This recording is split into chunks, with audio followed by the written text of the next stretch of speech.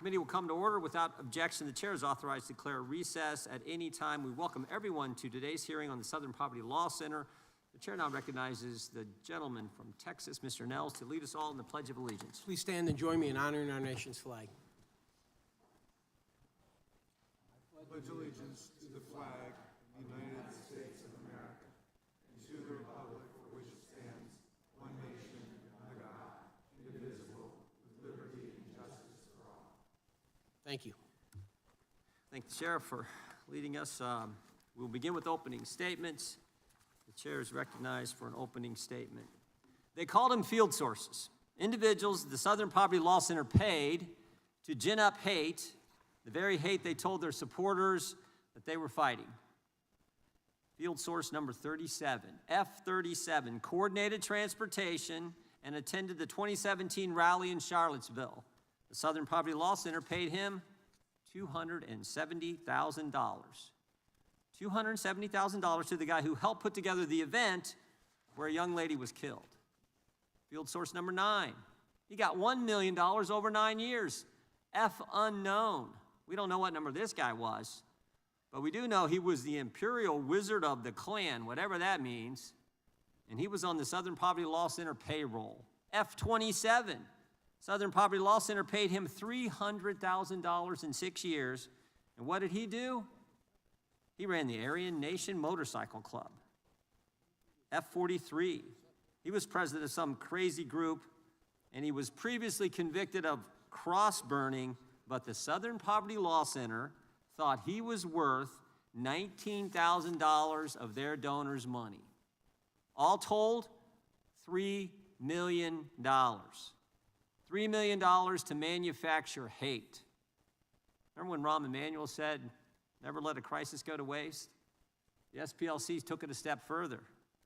They went one better. They said, we're going to create the crisis. We're going to manufacture the crisis. And by so doing, they became the standard, the source for determining who's a hate group and who isn't.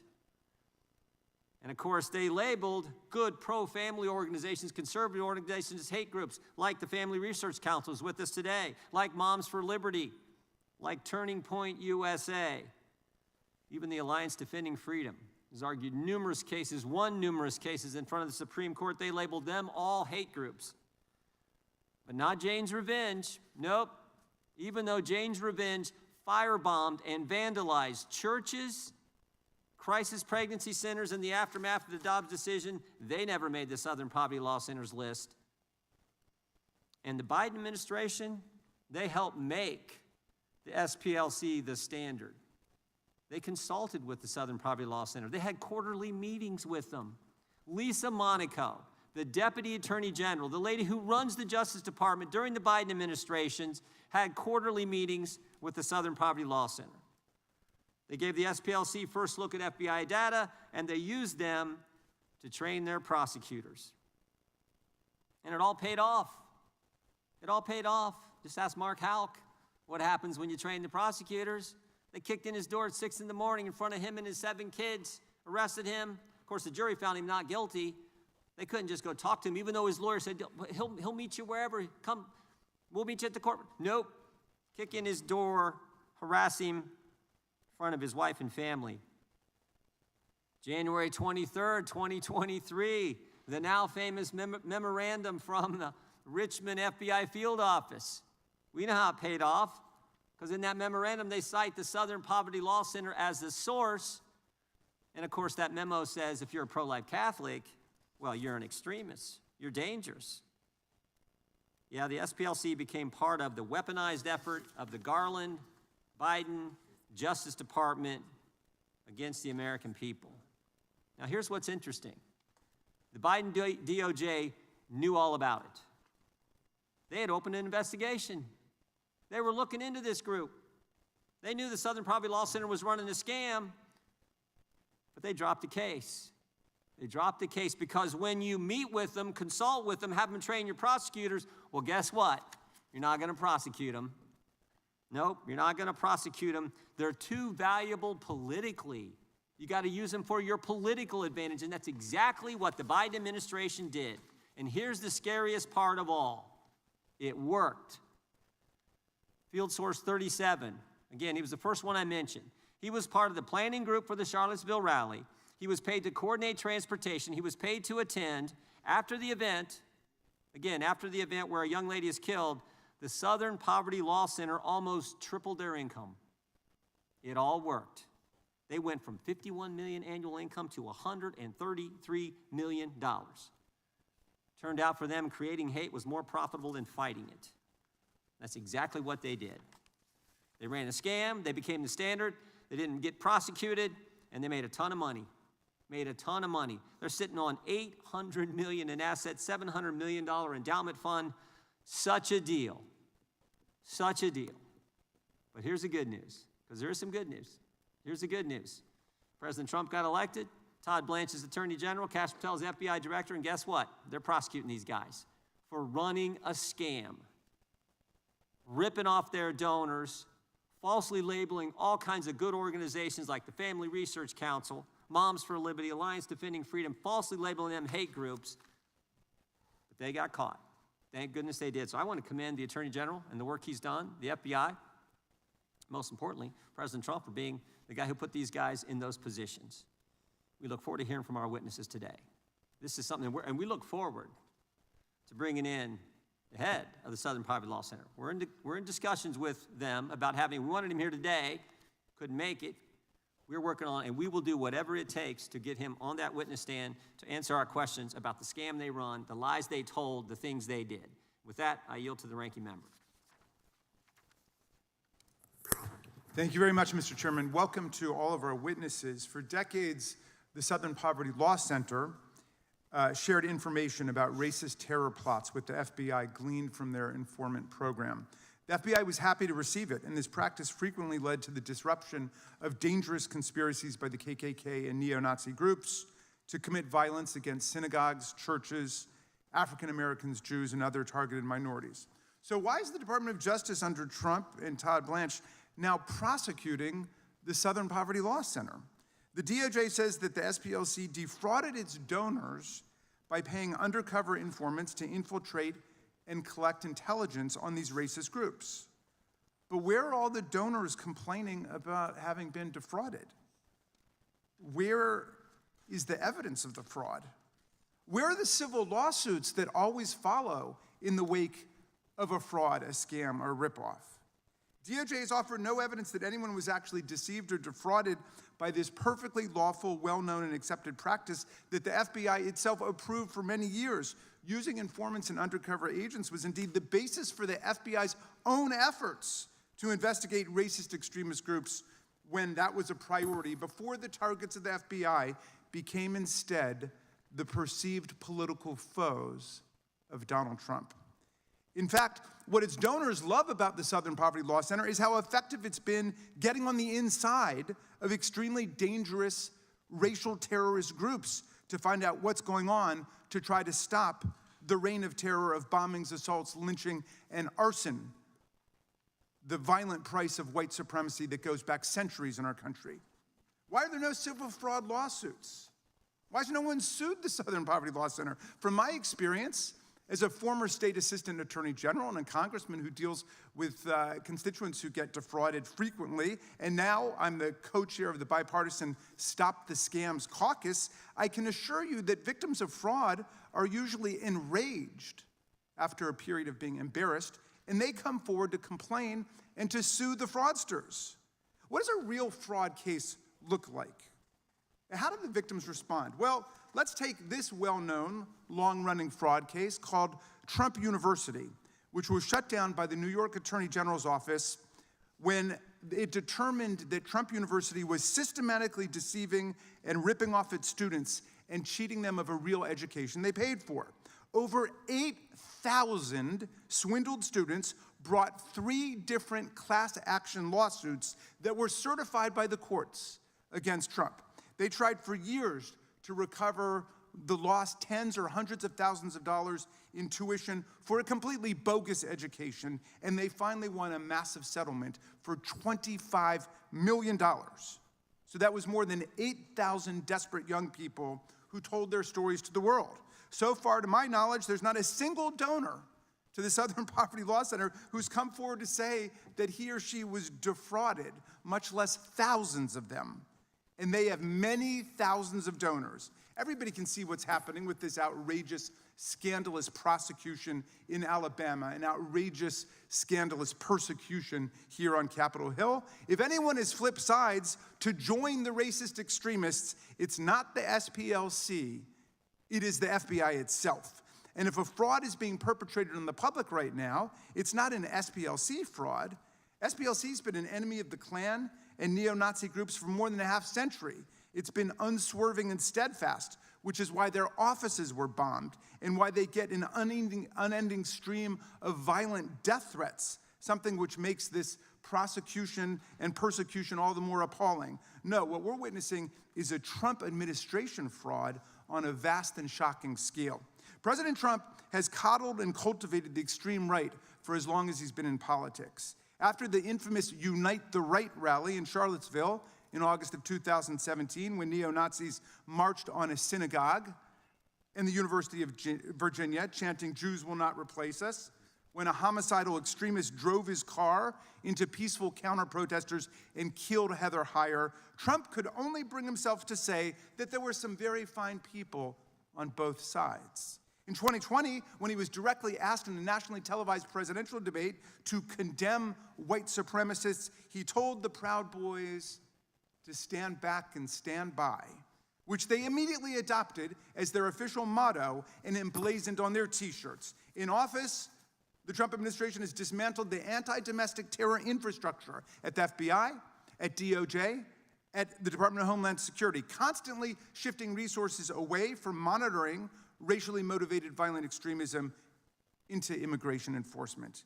He's gutted the Civil Rights Division, which is charged with prosecuting hate crimes, defunded the Center for Prevention Programs and Partnerships, which had helped prevent more than 1,000 violent terror plots since 2020, and installed a 22-year-old with zero national security experience, except for Model United Nations, his junior year of college, to run what remains of our Terrorism Prevention Office.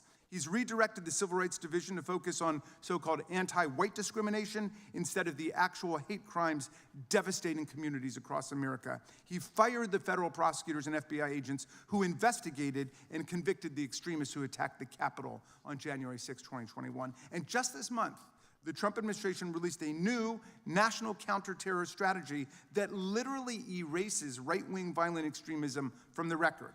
The strategy identifies drug cartels, Islamist terror, and violent left-wing extremists as the nation's top threats, but makes no mention whatsoever of far-right extremism, white supremacist violence, or domestic neo-Nazi terror. This despite a decade of data from the Nonpartisan Center for Strategic and International Studies showing that right-wing extremists carried out 152 attacks in the United States and killed 112 Americans, compared with 35 attacks and 13 deaths attributed to left-wing extremists. Again, he just blames his enemies for what his side is doing. Trump's real relationship to the extreme right was on full display January 6, 2021, when the Proud Boys, Oath Keepers, and 3%ers, all in Roger Stone's sphere of influence, led the violent assault on the Capitol and our police force as Trump exhorted a crowd of thousands to go out and fight like hell, or you won't have a country anymore.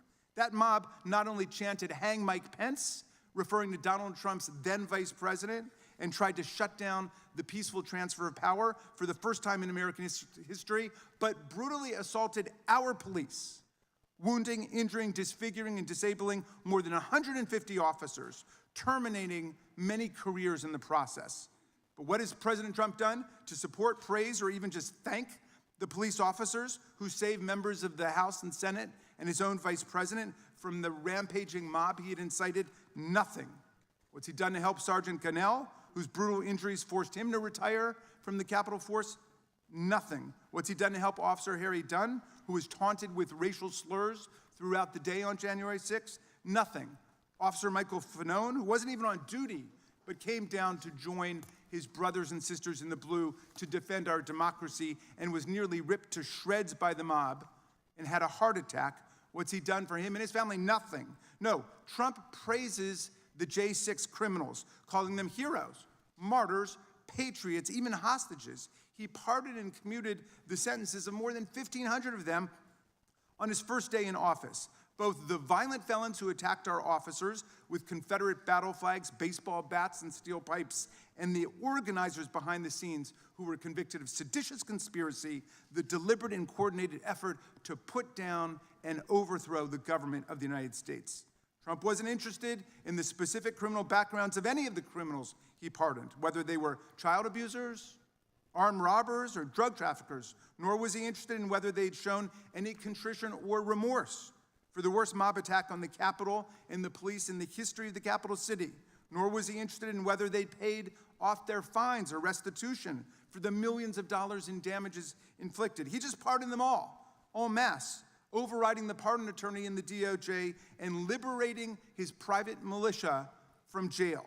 Many of these pardoned convicts have already gone out to commit more crimes since Trump let them out.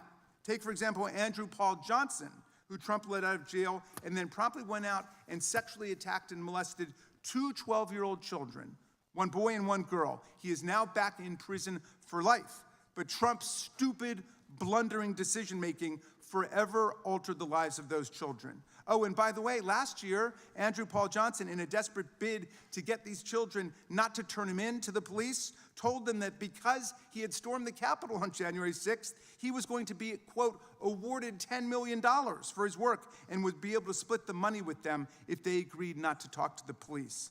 Now that brings us to the real fraud underway this week. Donald Trump has withdrawn his bogus $10 billion lawsuit against the IRS because the judge in the case, Kathleen Williams, doubted there was even a case or controversy and whether Trump had proper standing to bring it. And there was clearly no adverse relationship between Trump and the IRS. In any event, he withdrew it. He knew he was going to lose. Now, Trump is claiming that he and the IRS have a so-called settlement, which is not possible because the case was dismissed. This fraudulent settlement involves not only an agreement by the IRS and the DOJ not to investigate or prosecute him, his family, and his businesses forever for tax frauds that he may have committed in the past, but the establishment of a $1.776 billion political slush fund in the DOJ called the Anti-Weaponization Fund that will be used to reward his friends and foot soldiers. This is lawless. To begin with, Trump doesn't establish federal programs and appropriate money for them. We do that. That's the power of the purse, which belongs exclusively to Congress. We never set up this political slush fund to be run out of the DOJ, and we never would. We have a judicial system to hear authentic cases and controversies. Not a single J6er has had charges thrown out because of a false, malicious, or retaliatory prosecution. Not a single one has had their criminal conviction reversed on appeal because of a false, malicious, or retaliatory prosecution. The idea that they were falsely or maliciously prosecuted has not been found by a single judge, Republican, Democratic, or independent appointee. And this is a defamatory slur on law enforcement and the serious civil servants at the DOJ who have been under attack since this nightmare of MAGA weaponization began in January of last year.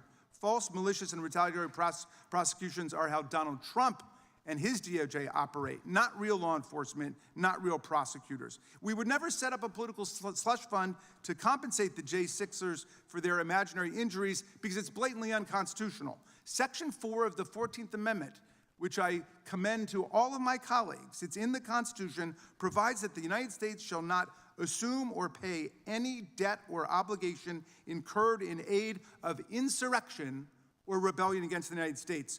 All such debts, obligations, and claims shall be held illegal and void. So, everybody who thinks they're getting a big payoff this week, $1 million per J6er is the word on the street, should understand this. This payment is illegal and void, meaning that the money belongs only to the taxpayers of America, the people of the United States, and we will get that money back if any insurrectionist gets any. My friends, the Southern Poverty Law Center is not perpetuating a fraud. Today, the Trump administration is perpetuating a fraud against America by taking nearly $1.8 billion of our money from the U.S. Judgment Fund for the payment of actual court judgments and damages, and without any legal authorization from Congress, purporting to use it to pay off his once and future private militia. No one is fooled by all the counterfeit outrage about the SPLC and finger-pointing at the people who've actually been combating violent racism in America. Mr. Chairman, the threat is not the SPLC. The real fraud is coming from the White House. Just yesterday, the New York Times reported that the career lawyers in the IRS Chief Counsel's office believe that Donald Trump's lawsuit is deeply flawed and could be easily defeated, and they drafted a memo advising the DOJ to dismiss it. Of course, instead, the DOJ entered into the $1.8 billion settlement instead. The general counsel for the Treasury Department, Brian Morrissey, the top lawyer, resigned on the same day this settlement was announced. We've got many questions for everybody involved in this brazen and corrupt transaction. Mr. Chair, pursuant to Clause 2K6 of Rule 11, I move that the committee now immediately subpoena those involved in the creation or execution of the nearly $1.8 billion slush fund. Acting Attorney General Todd Blanche, Associate Attorney General Stanley Woodward, Treasury Secretary Scott Bessent, IRS Chief Executive Officer Frank Bisognano, and Treasury Department General Counsel Brian Morrissey. Mr. Blanche orchestrated this outrageous slush fund as part of the settlement with Donald Trump, which was also signed by Mr. Woodward, and Mr. Bessent will oversee the payout of these funds. Mr. Bisognano signed off on this settlement for the IRS, and Brian Morrissey remarkably resigned as this deal was being announced. These individuals all possess critical insights into Trump's self-dealing scheme with his own agencies to create this fund and reward his supporters and friends. So I move that they be subpoenaed right now. I second. The gentleman has not been recognized for that purpose. We will hold any motions to subpoena in abeyance until the conclusion of today's hearing. We will, without objection, all of their opening statements will be included in the record. We will introduce today's witnesses. We're pleased to have with us Dr. Carol Swain. Mr. Chairman, I just want to request a recorded vote on that, if that's all right. Well, we'll do that when it's time for that, but it's not time for that now. We're holding it in advance. Dr. Swain is the author and former professor of Princeton University and Vanderbilt University. She has served on various government commissions, including the National Endowment for the Humanities and the Tennessee Advisory Committee to the U.S. Civil Rights Commission. She graduated Phi Beta Kappa from Roanoke College and received a master's degree from Yale and her PhD from North Carolina. Mr. Tyler O'Neill is a senior editor at the Daily Signal, where his reporting focuses on nonprofit organizations. He previously was an editor at PJ Media and Fox News and is the author of 2 books. Mr. Tony Perkins is the president of the Family Research Council, a nonprofit organization that advocates for family-centered policies. He's an ordained minister and previously served as the chair and vice chair of the U.S. Commission on International Religious Freedom. Mr. Perkins has also previously served as a member of the Louisiana House of Representatives. And Ms. Maya Wiley is the president and CEO of the Leadership Conference on Civil and Human Rights. She previously served in the Civil Division of the U.S. Attorney's Office for the Southern District of New York and worked at the ACLU and the NAACP Legal Defense and Educational Fund. We welcome our today's witnesses and thank them for appearing today. And if you all please stand, we will begin by swearing you in. Raise your right hand. Do you swear or affirm under penalty of perjury that the testimony you're about to give is true and correct to the best of your knowledge, information, and belief, so help you God? Let the record reflect that the witnesses have answered in the affirmative. Thank you, and you can be seated. Please know that your written testimony will be entered into the record in its entirety. Accordingly, we ask that you summarize your testimony in 5 minutes, and we will start with Dr. Swain. Just make sure you hit the microphone there, hit that button, and try to stay as close to 5 as you can, although I won't cut you off right at 5. After all, we gave Mr. Raskin 15, so. Good morning, Chairman, Ranking Member, and distinguished members of the committee. Thank you for giving me the opportunity to testify today on this very important subject. I am Dr. Carol M. Swain, a former tenured professor of political science and law at Vanderbilt, and I was also tenured at Princeton. I am a woman who rose from rural poverty in Southwest Virginia, earned 5 degrees, and built a career as a scholar of race, politics, and representation. My 1993 book, Black Faces, Black Interests, won 3 national awards and was cited by the U.S. Supreme Court. Yet, starting in 2009, I became the target of a sustained smear campaign by the Southern Poverty Law Center, an organization once respected for fighting real hate, but which I believe has become a weapon against conservatives, Christians, and dissenting voices.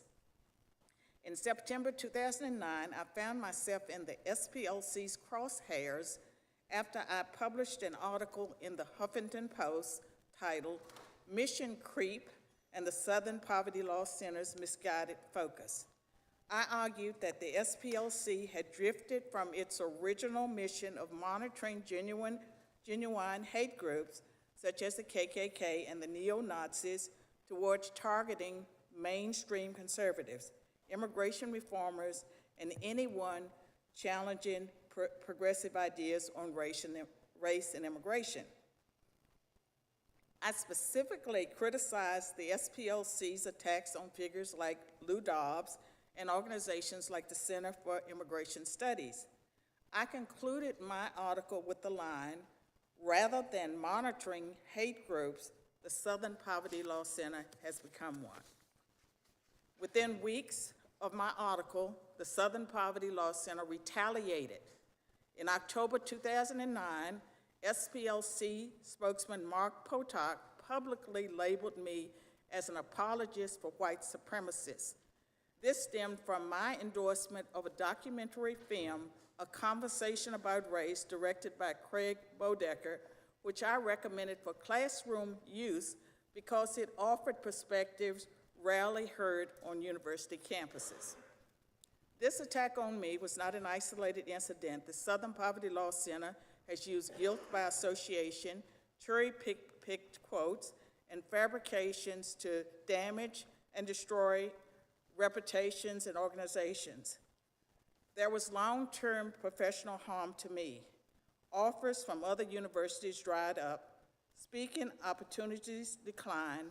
I became kryptonite in certain academic and media circles. My experiences with the Southern Poverty Law Center exposed a powerful, tax-exempt organization with enormous influence over media, corporations, law enforcement, and government that can chill speech and academic freedom without any meaningful accountability. The Southern Poverty Law Center's tactics, the mission creep, because it's lost sight of its original purpose, guilt by association, weaponized hate labels, have broader consequences. They distort public discourse and equate policy disagreements with bigotry. They influence tech companies, public and private schools, and federal agencies in ways that marginalize conservative and religious voices. Their smear tactics undermine individuals and organizations that are fighting for the public good. I urge this committee to examine the Southern Poverty Law Center's practices, its financial operations, its influence on government partnerships, and the lack of transparency and accountability surrounding its hate group designation. Real civil rights work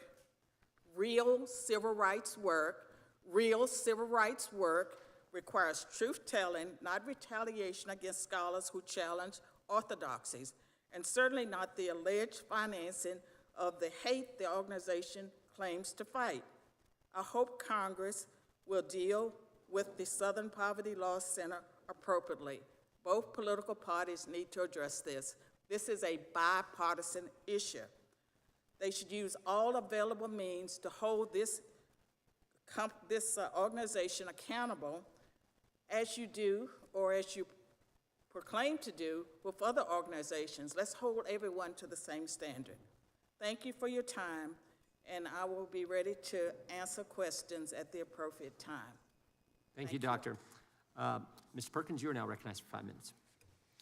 Chairman Jordan, Ranking Member Raskin, members of the committee, thank you for the opportunity to testify. I'm Tony Perkins. I've served as the president of the Family Research Council here in Washington since 2003.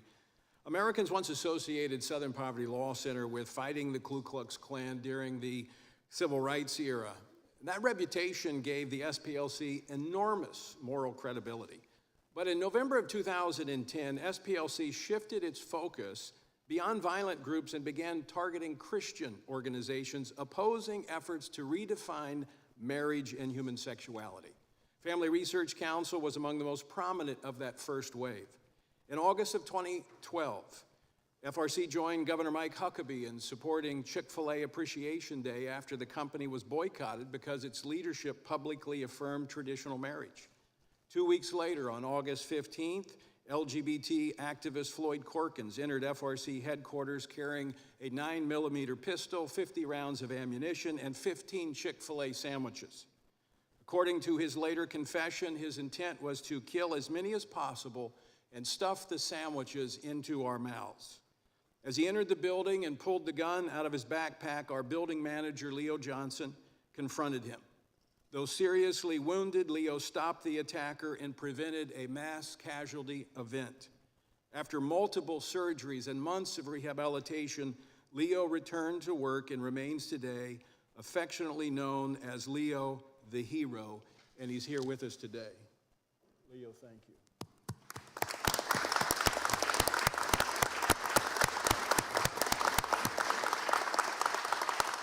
The following day, investigators confirmed Perkins confessed to selecting FRC because of SPLC's website and hate map.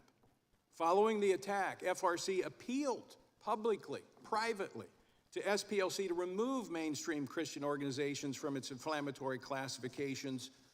Those requests were rejected. The attack has cost FRC more than $6 million in security-related costs. But the costs extend way beyond one act of violence.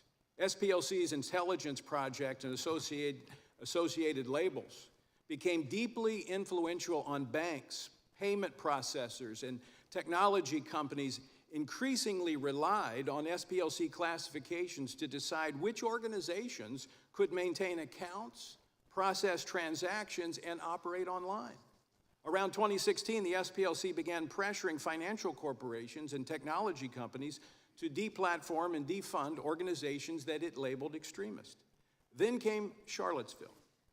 According to the recent federal indictment, a member of the online leadership that planned Unite the Right rally at the direction of the SPLC and helped coordinate transportation for attendees was bankrolled by SPLC. Charlottesville, don't miss this, Charlottesville was a catalytic event for SPLC. As major corporations like Apple, JP Morgan Chase aligned with SPLC, contributing millions of dollars. Shortly afterwards, the coalition known as Change the Terms was formed, led by SPLC and the Center for American Progress, establishing standards that would encourage companies to deny digital access and financial infrastructure to organizations that SPLC labeled. The timeline of Change the Terms closely parallels the acceleration of the efforts to debank and deplatform conservatives. FRC experienced this from Truist Financial, BB&T, Fidelity Investments, GuideStar, Mobile Calls, and other technology-related companies. And SPLC officials openly acknowledged this strategy before Congress. In January of 2020, SPLC official Lakeisha Brooks stated this, quote, "We have lobbied internet companies one by one. A key part of this strategy has been to target these organizations' funding." Brooks continued to describe the coordinated effort to pressure technology companies and financial institutions to restrict access for organizations SPLC opposed. This committee, the issue before this committee, is larger than SPLC fraud. SPLC was the hub, but there are many spokes that made up this wheel designed to crush Christians and conservatives. The congressional inquiry should not stop with SPLC. In America, citizens should not lose banking services, digital platforms, public credibility, and a sense of safety because they believe in biblical marriage and sexuality. When government-related or regulated institutions can apply ideological labels in a coordinated fashion to silence, isolate, and financially cripple opponents, we have political targeting by proxy, and freedom is at risk. Thank you, Mr. Perkins, for that testimony. Leo the Hero, thank you for your courage. We'll now go to Mr. O'Neill. Chairman Jordan, Ranking Member Raskin, members of the committee, I'm honored to testify before you today. I will argue that the Southern Poverty Law Center does not merely track hate, it systematically inflates it, profits from it, and, according to a federal indictment, may even have helped create it. The first thing to know about the SPLC is that it has nothing to do with poverty. The Poverty Palace has an endowment, has assets of $822 million. That's more than 3 times the assets of the National YMCA and almost twice the sum of Planned Parenthood. That's why former employees have suggested mocking mottos for the SPLC, such as making hate pay. How did the SPLC become so wealthy? Co-founder Morris Dees set up a lucrative fundraising engine by suing the Ku Klux Klan into bankruptcy. When the SPLC ran out of grand dragons to slay, the center needed to find more hate to justify the fundraising. It has a financial incentive to juice the numbers. The SPLC began to publish a hate map that plots mainstream conservative and Christian groups alongside Klan chapters. The map includes Moms for Liberty, PragerU, Turning Point USA, and even Focus on the Family. The SPLC says the map reveals the infrastructure upholding white supremacy. This hate map kills 2 birds with 1 stone. It silences conservative dissent from the left's and the SPLC's agenda, and it exaggerates hate to keep the money flowing. The map also includes groups that barely exist, like a Confederate memorabilia shop and a convent. In 2023, I analyzed the map and found that it exaggerated hate by at least 267%. By including mainstream conservatives, double-counting groups, and mentioning defunct organizations. Given this track record, is it really so far-fetched to think the SPLC might be propping up some of the very white supremacist groups it claims it exists to oppose? A federal grand jury indicted the SPLC on fraud charges because it had funneled $3 million to members of the Klan. The SPLC didn't deny the payments, but said it was funding informants who had tipped the center off to violent threats before they happened. But that's not what allegedly happened in Charlottesville in 2017. According to the indictment, the SPLC paid an organizer and directed this person's racist postings. The indictment suggests the SPLC's involvement made Charlottesville larger than it otherwise would have been. After Charlottesville, the SPLC's annual fundraising doubled. Social media companies volunteered to start silencing hate groups. CNN plastered the hate map on its website. Charlottesville was a payday for the SPLC. And this so-called informant may have been the SPLC's most cunning investment. Of course, if it became known that the SPLC had paid a Charlottesville organizer, that would be a massive scandal. No wonder the SPLC allegedly lied to a bank, setting up shell companies to fund these informants. Why does this matter? SPLC staff have briefed DOJ prosecutors. Big tech companies have used the SPLC to blacklist conservative nonprofits. School districts across the country have adopted the SPLC's curriculum. Hundreds of companies systematically exclude conservatives from their charity programs because of the SPLC. The SPLC also have offshoots that engage in similar efforts against conservatives. The Change the Terms Coalition banded together to pressure big tech to deplatform conservatives, and former SPLC staff have founded the Global Project Against Hate and Extremism. If an organization can inflate threats, influence federal policy, and conceal its role in allegedly fueling the very extremism it condemns, then Congress has a duty to investigate it and its offshoots. Thank you, Mr. O'Neill. Ms. Wiley, you're recognized for 5 minutes. Thank you, Chairman Jordan and Ranking Member Raskin, and to the entire committee for having me here today. I'd like to get right to the point. The attack on SPLC is nothing more than part of a larger, broader, coordinated attack on civil rights organizations, not-for-profits, ones that work to ensure voters can vote, that children can learn, and people can live without fear. Multiracial democracy is something Americans value, but as the administration has gutted civil rights enforcement and the Supreme Court has gutted the Voting Rights Act, it is in danger. Civil rights organizations like the Southern Poverty Law Center are fighting to protect all of our rights. It has done so for more than 5 decades. It helped bankrupt the violent white supremacist organizations, including the United Klans of America. It has brought major voting rights cases, including to secure fair representation for Black voters in Alabama. And it educates the public on threats from extremist movements before those threats turn to violence. Sadly, this work is critical. A San Diego mosque and the families of 3 brave fathers are mourning the apparently hate-motivated killings from just Monday. No one should fear violence in a place of worship or anywhere else. SPLC has been targeted by extremists and their supporters for years, not because it is dangerous, but because it is effective. Today, it is SPLC, but in a sense, we are all SPLC. I won't spend much time picking apart the preposterous criminal charges because I have complete confidence in SPLC's ability to do so in court.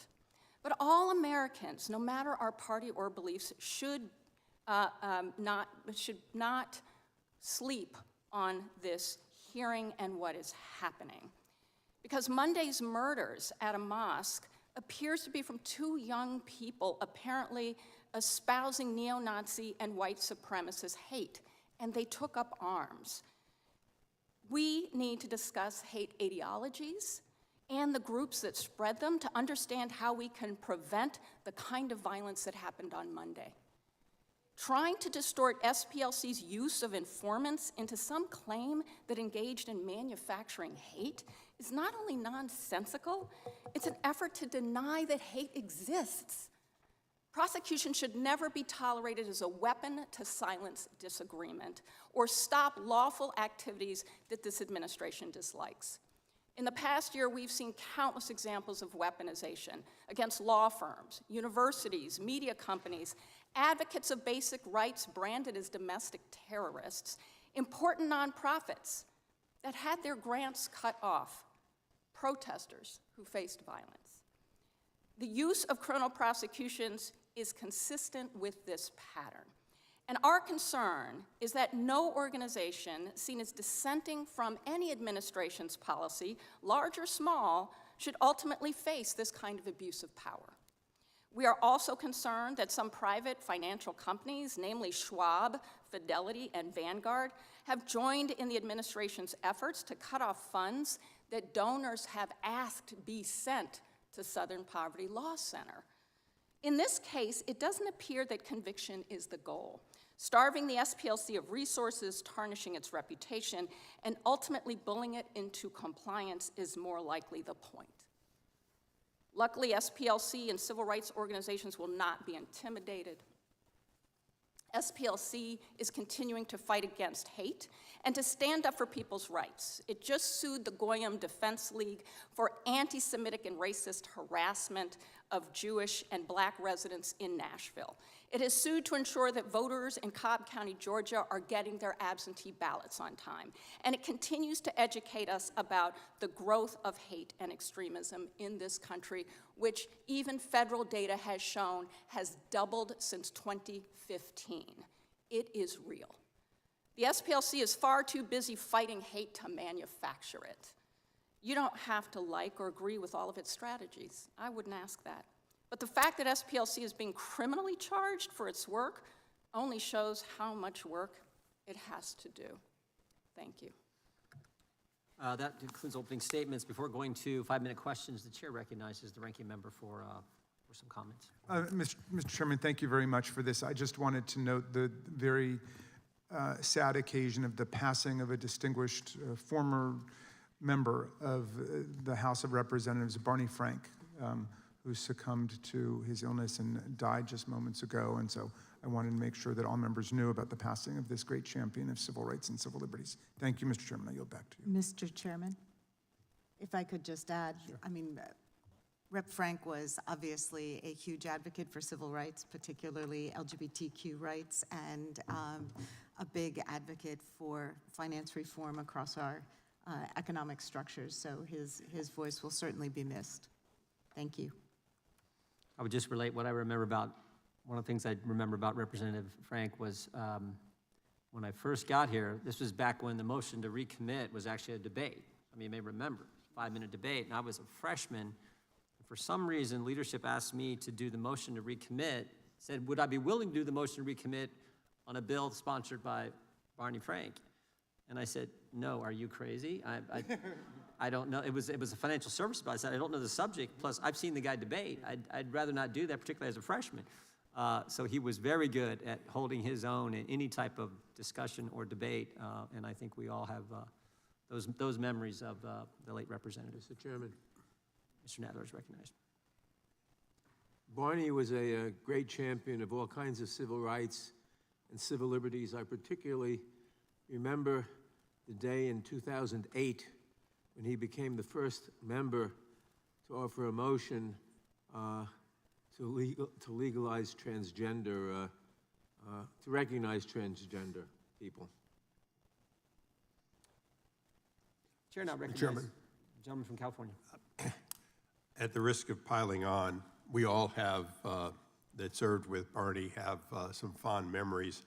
I'll just close out mine by saying, from the time I was a freshman, he was very good at coming up to me and saying, Darrell, now you're probably not going to be for this, but you should be.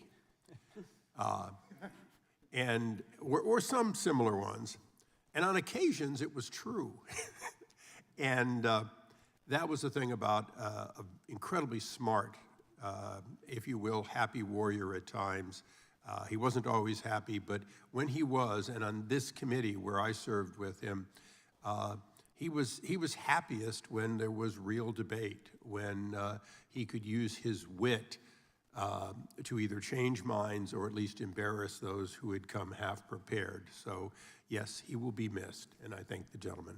We now move to 5-minute question. The gentleman from Arizona is recognized for 5 minutes. Thank you, Mr. Chairman.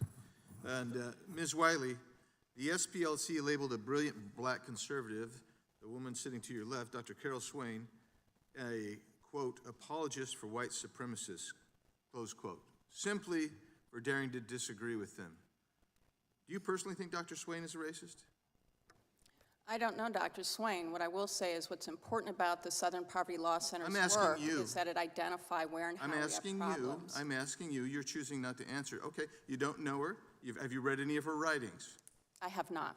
Okay, so Dr. Swain, what was the impact of SPLC's radical, unnecessary attack on you? What was the result of that? It actually set in motion a series of events that led to my retiring in 2017. Now, there are more things that happened, but once the Southern Poverty Law Center labels a black conservative as an apologist for white supremacists, then people don't know how to process that. But I can tell you that James Taranto of the Wall Street Journal wrote a 2,000-word article in defense of Carol Swain. That's the title of the article, In Defense of Carol Swain. That helped a lot, but I think that it hurt the Southern Poverty Law Center as well, because people knew that if they went after the author of a book on white nationalism, I published with Cambridge Press in 2002 a book, The New White Nationalism in America, It's Challenged Integration. They went after me, and so I was... You were a tenured professor, Yes. Vanderbilt and Princeton, Yes. and it impacted your career. It definitely impacted my career. Thank you for that information. So let's just cut to the chase here. SPLC is closing on an $800 million nest egg. I happen to have their 990 employees and how much they get paid. The president CEO from this filing from 2024, $466,000 is the base salary. Total with perks, $522,000, and you go on down the list. And when the list closed for me, I didn't see anybody making less than $285,000 per year from them. And there's a reason that Charity Watch gives SPLC an F as a charity. The organization's recent federal indictment for wire fraud alleged that it secretly took some of that money, through over $3 million in donor funds, to informants tied to extremist groups like the KKK, Aryan Nations. And it only confirms what mass resistance has warned about for years, that the SPLC was never fighting hate, was manufacturing it to justify existence. Mr. O'Neill was talking about Eisen, who actually was one of the founders, who was attacking the KKK, and then actually had to shift when they put them out of business because they needed money. And so then it became this mission to attack people and falsely label them and basically gin up the basic money machine that they were doing. And I want to ask you, Mr. Perkins, your team was specifically targeted by SPLC, and as a result of their targeting you for having espousing traditional American and biblical values, there was actually an attempt at mass violence. Can you describe that a little bit and talk about our hero, Leo the hero, just a little bit more? The gunman, who's now serving prison for domestic terrorism, came into the building with a gun. Leo, who is the building manager, was actually standing at the front, asking him what he needed. He pulled the semi-automatic pistol out of the backpack. He began shooting. The first round hit Leo in the arm, shattering his arm. He was still able to take him down. More shots were fired. The bullet holes remained in the walls of our building. Leo was able to disarm him and take him down and even recover the weapon. And in following that, watching the footage with the FBI agents who were surveilling it, said, why did he not, he was bleeding out, why didn't he fire the round into Perkins to make sure that he could not come back at him? And I didn't know the answer. As a former police officer, I would have, just as the FBI said, I would have defended myself, not knowing if I was going to pass out. So I asked Leo when he came out of surgery that night. I went to the hospital about midnight. He came out of the hospital, and my first question was, Leo, why didn't you shoot him? And he said, because God told me not to. We're not here for revenge. We're here for justice. And what they have inspired, not just to us, but to thousands of Americans who love this country and happen to believe the Bible as a definitive way to live. They want to silence us. And I stood on the street the day after the shooting, and I'll say it again. We will not be silent. We will not shrink back. We will not apologize for biblical truth. We will continue to stand for it. Thank you, Mr. Chairman. I yield back. Thank you. Mr. Nadler, recognized. Gentleman from New York is recognized. Thank you, Mr. Chairman. Mr. Chairman, we've heard a lot over the last few days about so-called weaponization as Donald Trump rolled out his settlement slush fund to reward his friends and allies, including insurrectionists, white supremacists, and others within the MAGA faithful. But this hearing is among the worst kinds of weaponization, using the power of the Judiciary Committee to further Donald Trump's personal vendetta against those who seek to hold him and his allies accountable. He has weaponized the Department of Justice to stifle dissent, attacking law firms, universities, and members of civil society that dare challenge him. And now this committee is being pressed into service to join in his petty campaign of retribution. That is because that is beneath the dignity of this committee, on which I have been proud to serve my entire career in Congress. But since we have been called here, I want to talk about the important work that the Southern Poverty Law Center does to take on one of the most malign forces in our society, and that is anti-Semitism. Unfortunately, anti-Semitism in America is not a relic of the past. It is a present and growing threat. The FBI has consistently documented Jewish Americans as the most targeted religious group for hate crimes year after year. We have seen it erupt into mass violence, from the massacre at the Tree of Life Synagogue in Pittsburgh to the attack on Poway, California. We have seen it spread through online spaces, and we have seen it increasingly seep into mainstream right-wing politics, in conspiracy theories about Jewish financiers, in Holocaust analogies deployed as political weapons, and in figures with well-documented ties to white supremacists ascending to positions of influence. The Southern Poverty Law Center is on the front lines fighting anti-Semitism. In 2019, the SPLC won a $14 million judgment against the founder of a neo-Nazi website, the Daily Stormer, who orchestrated a full-blown doxing and harassment campaign against a local Jewish woman. She ended up getting more than 700 gruesome threats online, like being told that she should have died in a concentration camp and that she was, quote, easy to find. Someone even posted an image of her and her 12-year-old son and their rabbi imposed on photos of the gates of Auschwitz. One of our witnesses, Mr. O'Neill, has accused the SPLC of exaggerating hate. I wonder if he thinks that the hate against this woman was exaggerated or manufactured.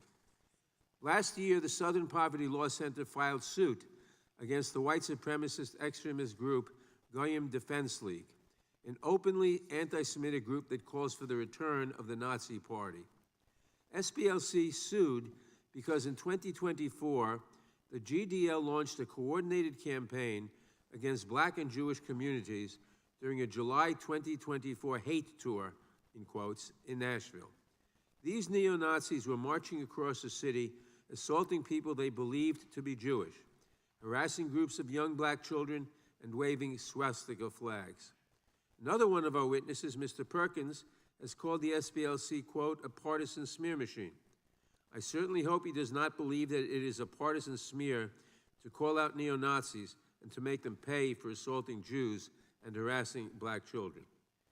Fighting against neo-Nazis, neo-fascists, and white supremacists is not a partisan issue. It should be very simple to reject these tenets. So why is it so hard for Republicans to call out the anti-Semitism we see within the current administration? President Trump has not only hosted, but also refused to condemn Nick Fuentes, a Holocaust denier and white nationalist. Meanwhile, Republicans have remained silent as the administration attempted to implement political litmus tests in order for synagogues to be deemed eligible to receive security grants, hired known anti-Semites like Kingsley Wilson, Ed Martin, and Sebastian Gorka, and gutted the agencies charged with preventing domestic terrorism. Lip service about fighting anti-Semitism rings hollow when you staff your government with people who embrace it, no matter how many task forces or advisory committees you form. And now they are coming after an organization on the front lines of fighting anti-Semitism and racism in all its pernicious forms. Ms. Wiley, in the time we have left, I want to turn to you.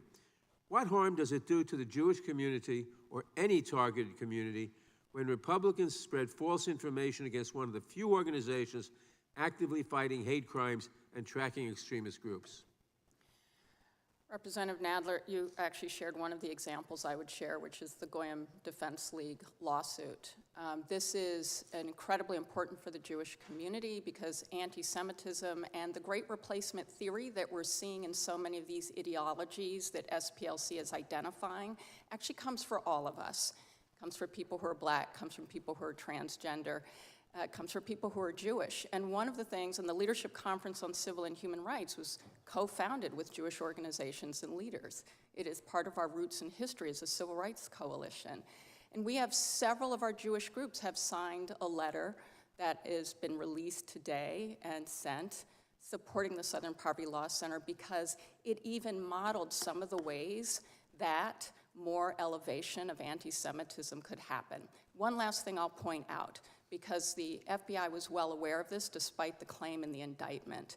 The Southern Poverty Law Center gave a 45-page event threat memo to the FBI before the Unite the Right rally because of the program we're talking about today, and identifying that there would be people there who were armed. And as we saw in what turned out in that rally, it was critically important. Thank you, and I yield back. Gentleman yields back. Mr. O'Neill, they had an extremist file webpage, didn't they? Yes. And they would, on this webpage, they would pick out some crazy hate guy, and they would, some bad guy, and he was like the extremist of the month. They'd highlight him, and they would say, send us money to stop so-and-so. Is that right? Exactly. And F42 was one of the field sources, number 42, chair of some crazy hate group. The Southern Poverty Law Center highlighted him on their webpage. He's bad, he's evil, send us money. Is that right? Yes. Did they tell their prospective donors they were paying this guy? No. They didn't tell him. Did they tell him they were paying him $140,000? No, not to my knowledge. So they said, let's stop the racists even though we're paying him to be racist. That was their pitch. But they didn't tell him that, did they? No, they did not. Is that appropriate, Ms. Wiley? I'm sorry, which part? Sorry. All of that. Is that appropriate to say, tell your donors, this is the extremist of the month, this hateful racist guy is really bad, send us money, but not tell those donors who you're taking their money from that we're paying this guy $140,000. Is that appropriate? Well, we have public reporting that over a dozen donors actually said that they spent the money Field as Source 42 got $140,000 from the Southern Poverty Law Center, was featured on their webpage as extremist of the year or month or whatever they call these bad guys, and they were paying him and they were gating money. Is that appropriate? Simple question. And donors have supported it, and they keep trying to send So more it is money appropriate. to the Southern Poverty Law No. Center.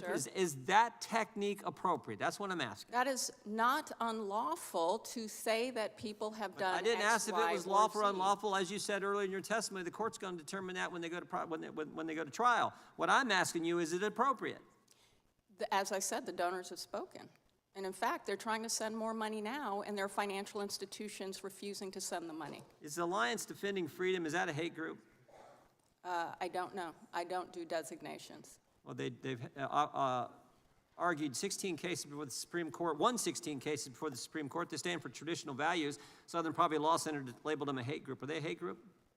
I don't know them, and I don't work on the designations. Well, here's one thing. I'm here to talk let me about ask the you this. impact on Is civil Jane's rights. Revenge, is that a hate group?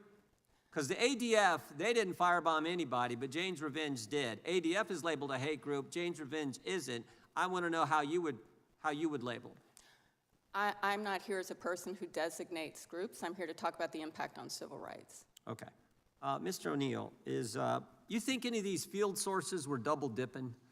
I mean, during the Biden, Ray, Garland administration, the Justice Department paid a bunch of confidential human sources, a bunch of them. We know a bunch of them were at the Capitol on January 6th. 4 went in the Capitol. And I'm just wondering if the same entity, the Justice Department under President Biden, paying these confidential human sources, who was working with the Southern Poverty Law Center, having quarterly meetings with them, consulting with them, giving them FBI data before anyone else could see it, having them train their prosecutors. I'm just wondering, do you think it was out of the realm of possibility that the Justice Department was paying the same sources the SPLC was paying? I don't think it's out of the realm of possibility. I have no information or knowledge that they were double dipping. I would say that Stephen J. Ross, who is author of The Secret War Against Hate, which is about the history of informants that Jewish groups had placed in some of these violent groups back, decades and decades before the SPLC ever existed. He said that neither the ADL nor the American Jewish Committee nor the Anti-Nazi League did anything like highlighting informants online as in extremist profiles while also funding them. Yeah. Last question will come to you, Mr.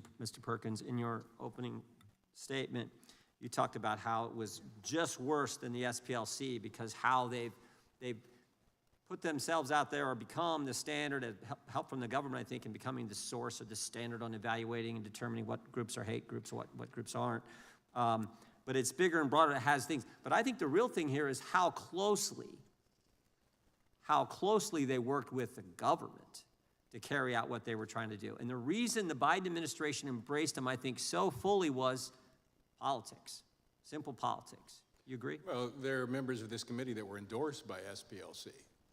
They had a C4 was involved in elections, so they were not just an umpire.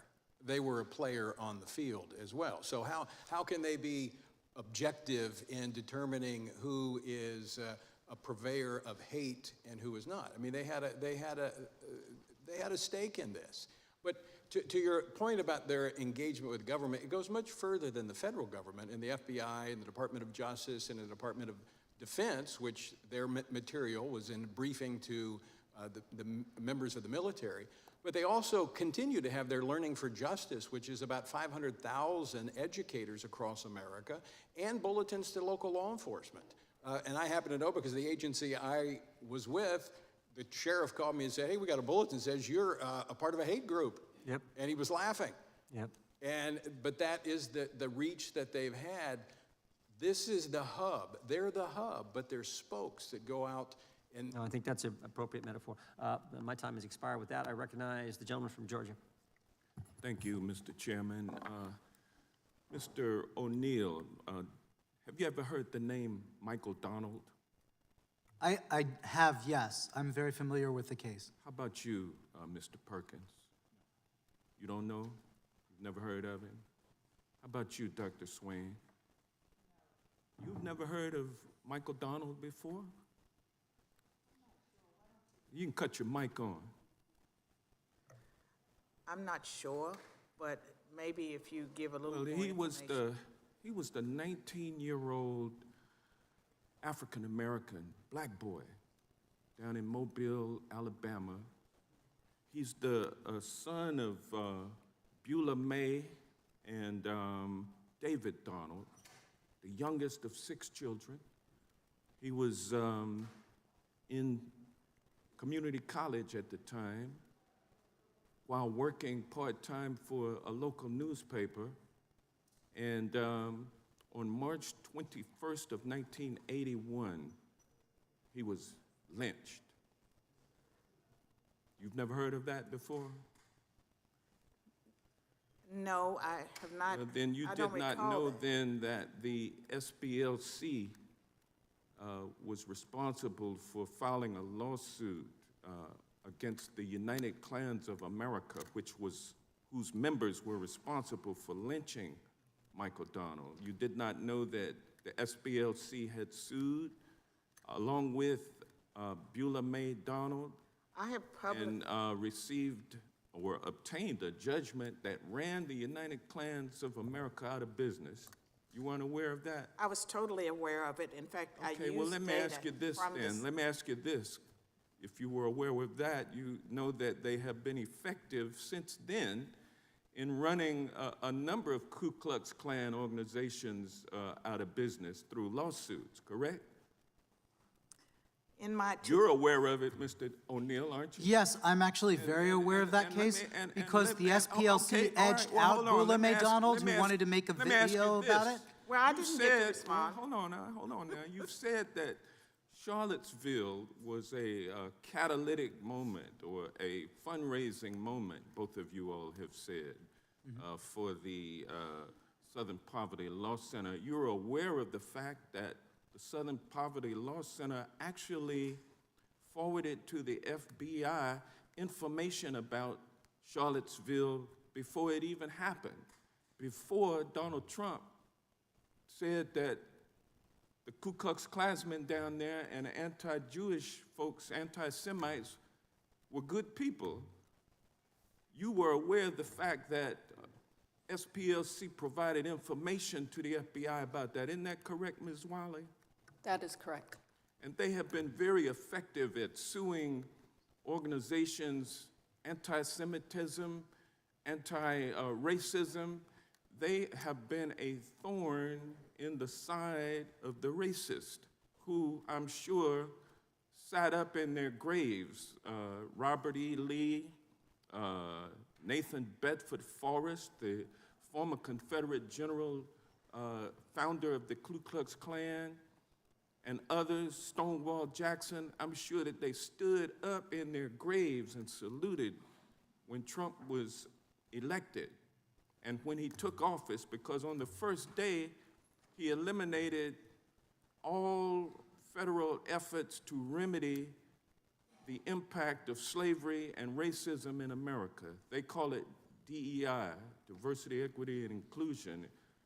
Trump has tried to stop that, and the United States Supreme Court has gone along with him in ending enforcement of the, or the ability to enforce the Voting Rights Act, which is one of the ways that you, Dr. Swain, were able to get the right to vote. I don't understand it, May I Ms. Wiley. respond?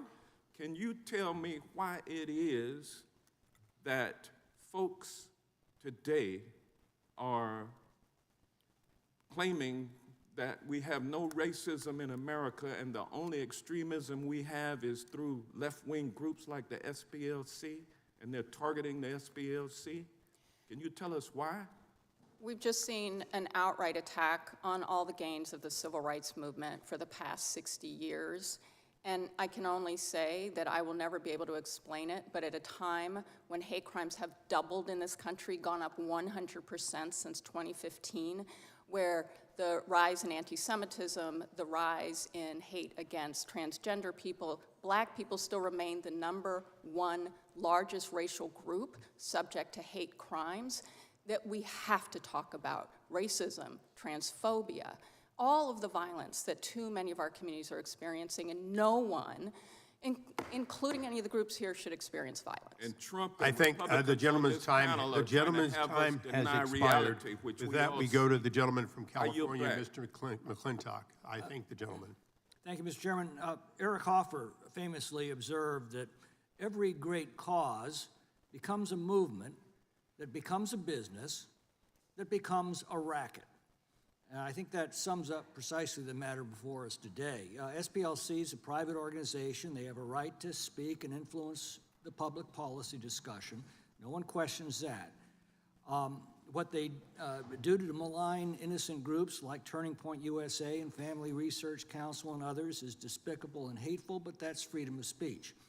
But freedom of speech does not include the right to defraud donors. It does not include the right to commit bank fraud. Those are the allegations in the grand jury indictment. We've got a legal system that I trust will sort those charges out. And it also doesn't include the right to slander, and we have good laws and civil courts to hold them accountable for defamation. So that leaves two legislative concerns. First is this: the civil rights movement, of which SPLC was once a part, had made great progress in uniting our country and marginalizing racist ideology and dramatically reducing racial strife between the 1950s and the 1990s. But over the past several decades, that progress seems to have reversed. In recent years, we've watched our country torn apart by growing racial strife. And the allegation at the heart of this matter is that the SPLC was covertly fanning these flames for their own financial gain. A significant flashpoint, of course, was the Charlottesville riots, which had fatal results. And I do need to call out the ranking member for deliberately perpetuating the Democrats' dishonest claim that Donald Trump praised the Nazis at Charlottesville when he said there were, quote, very fine people on both sides. What the ranking member knows but chose to leave out is that Trump then said, I'm not talking about the neo-Nazis and the white nationalists because they should be condemned totally, unquote. Ranking member knows this, and the fact that he perpetuated that today speaks for itself. Mr. Chairman, I Now ask we that have the the gentleman's revenue- words be taken down. Gentleman will suspend. The gentleman will suspend. What purpose does the gentleman interrupt? I ask that the gentleman's words be taken down. Which words does the gentleman object Which to? words are you referring to? Well, he mentioned twice that the ranking member misled, deceived, and lied to this committee. The gentleman, I didn't use the word deceive. I didn't use the word lie. He has the impugned the gentleman, motives. would both gentlemen please suspend? Would the recording clerk read back verbatim that passage is being referred to? Both times. There's only one chair here. I'll take just one of them. It'll be fine. I think we need The gentleman both will of them. suspend.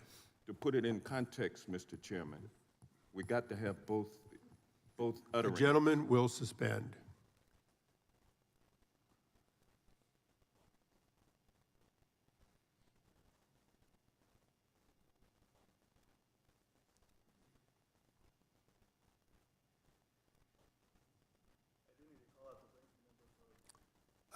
We can't hear you. Sorry.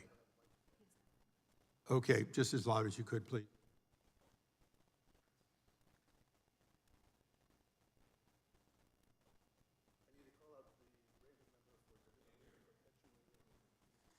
I need to call out, go ahead, I'll. Or Deliberately perpetuating the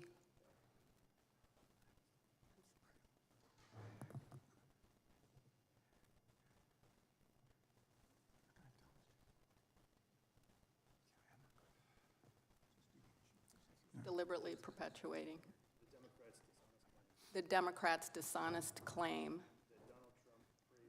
that Donald Trump praised the neo-Nazis. Thank you, Charlottesville. thank you. Is that the passage or one of the two times that you're referring to? that's the first passage. Excellent. Just one moment then, please.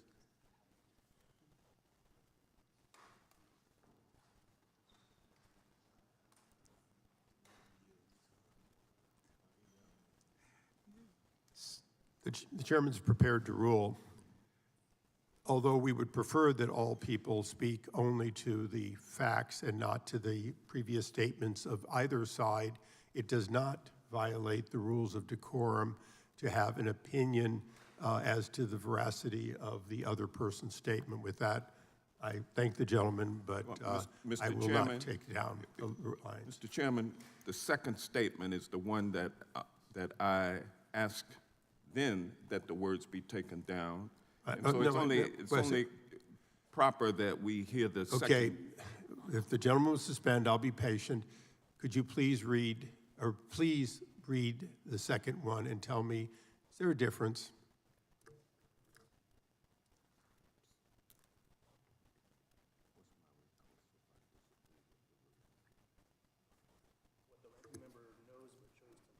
What the ranking member knows but chose to leave out is that Trump then said, I'm not talking about the neo-Nazis or white nationalists because they should be condemned totally. Thank you. So, Mr. Chairman, The gentleman will suspend. Having heard both of these and understanding them in context, they meet the requirement of within decorum. Again, the chair would caution individuals to, whenever possible, to refer to the specifics and not to the testimony or the statements of either side. However, in context, it was not a violation for which the words may be taken down. And with that, the gentleman from California may continue. Mr. Chairman, It is the gentleman from, parliamentary inquirer. it is the gentleman's time. I will hear your parliamentary question after the conclusion of his Point of time. order, Mr. Please. Chair. The gentleman Point will of order, continue. Mr. Chairman. Point of order. The gentleman will state his point of order. Is it within the rules? That is not how you state a point of order. State your point of order. My point of order is it's incorrect for the chair of the committee to not hear argument on a motion. Gentlemen, if you're considering it a point of order, in answer to the point of order, in answer to point of order, a motion to have words taken down, the words speak for themselves. The gentleman had them heard. I'm aware of what they were, and I've made my ruling. The gentleman, I thank him for his point of order. We now go to the gentleman from California, and I would ask that it be reset back to 2 minutes, and we'll conclude with 3 minutes, or 3 minutes remaining. Please. Thank you, Mr. Chairman. I'm reminded of that old movie line, the gentleman can't handle the truth. Now we have the revelation that the SPLC paid the chief organizer of this Unite the Right riot $270,000 while he was recruiting agitators and posting inflammatory rhetoric. And to learn that this was part of more than $3 million in such payments to such extremist groups begs the question of whether the SPLC was financing the very extremist groups it was assuring donors was fighting with their contributions. The terrible attack on the mosque in San Diego on Monday was inspired by neo-Nazi propaganda. Was this surreptitiously financed by the SPLC or similar NGOs or perhaps even foreign governments? That's a legitimate concern and one that we need to fully explore. The second legislative concern is that during the Biden administration, the Attorney General and the FBI Director told this committee that white supremacist groups were the greatest single threat that our country faced. The SPLC was one of the primary sources of this testimony. Was this an attempt to mislead Congress? And were the officials responsible for this testimony victims of misinformation by the SPLC, or were they active participants in this deception? I think we need to get to the bottom of that as well. Now, Dr. Swain, you detailed the smear campaign against you that obviously caused you reputational damage and financial loss. And Mr. Perkins, your organization suffered both financial loss and actual violence. Why haven't you sued the SPLC? Partly because information was not available, as is now coming forth. We did talk to some attorneys initially about the violence that was perpetrated, but because of really there were other suits that were brought against the SPLC, but their image was so strong until now that it was very difficult. We had suits that were brought in court that did not succeed.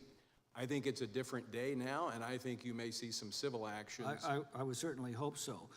Mr. O'Neill, is it possible the SPLC is not the only source of funds going to these extremist groups? Is it possible they're financed by other NGOs or even foreign governments? What reforms would you recommend?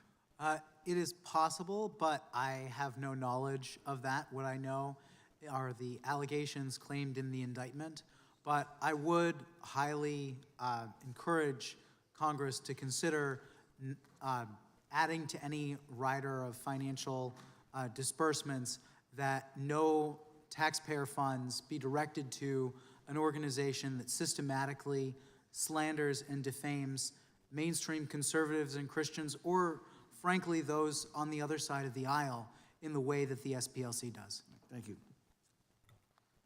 May I answer the question about why I haven't sued the Southern Poverty Law Center? If that's a question, I'll allow you to briefly answer if you would. Because I didn't have the financial resources. There's no way I could go up against an organization that had the types of resources as the Southern Poverty Law Center. The gentleman yields back. We now go to the ranking member of the full committee, the gentleman from Maryland, Mr. Raskin, for his questions. Thank you very much, Mr. Chairman. Just a footnote to that recent contretemps. I was not remotely offended by what the gentleman from California said, because I'm used to having all of my points misstated by him regularly. It was interesting, he said that I had accused the president of praising the Ku Klux Klan and the neo-Nazis. I never said that. I said he just made himself perfectly clear when he said there were very fine people on both sides. The fact that you can find him contradicting himself immediately thereafter and in other subsequent statements is just a reflection of how Donald Trump speaks. Sometimes China is his biggest enemy in the world, and when he was over in China, then he loved President Xi, and he adored him, and they're great friends, and so on. So that's Donald Trump. But I can't imagine any other president in American history finding very fine people on both sides of an anti-Semitic race attack like the one that led to the death of Heather Heyer. So I stand completely by what I said before, and I reject completely your insinuation that I've misrepresented the reality. All I did was quote Donald Trump's own words. Ms. Wiley, and I'll say one other thing. Very fine people on both sides. You know, to people in Charlottesville, that was a very painful thing. My sister and her family happen to live in Charlottesville. The Ku Klux Klan and the neo-Nazis gathered at the local synagogue. That's where they kicked off their attack on Jews and African Americans in Charlottesville. So some people might be able to roll their eyes at that and say, oh, well, later he read a statement that his staff wrote for him saying that he denounces racist violence, but he made himself perfectly clear. Ms. Wiley, have you heard any of these witnesses today cite any evidence that anybody was deceived or defrauded by the Southern Poverty Law Center, which is the whole heart of this attack on them? Did you hear one iota of evidence being offered that anybody was deceived or defrauded? I have not, and we know as a matter of fact that donors continue to try to send money to the Southern Poverty Law Center and being blocked by In fact, haven't dozens of them stood up to say, no, they weren't defrauded in any way. That's why they're supporting the Southern Poverty Law Center, because they've been so effective in going undercover to blow the cover on these racist anti-Semitic plots. Yes, and I just want to note that, and because there was a representation made about the SPLC, that it worked with the Donald Trump Department of Justice providing information from its informant program in the first Trump administration. So that's why we were so concerned to hear that denial that they had knowledge that the acting attorney general had to retract. This is something that should concern all Americans, because no Department of Justice should be behaving this way. Yeah. Well, you know the not-for-profit sector very well. It seems like now one of the lines of attack against the SPLC is that the people who work there make too much money. I just went online and checked out some of the salaried executives of the right-wing groups that we're not having a hearing about today, like the NRA. Wayne LaPierre was making $1.2 million when he was there. You could look at the Heritage Foundation, which in 2023 paid its president $953,000, I think 3 times what they're talking about there. I imagine being the CEO of the Southern Poverty Law Center is a lot more dangerous than being the president of the Heritage Foundation. Just very quickly on that, is there anything to this, the idea that the work of the Southern Poverty Law Center should be trashed and derided and dismissed because the people who go to work there in Alabama are being paid too much money? Well, certainly not, and I think the point is the way in which the Southern Poverty Law Center is providing free legal services, for example, to a black community that it has developers coming for land and they won't benefit from the land, for food assistance programs, to make sure that a mother who has a disabled child, 5 years old, is getting the disability services the law requires. That is what is happening with donations as well, and we are not talking enough about the work that civil rights organizations do, including SPLC. Well, let's talk about that, because to listen to some of your co-panelists there, you'd think that there is no extremist hate violence taking place. What about the AME Church in Charleston, South Carolina, where Dylan Roof, who was charged up on white supremacy, went out and killed 9 people? How about the Tree of Life Synagogue, the worst anti-Semitic attack in American history, where Robert Bowers, who was consumed with white genocide replacement theory, which we hear from even more mainstream conservative groups, killed 11 people. Is racist violence, in fact, some kind of myth made up by the Southern Poverty Law Center? No, and the government's own data demonstrates that. But also, if you look at... The gentlelady can answer the question, but not go on beyond that. The gentleman's time has expired. Thank you. Thank you. We now go to the gentleman from Virginia, Mr. Klein. Thank you, Mr. Chairman. I appreciate you holding this hearing. The information that has come out in this indictment is truly disturbing. My district is adjacent to the district that includes Charlottesville. Many of my constituents have family in Charlottesville. Many of my constituents work in Charlottesville. And to see that, let me ask you, Mr. O'Neill, the SPLC explicitly stated that they sought donations under the auspices that donor money would be used to help dismantle violent extremist groups by funding F37, who was a member of the online leadership chat group that planned the 2017 Unite the Right event in Charlottesville and attended the event at the direction of the SPLC. Is that helping to dismantle these organizations? No. I would say the SPLC in subsequent filings did mention 2 cases where they claim information from these informants, these field sources, led to federal prosecutions. So I think that is important context to add. Thank you. I want to continue to inquire about this funding. Given the SPLC's track record of partisanship and its direct link to real-world violence, why did the FBI and DOJ during the Biden and Harris administration maintain a close relationship with the SPLC? Yeah, my understanding is that the SPLC's bias and targeting of mainstream conservative and Christian groups aligned very strongly with the Biden DOJ and the Biden White House's preferences. And that's why in my second book, The Woktopus, I go through all of the ways in which the Biden administration solicited information on the domestic terror threat from the Southern Poverty Law Center, how we have this alignment with demonizing concerned moms and dads that happened consistently. And of course, when the SPLC released the hate map that included chapters of Moms for Liberty for the very first time, putting moms and dads who are concerned about their kids' education on a map with the Klan, they first gave an embargoed copy to their allies at the Civil Rights Division in the DOJ. So the SPLC got special treatment, direct access to high-ranking officials in the Civil Rights Division, early access to FBI hate crime data, and invitations to exclusive events with DOJ leadership during the Biden and Harris administration. Correct. In fact, they had one of their staffers by the name of R.G. Cravens who spoke before DOJ prosecutors. This is the same man who, when the Southern Poverty Law Center put Focus on the Family on the hate map last year, he defended putting Focus on the Family on the hate map by saying that it is both false and dangerous for conservative Christians to hold to biblical morality against the claims of the LGBTQ movement. And in October of this year, FBI Director Patel terminated the FBI's relationship with the SPLC.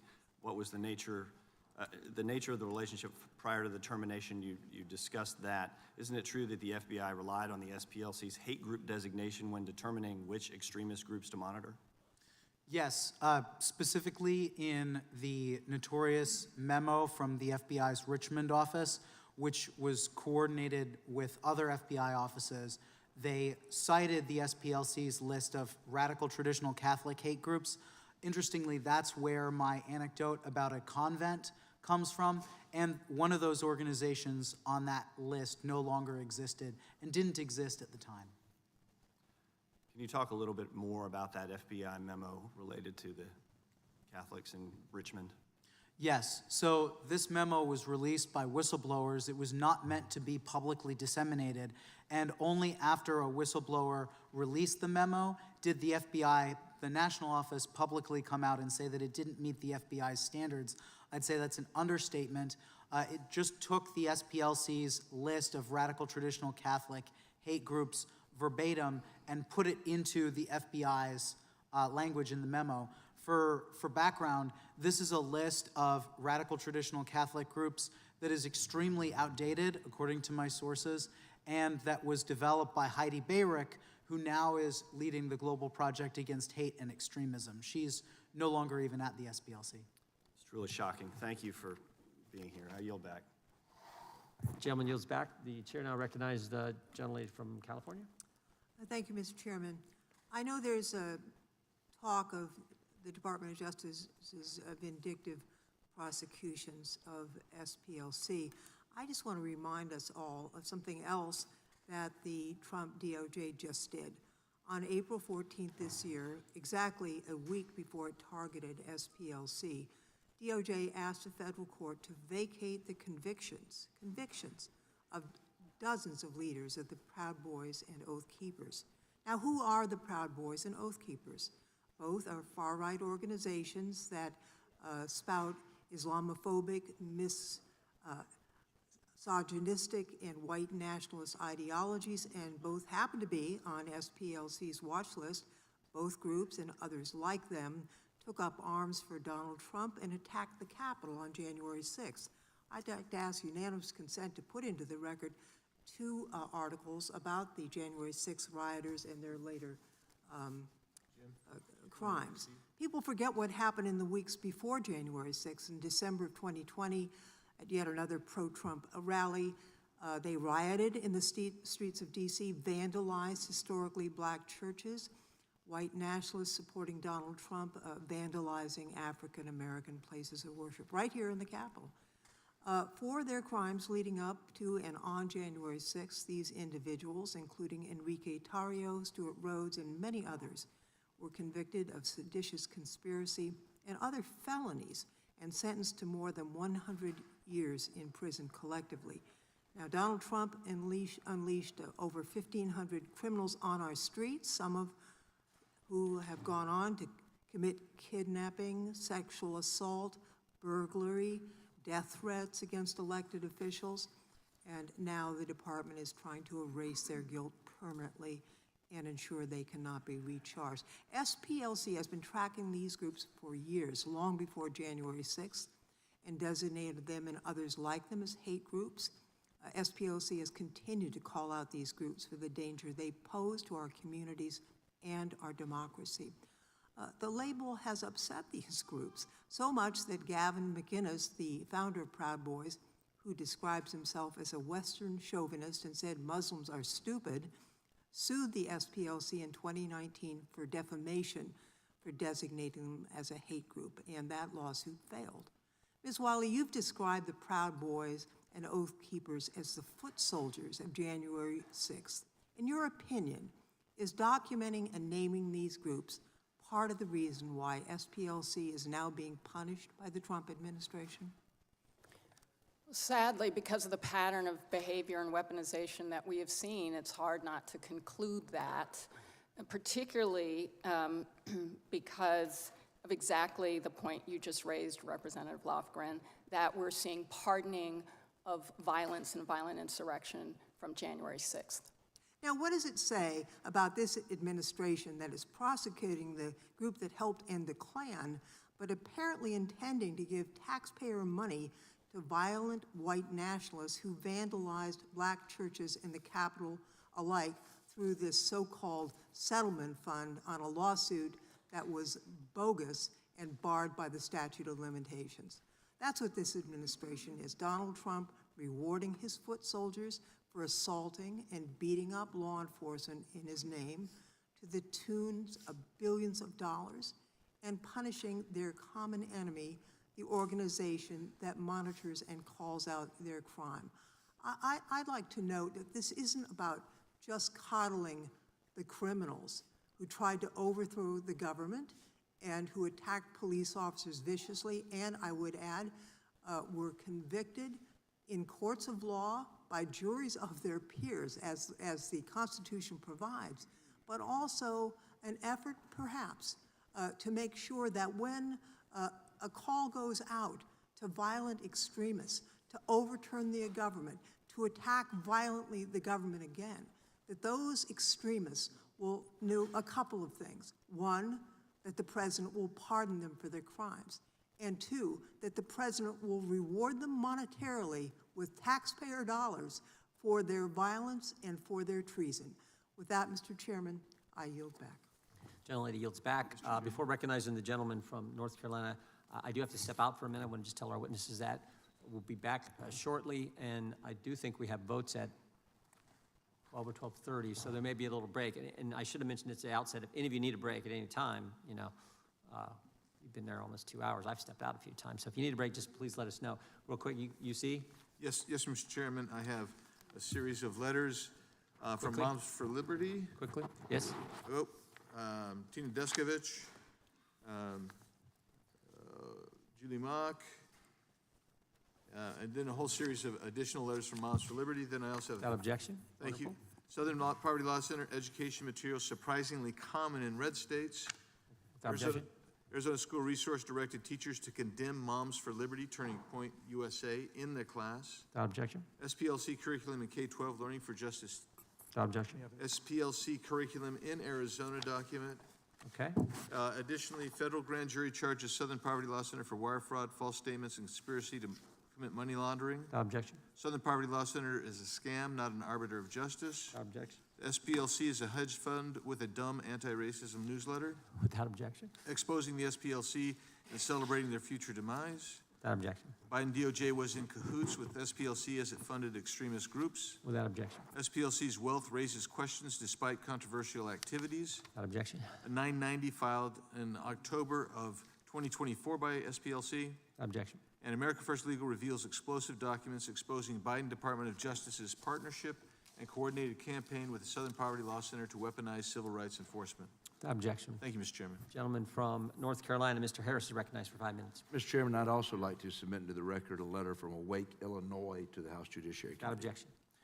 Thank you, Mr. Chairman. I'm so grateful for all you witnesses for being here today, and I want to take just a few moments to talk about the shooting that took place at Family Research Council's headquarters in 2012. That obviously hits home for me because I have followed and admired the great work of FRC as both a pastor involved for a number of years and now as a member of Congress. In 2010, the SPLC, as we've talked about today, designated Family Research Council as an anti-LGBTQ hate group and placed it on its so-called hate map. And as I stated in our hearing last regarding the SPLC, there's nothing hateful about the Family Research Council. Family Research Council is a pro-family, pro-life group that promotes the Christian values held by many, many Americans. But that didn't stop the SPLC from placing FRC on this map. What was clearly a politically motivated designation was intended to harm FRC, and it had dire consequences. We've mentioned it today. On August 15, 2012, Floyd Lee Corkins II entered Family Research Council's headquarters in Washington, D.C. and opened fire.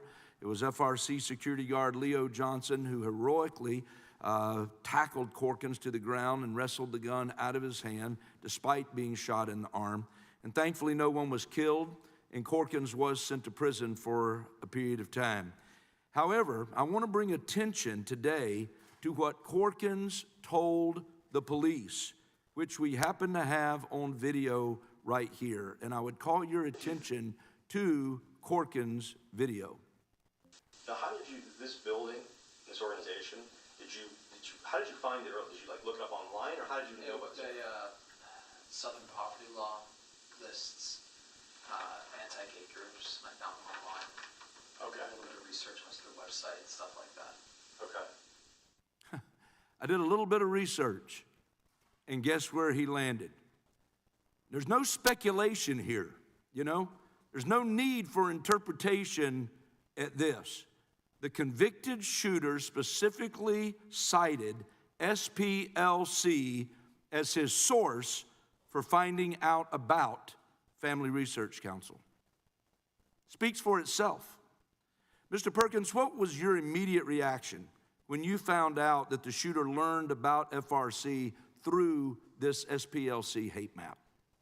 Congressman Harris, I actually anticipated that was the case. In fact, the day after, before the FBI acknowledged it, I stood before dozens of TV cameras on the street in front of FRC and said that FRC may not have pulled the trigger, but they inspired the gunman. I was mocked by the media, but then the testimony, the confession came out. And I asked at that point, SPLC take down Christian groups from this list. They didn't, and the consequences have been in 2017, one of your colleagues, one of my former colleagues, Steve Scalise, was shot. He was targeted by the SPLC. And then, of course, last year, Charlie Kirk, who also was targeted by SPLC, was assassinated. So there is culpability in knowing that this list, this ideological labeling leads to violence. No doubt. And as of yesterday, when I looked up FRC on SPLC's hate map, your organization is still listed despite this attack in 2012. So what impact has this continued designation has it had on the organization and your staff?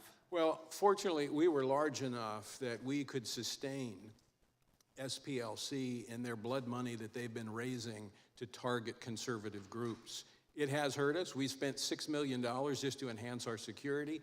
It's funny, they're crying now that they're getting their own medicine, that Fidelity is not giving money to them. How about the thousands of conservative groups that were denied donor-driven funds because SPLC's labeling? Is there fairness in that? I think not. And I will say, this may seem like a silly question, but following the 2012 attack on your headquarters, did SPLC ever reach out to apologize? No. Well, I think it's disgraceful that FRC has put such a hate map to begin with in place. SPLC does not need to agree with everything that FRC says, does, or stands for. However, their actions of placing this organization on a hate map is clearly an attempt to cripple and socially ostracize a conservative organization, and it cannot be allowed again and again. With that, Mr. Chairman, I yield back. The gentleman yields back. We now go to the gentlelady from Pennsylvania. Is what I see next? Okay. And the gentlelady from Washington. I'm looking with and seeing you came back, so we're thrilled to have you with us. The gentlelady is recognized for 5 minutes. Thank you so much, Mr. Chairman. It is really a rich irony that Republicans want to argue that Donald Trump or this DOJ care about stopping hate, and that's why they're going after the Southern Poverty Law Center. Donald Trump just set up an illegal $1.8 billion slush fund of U.S. taxpayer dollars to pardon convicted insurrectionists who are tied to white supremacists from the Proud Boys, the Oath Keepers, Nazi supremacists, oh yes, and prohibit any action against his own violations or his family's violations of tax law. You want to argue that Trump's DOJ is trying to stop hate? Give me a break. Trump ran his campaigns and these administrations on stoking fear and racism against communities of color and promoting hate, enacted Muslim bans, kidnapped and disappeared immigrants of all immigration statuses, including U.S. citizens, forced universities to roll back their diversity, equity, inclusion efforts, stripped voting rights from black and brown voters, disenfranchising women and rural voters with the SAVE Act that he wants to pass. It's all a shameless plan to return America to single-party control by a Republican Party who, unable to win on any sort of policy merits, turns to an old racist playbook that restricts the power of black, brown, and working-class voters and goes after any political foes just to hold on to power. That's what's happening. For decades, the Southern Poverty Law Center has sued and won jury verdicts against hate groups who conspire and facilitate violence against black and brown people. The center secured a verdict against the planners of the 2017 Charlottesville rally, the same rally that drew participants whom Donald Trump called very fine people on both sides, and yes, I know what he said after that to try and defend it, but the entire rally was organized by white nationalists. And even after images and videos revealed that these participants put up their arms in Nazi salutes and violently injured counter-protesters and cheered on the former Grand Wizard of the Ku Klux Klan, he stuck by that. SPLC has been winning. That's why Donald Trump wants to target them. That's the problem. Stephen Miller, angry that SPLC called him out back in 2016 for promoting white nationalism and right-wing extremist ideas, has decided to take revenge with an outrageous indictment that is replete with mistakes of fact and law. It is a complete fabrication that any crime has been committed at all. In the words of one former prosecutor, DOJ falls, quote, egregiously short on alleging a crime. So, Ms. Wiley, the indictment and this entire hearing is premised on the theory that SPLC somehow manufactured hate by paying confidential informants. So I want to set the record straight about these informants. Based on what we know from public reporting, did one of the center's informants produce information that successfully prevented a white supremacist group's planned terrorist attacks against a synagogue and gay bar in Las Vegas?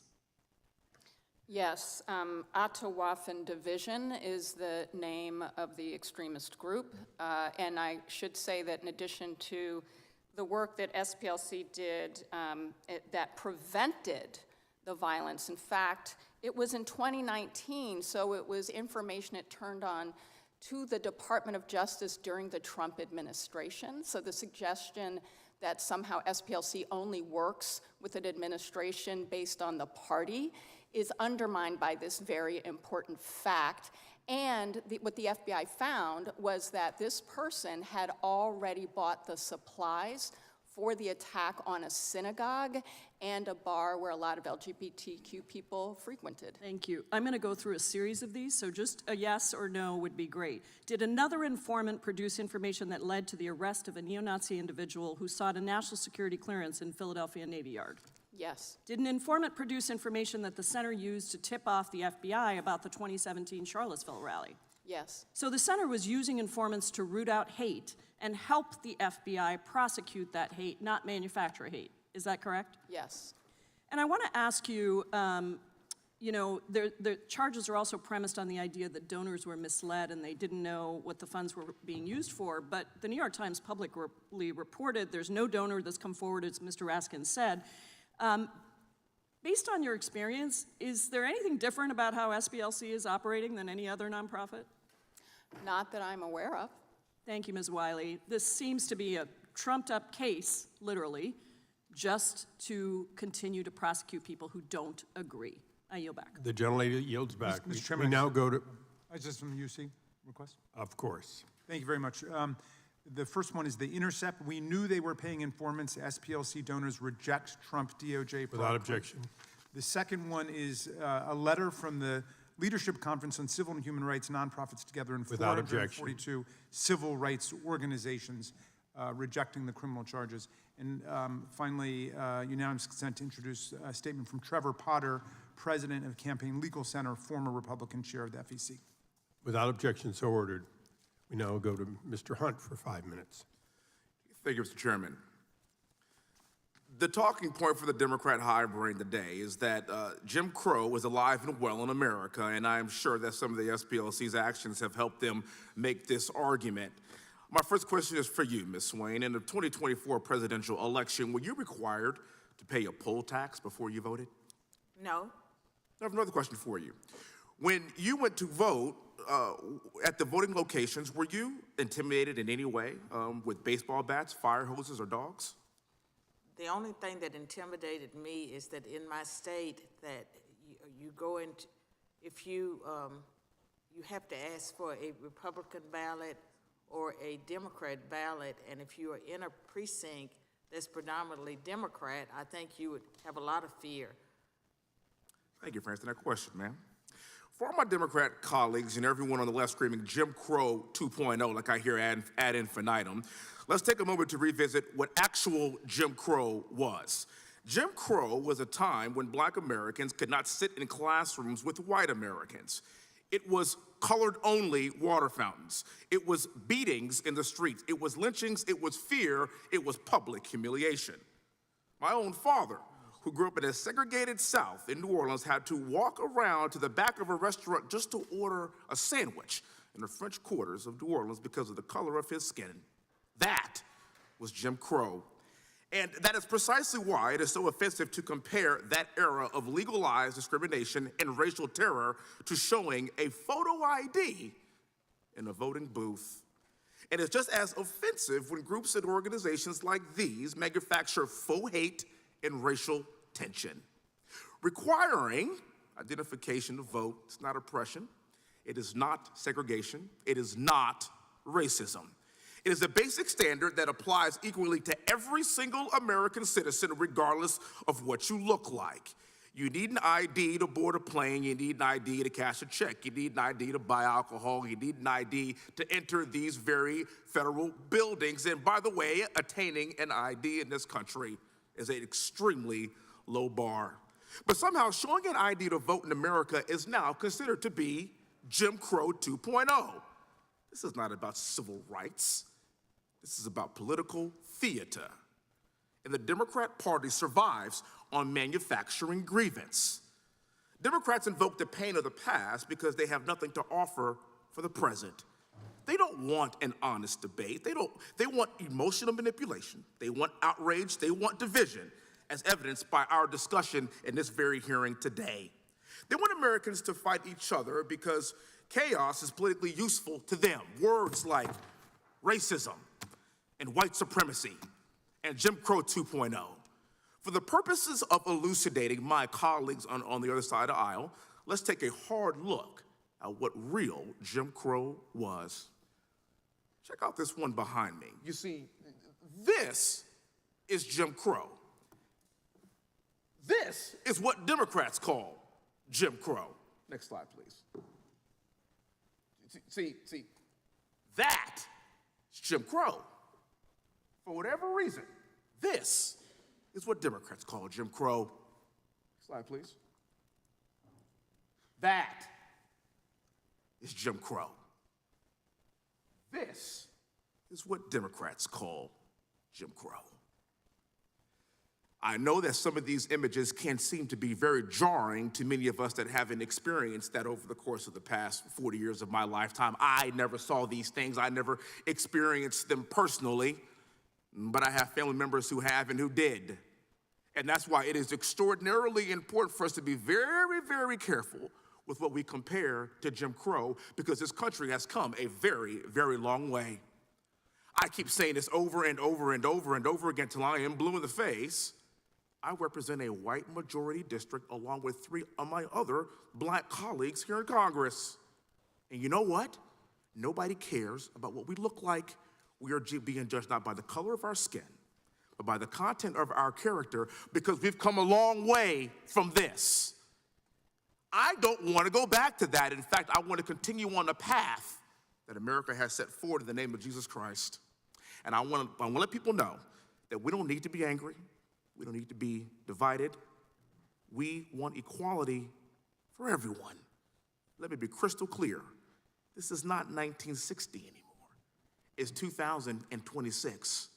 And the fact that groups like these are willing to stoke the flames of hate by funding the KKK is absurd. With that, I yield back the remainder of my time. Thank you for being here. Thank the gentleman. He yields back. We now go to the gentlelady from Pennsylvania, Ms. Scanlon. Thank you, Mr. Chairman. As we heard earlier, in July 1983, the Ku Klux Klan firebombed the Southern Poverty Law Center's offices in Montgomery, Alabama. The Klan carried out its violent attack because the SPLC had stood up against it and has continued to stand up against hate in the following decades, whether it's racial and religious hate, hatred of immigrants, or the LGBTQ community. This melted clock, which was frozen in time by the KKK firebombing, still hangs in SPLC's headquarters as a reminder of the very real dangers of defending American civil liberties from hate. So how grotesque is it, given that history, that the majority has chosen to frame this hearing as an accusation that the Southern Poverty Law Center itself is in the business of manufacturing hate? But with the increasing shamelessness of the Trump administration and its congressional allies, none of us should be surprised that they are desperately trying to manufacture a reason to attack one of the organizations standing up to their assault on American civil rights. They're trying to turn back the clock and drag America backwards into some of the darkest days of our past. What has changed is not the Southern Poverty Law Center, but the way that this administration, with its embrace of white nationalist rhetoric and groups, has decided to rewrite facts and history. In the past year, we've seen pardons of Proud Boys and Oath Keepers who orchestrated the violent January 6th attack. The DOJ hiding from the public government research confirming that right-wing extremism poses the biggest domestic terrorism threat to our nation.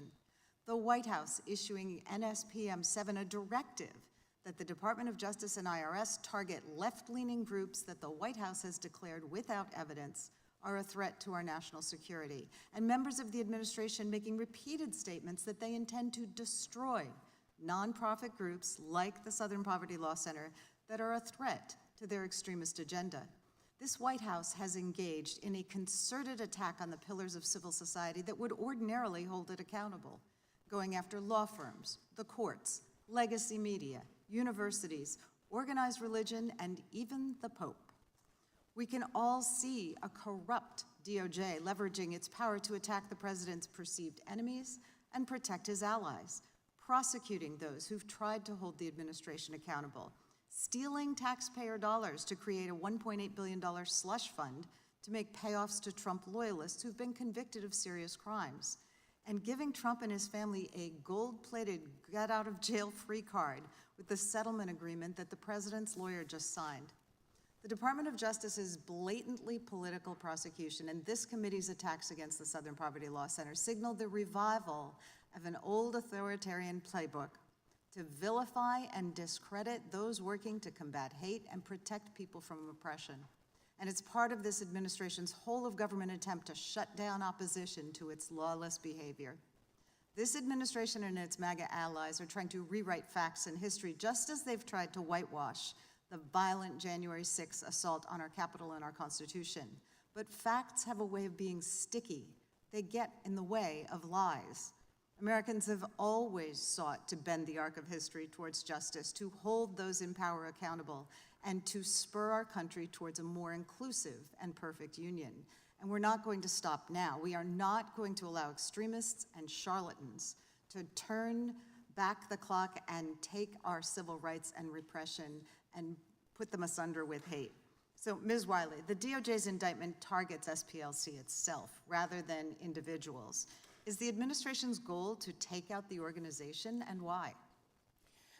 Well, I certainly can't speak for the administration. I think that what is so concerning to us as a civil rights community is that the Southern Poverty Law Center has been attacked because it does work to ensure that Black voters can vote, because it does work to show and ensure that fair maps are drawn for places like Alabama and Louisiana, where, yes, because we still have racial segregation in this country, Black people have to be packed or cracked to take away the opportunity for them to decide who can represent them that will actually be accountable to them.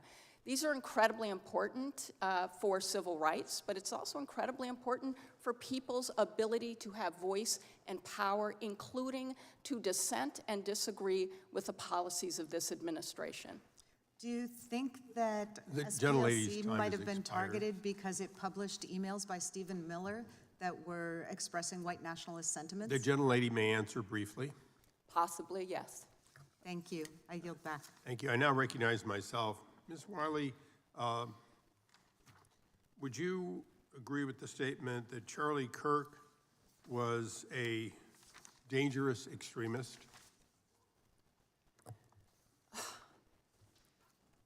I can't answer the question that way. I can certainly say that No. statements that I am aware of that Mr. Kirk made were ones that I would consider to be dangerous. And would those be the ones that he took directly from the Bible repeatedly? I'm referring to the ones that he made about Black women and Black communities, the stereotyping that stereotyped a whole group of people. So you would put him on a list of dangerous people that should, as the Southern Poverty Center did. I don't designate groups. I'm just Well, you've had answering your opinions on question. everything the Democrats asked for. I just thought you might have an opinion on that. I shared my opinion about some of the things I heard he said, yes. Okay. Would you agree that a group could be good, have a great mission, do a lot of good things, but also commit crimes? Well, I mean, anything is possible. I think Well, what we're no, talking about today is a that was kind of a specific yes or no, but organization. It's a specific organization we're talking about, though, which is Southern Poverty Law Center. And I so think your the point is, your opinion is they can't commit crimes because they do good? my opinion is that we see a prosecution where we know that the Southern Poverty Law Center offered evidence and is asking for accountability about whether that exculpatory evidence was shown to a grand jury. That should concern all Americans. Okay, Mr. O'Neill, I'll ask you essentially the same question. Would you say that Southern Poverty Law Center does some good work, at least historically? Yes. And having looked at the evidence, would you say that it appears to be overwhelmingly evidence of criminal activity? I would direct audiences to page 10 of the indictment, where there's a direct quote from an employee saying, "I certify that I am the sole owner of the above-named proprietorship." This is a statement to a bank in December of 2016. And then the statement from then Chief Executive Officer of the SPLC, Margaret Wong, who said that the accounts below listed were open for the benefit of the Southern Poverty Law Center operations and operated under the center's authority. Okay, so what you have is actual evidence of bank fraud. I'd say it's black and white. Okay. So long as the quotes from the indictment are accurate, I have not seen. Well, people will go to jail if those, if it turns out that, that in fact it was true, but they've indicted them. So, both sides are playing high risk, but it appears as though the evidence is overwhelming. Ms. Wiley, did you ever hear of the Jewish Defense League? Are you familiar with them? I'm not familiar with them. Okay. Anyone else familiar with them? You are. Mr. O'Neill, you're familiar with them. They go back to the days of New York City and going after basically white supremacist groups, anti-Semitic groups. Yes. Would it surprise you to know that Irv Rubin and Earl Kruger both went to prison for attempting to blow up my office in 2001? I was not aware of this, but it wouldn't surprise me. Earl Kruger later died in prison. Irv died before being tried, but the other was convicted and eventually actually confessed. So I'm very sorry to hear that. Here's a group you know of. They have a history of fighting anti-Semitism, something that's been mentioned on the other side, and that obviously still exists in this country, as does racism. So you can be a good group, and yet you can have criminal activity, an activity that flies in the face of what you say you stand for. Yes. Ms. Wiley, I asked you that question for a reason. Dr. Swain here has, in fact, a history of being falsely accused, a history of being gone after. Mr. Perkins has given these examples. The other side has spent a lot of time here today trying to tell us that it's all motivated because somehow we're persecuting people in this administration. Do you have any evidence, not anecdotally that, oh, they picked them, do you have any evidence that, in fact, Southern poverty did not, in fact, commit these crimes? Do you have any firsthand evidence of that? Yes or no, please? Well, the Southern Poverty Law Center has a motion before the court right now which actually says that the Department of Justice admitted that they knew that the banks knew Southern Poverty Law Center owned the accounts. That is evidence in the public record that will be tried in court. I will look forward to that in trial, and I want to thank all the witnesses today for bringing out the fact that we should, in fact, this committee should be looking at these not-for-profits and whether, in fact, they have deviated from their mission. And with that, do we have, oh, you have another Just hand? a couple you see, yeah. This The gentleman's recognized. Thank you kindly, Mr. Chairman. The Guardian, U.S. lawmakers say DOJ rushed Southern Poverty Law Center indictment citing whistleblowers. Without objection. Without objection. House Judiciary Democrats letter read the targeting of Southern Poverty Law Center to Deputy Attorney General Akash Singh. Without objection. That's it for now. Thank you. We now go to gentlelady from Georgia for 5 minutes. Thank you, Mr. Chairman. Thank you for our witnesses being here today. My father was the president of the Illinois chapter of the NAACP for many, many years. As a child, I learned how to fight for my rights before I even learned how to walk. I marched in protests, sat in meetings, and helped to organize. I want everyone in this room to understand what is happening right now. The Republican Party has launched an all-out assault against civil rights organizations founded to ensure the end of Jim Crow. But that's just one part of this strategy. 3 weeks ago, the Supreme Court gutted Section 2 of the Voting Rights Act in Louisiana versus Calais, saying that, and I'm going to quote, race-neutral considerations, that it could employ race-neutral considerations, end quote, in redistricting. And within days, Southern legislatures, they rushed to wipe out black representation in Congress. Tennessee called an emergency session to repeal its own law against mid-decade redistricting. It then splintered Memphis, a city that is 60% black, into 3 districts to dilute the voices of the black voters there. The state's black legislators protested, and in response, the speaker stripped every single one of them of their committee assignments. Tennessee is not alone in silencing black voices. Alabama moved to reinstate maps a court previously struck down for intentional racial discrimination. Florida passed new racially gerrymandered maps, and we're waiting in my home state of Georgia to see what happens with us on June 17th. Ms. Wiley, and you can just answer yes or no, have you ever seen 5 states move simultaneously to dismantle Black representation in Congress in such a very rapid, short time? No. And while this administration demands attacks on Black Americans' voices with phone calls to governors, it is fighting hard for the right-wing extremist groups who stormed the Capitol on January 6th. Groups whose members are not all white supremacists, but doesn't seem to mind white supremacists. Trump's DOJ has given $1.8 billion of a slush fund taken from taxpayers to pay off the 1,600 right-wing rioters who tried to steal the election for him. That's $1 million for each rioter, with $100 million left over. Ms. Wiley, what message does this send to the country that this administration is prosecuting the organization that takes down white supremacists while stealing taxpayer money to give to white supremacists? I wish I had a word, and I don't have a word for that, except to say that the American public should be outraged. Southern states are tripping over themselves to eliminate Black representation in Congress.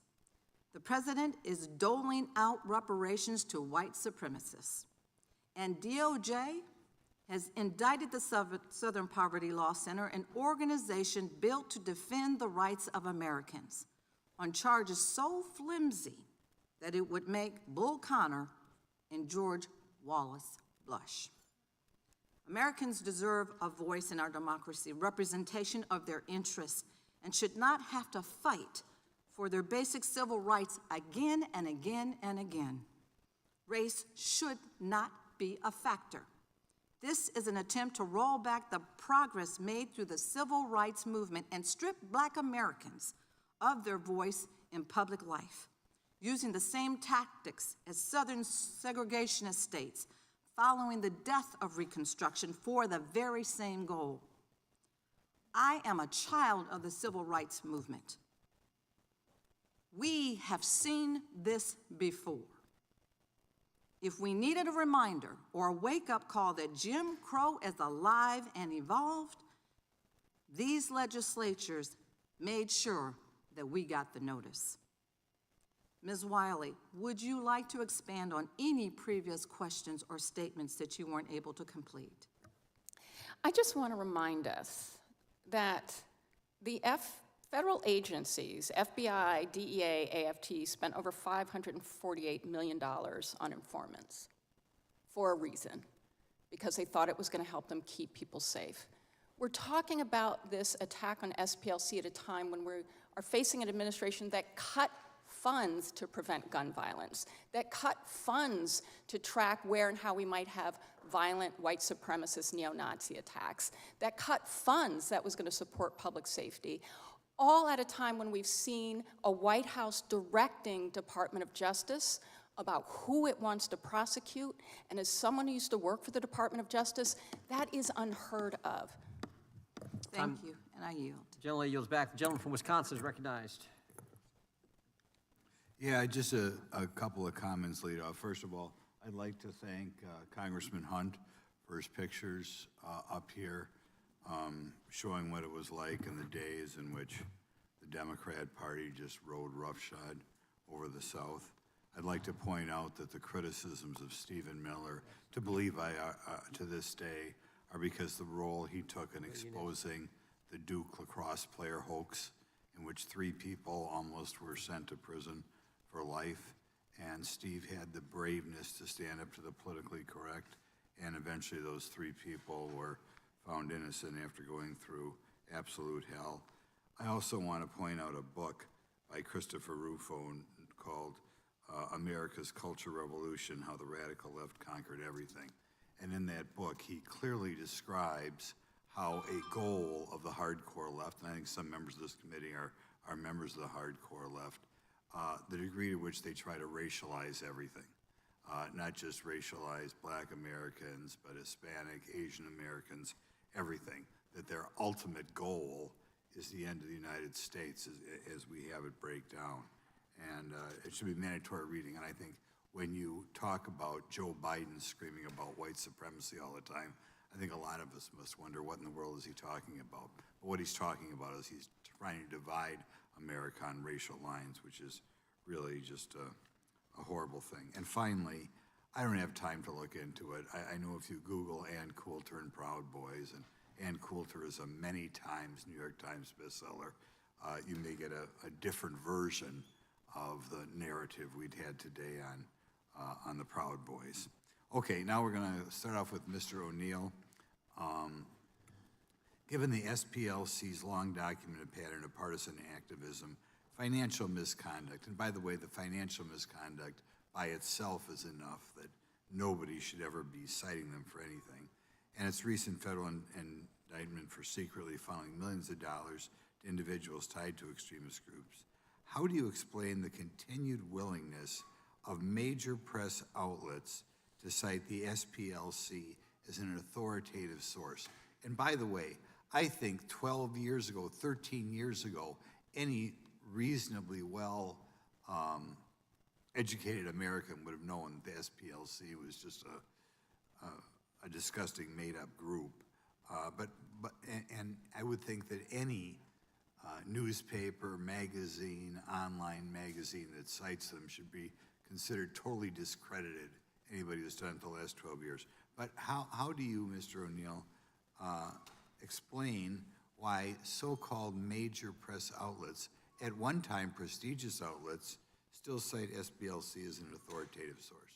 I think it's because the SPLC positions itself as a weapon of the left by demonizing the sorts of conservatives that many in the mainstream left want to render irrelevant, and therefore it is a weapon, a reputational weapon against people who are inconvenient for the left's narrative.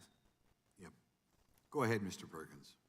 Well, they leverage their relationship with government to be able to do that with the media, and then they leverage the relationship with the government with the corporations, and that's how they were able to get the corporations to debank and de-platform conservatives because of that relationship. I go back to the illustration of the hub. They're at the center of it, but they're not alone. Right. Yes? I would also say that they leverage their relationship with universities, especially law schools, because a lot of their the law students will go and intern with the Southern Poverty Law Center.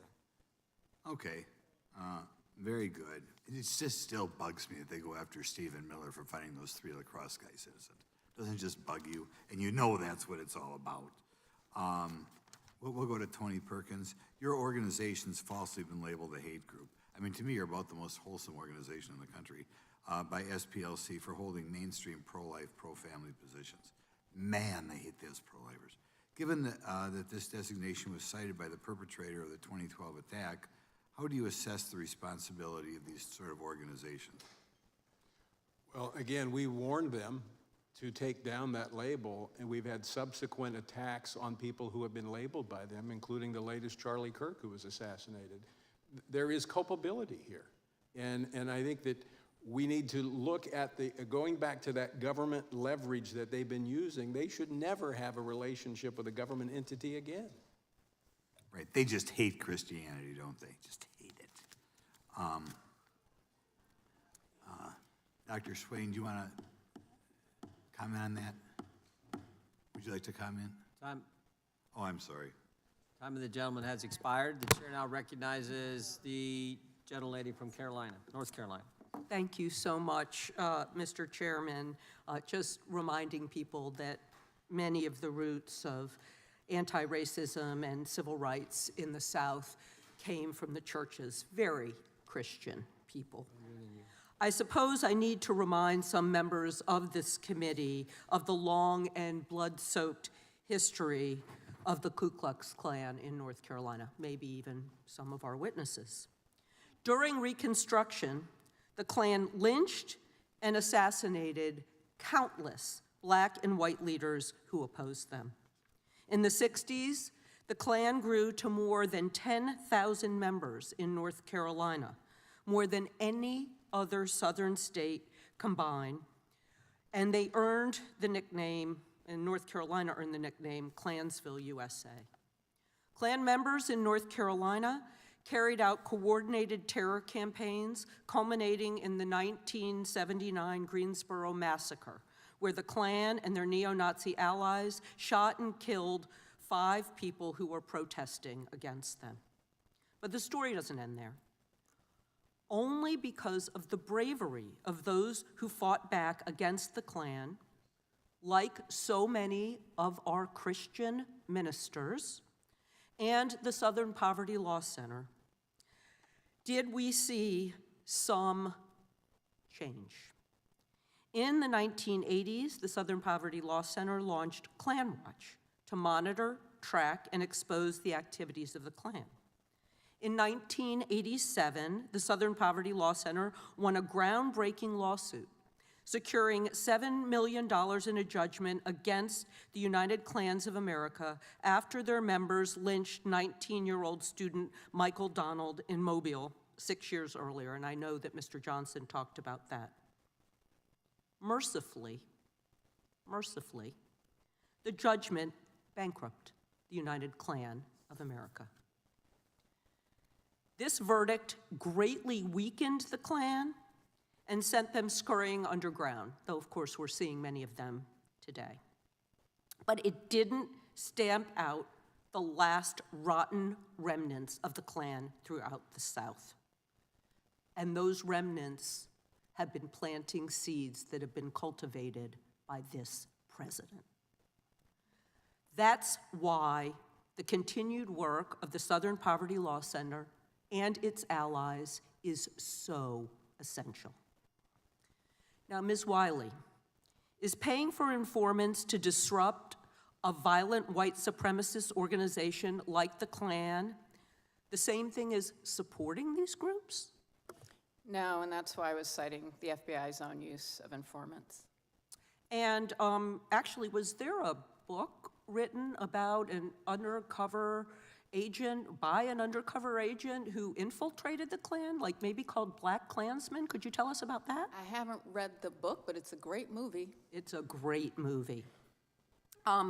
So given that the SPLC's incredibly successful history of fighting the Klan and other extremist groups, do you think that the people who have been consistently donating to the SPLC were surprised that the SPLC was paying informants to monitor, report, and expose the violent activities? Well, the only things we've heard in the public sphere is donors saying that the SPLC did what they had hoped donors would do, and we know from the public record that they're continuing to try to give money to the SPLC to continue its work. I kind of hope this lawsuit, this specious lawsuit, results in more contributions to the SPLC. Might be a silver lining to the lawsuit and this ridiculous hearing. Even the amateur hour Trump lackeys at DOJ know that this is a specious lawsuit. They don't believe these cynical charges. They know it's wrong. The SPLC is not funding the KKK or far-right groups. The SPLC is taking them down. But at the same time, the President of the United States is trying to use taxpayer money to fund people who have assaulted police officers and tried to disrupt the peaceful transfer of power. We have to speak truth. We have got to tell the American people what is going on, and that might be the only good thing that comes out of this ridiculous hearing. Thank you, and I yield back. I'm not sure Leo thinks the hearing's ridiculous, but actually, I'm pretty sure he thinks it doesn't. Gentlelady from Georgia is recognized. Thank you so much, Mr. Chair. I have unanimous consent request. I request unanimous consent to enter into the record an article from April 15, 2026, titled Justice Department Moves to Toss Seditious Conspiracy Convictions of Oath Keepers and Proud Boys. Objection. And the second one I have is several Tennessee House Democrats stripped from committees after last week's special session. Without objection. Thank you. Gentleman from New Jersey is recognized. Thank you, Chairman. I'm going to take the gentlelady from North Carolina's advice and get to what I believe is the truth here. And I'm getting a little historic on you. Anybody ever hear of Machiavelli? Remember that when you learned that in school? You know, and you can debate the exact wording of what it means. You can debate the exact origin, but the meaning is basic and it's simple and it's as old as politics itself. If you believe, according to Machiavelli, that your cause is important enough, that it's righteous enough, that you want to obtain certain goals, that it's urgent enough, there are no rules, no morals, and no ethics. Truth becomes flexible, and there are no standards anymore. And people start telling themselves that anything is acceptable if they can win, if the outcome is important enough to them. This is about winning. This is about the left wing, I'm sorry, but it's about the left-wing Democratic Party wanting to win and using the SPLC, using each other as tools to make sure that they win elections and put out misstatements. And we have to ask, when it become part of the philosophy? Well, in the last administration, we saw a lot of things, an FBI of lies, an FBI of untruths, an FBI of injustice, an FBI that Joe Biden was willing to rely on politically tainted information, some of which came from the SPLC. Bad information. We know now that it was wrong, that it wasn't true at multiple levels. Garland told, the AG, told us that the greatest threat facing the entire country was domestic violent extremists. But the real threat, the great threat, a great threat to freedom, was his own Department of Justice and his own FBI back then. It was scary. If you had a different opinion, guess what, folks? And I'm not trying to address this to you, Mrs. Wiley. I have a right to be conservative. I have a right to a different viewpoint. But there's not one human being up here that supports the Ku Klux Klan. None of us like it. I bet you there's nobody in this whole damn room that supports the Ku Klux Klan. Catholics saw the clearest example of this. It was hateful. It was hurtful. They went after Roman Catholic churches. They were going to have undercover agents. Thank God we found the information. It would have been going on. They went after Hindus in my own state of New Jersey. Good, faithful, peaceful, loving people. The FBI went in with guns drawn from bad information that they got. SPLCA supplied a lot of this. The FBI painted them as domestic terrorists. The same thing with parents in school board meetings that were worried about the stuff their own biological children were being taught to them. It is wrong.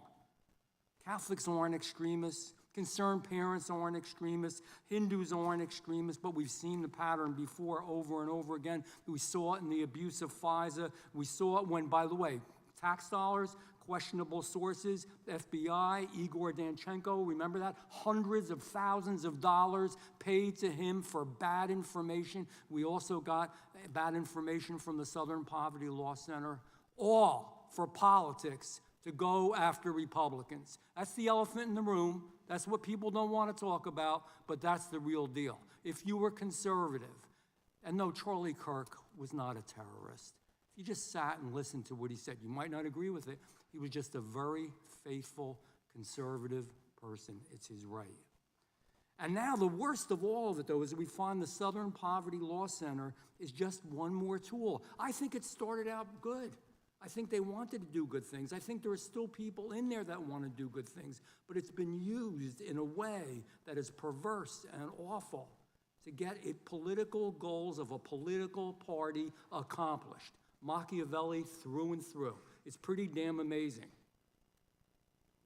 People donated money believing they were helping good causes, helping vulnerable people, and in the beginning they were. Nobody wants racism. Nobody up here in this room wants racism. Nobody wants to hurt anybody. Nobody wants to hate anybody.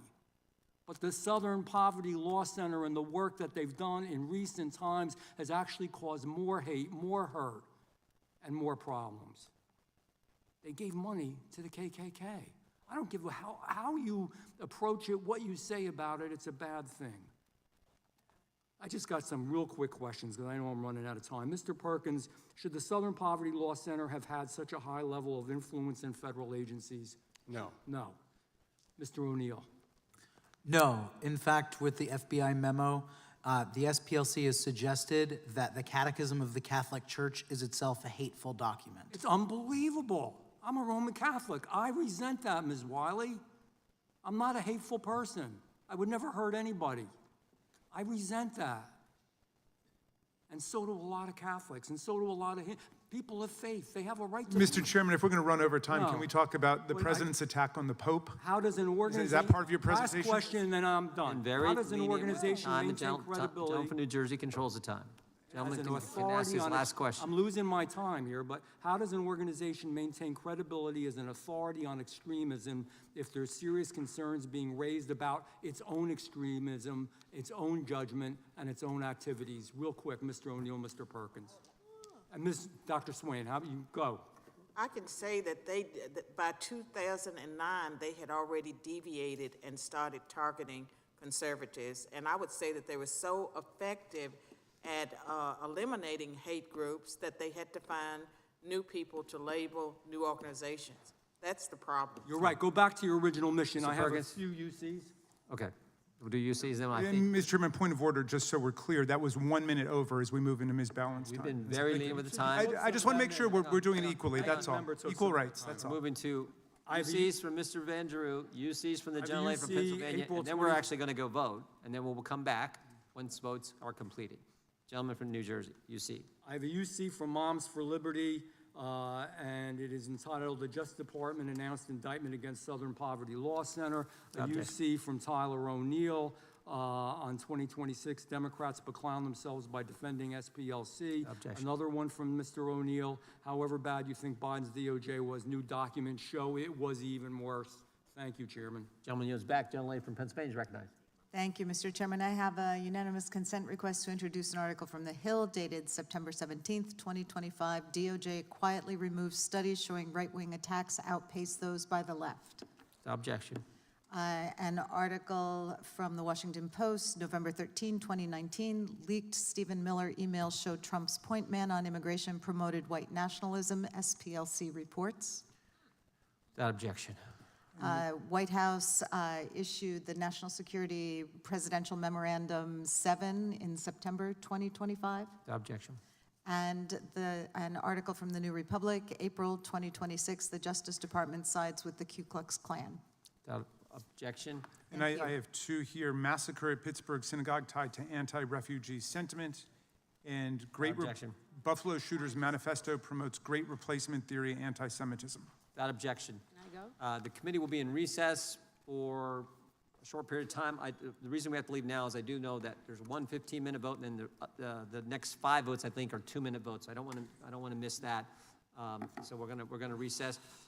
There's some lunch for you in the back, and then we'll be back as quick as we can. Committee stands in recess.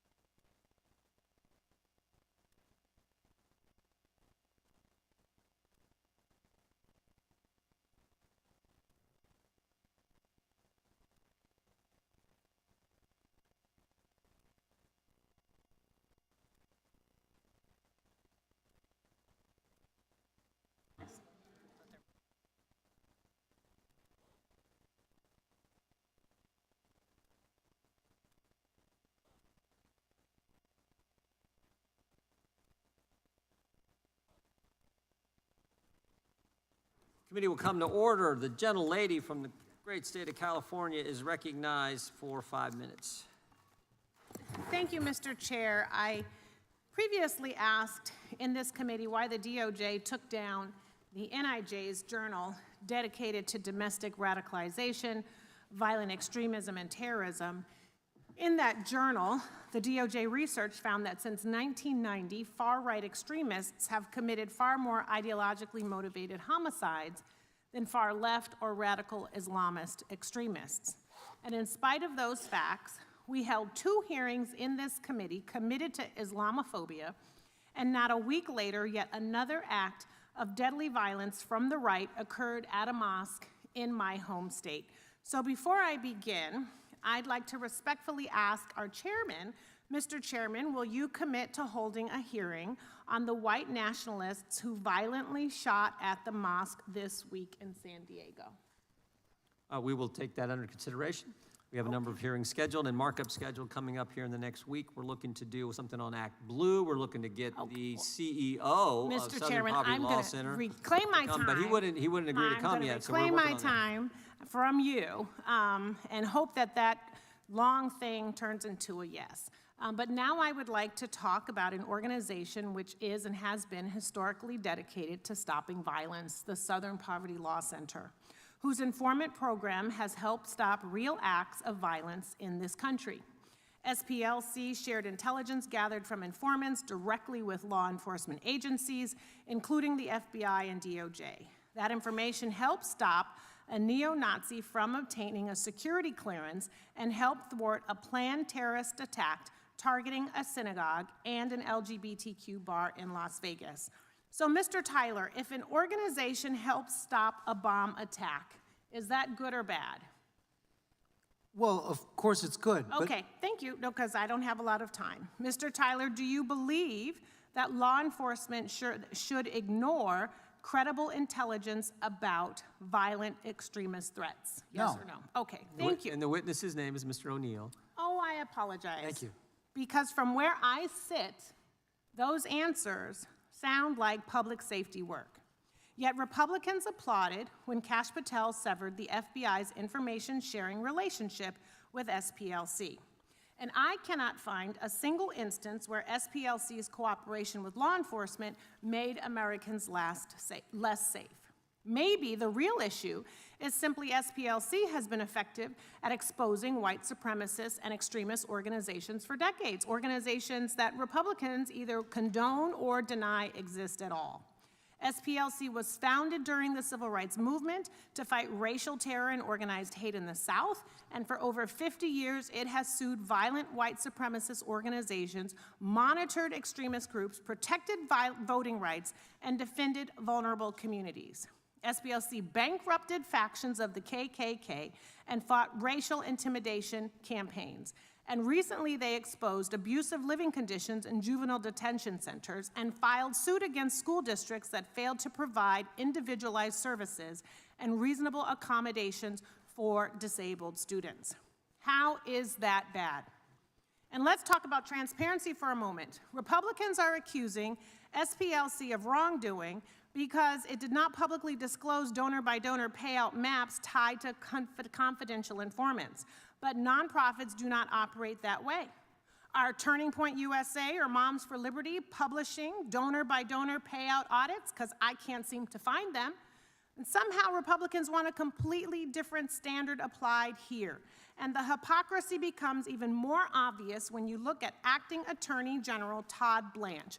Mr. Blanche publicly attacked SPLC over its confidential informant program while refusing to rule out taxpayer-funded payouts to January 6 rioters, including individuals convicted of assaulting police officers. So why is secrecy suddenly unacceptable when a civil rights organization uses confidential informants to stop violent extremism, but perfectly acceptable when this administration creates a $1.8 billion taxpayer-funded white reparations slush fund? Why are Republicans attacking SPLC while refusing to provide transparency about who could receive taxpayer-funded payouts tied to January 6 insurrectionists? This hearing has nothing to do with oversight and nothing to do with public safety.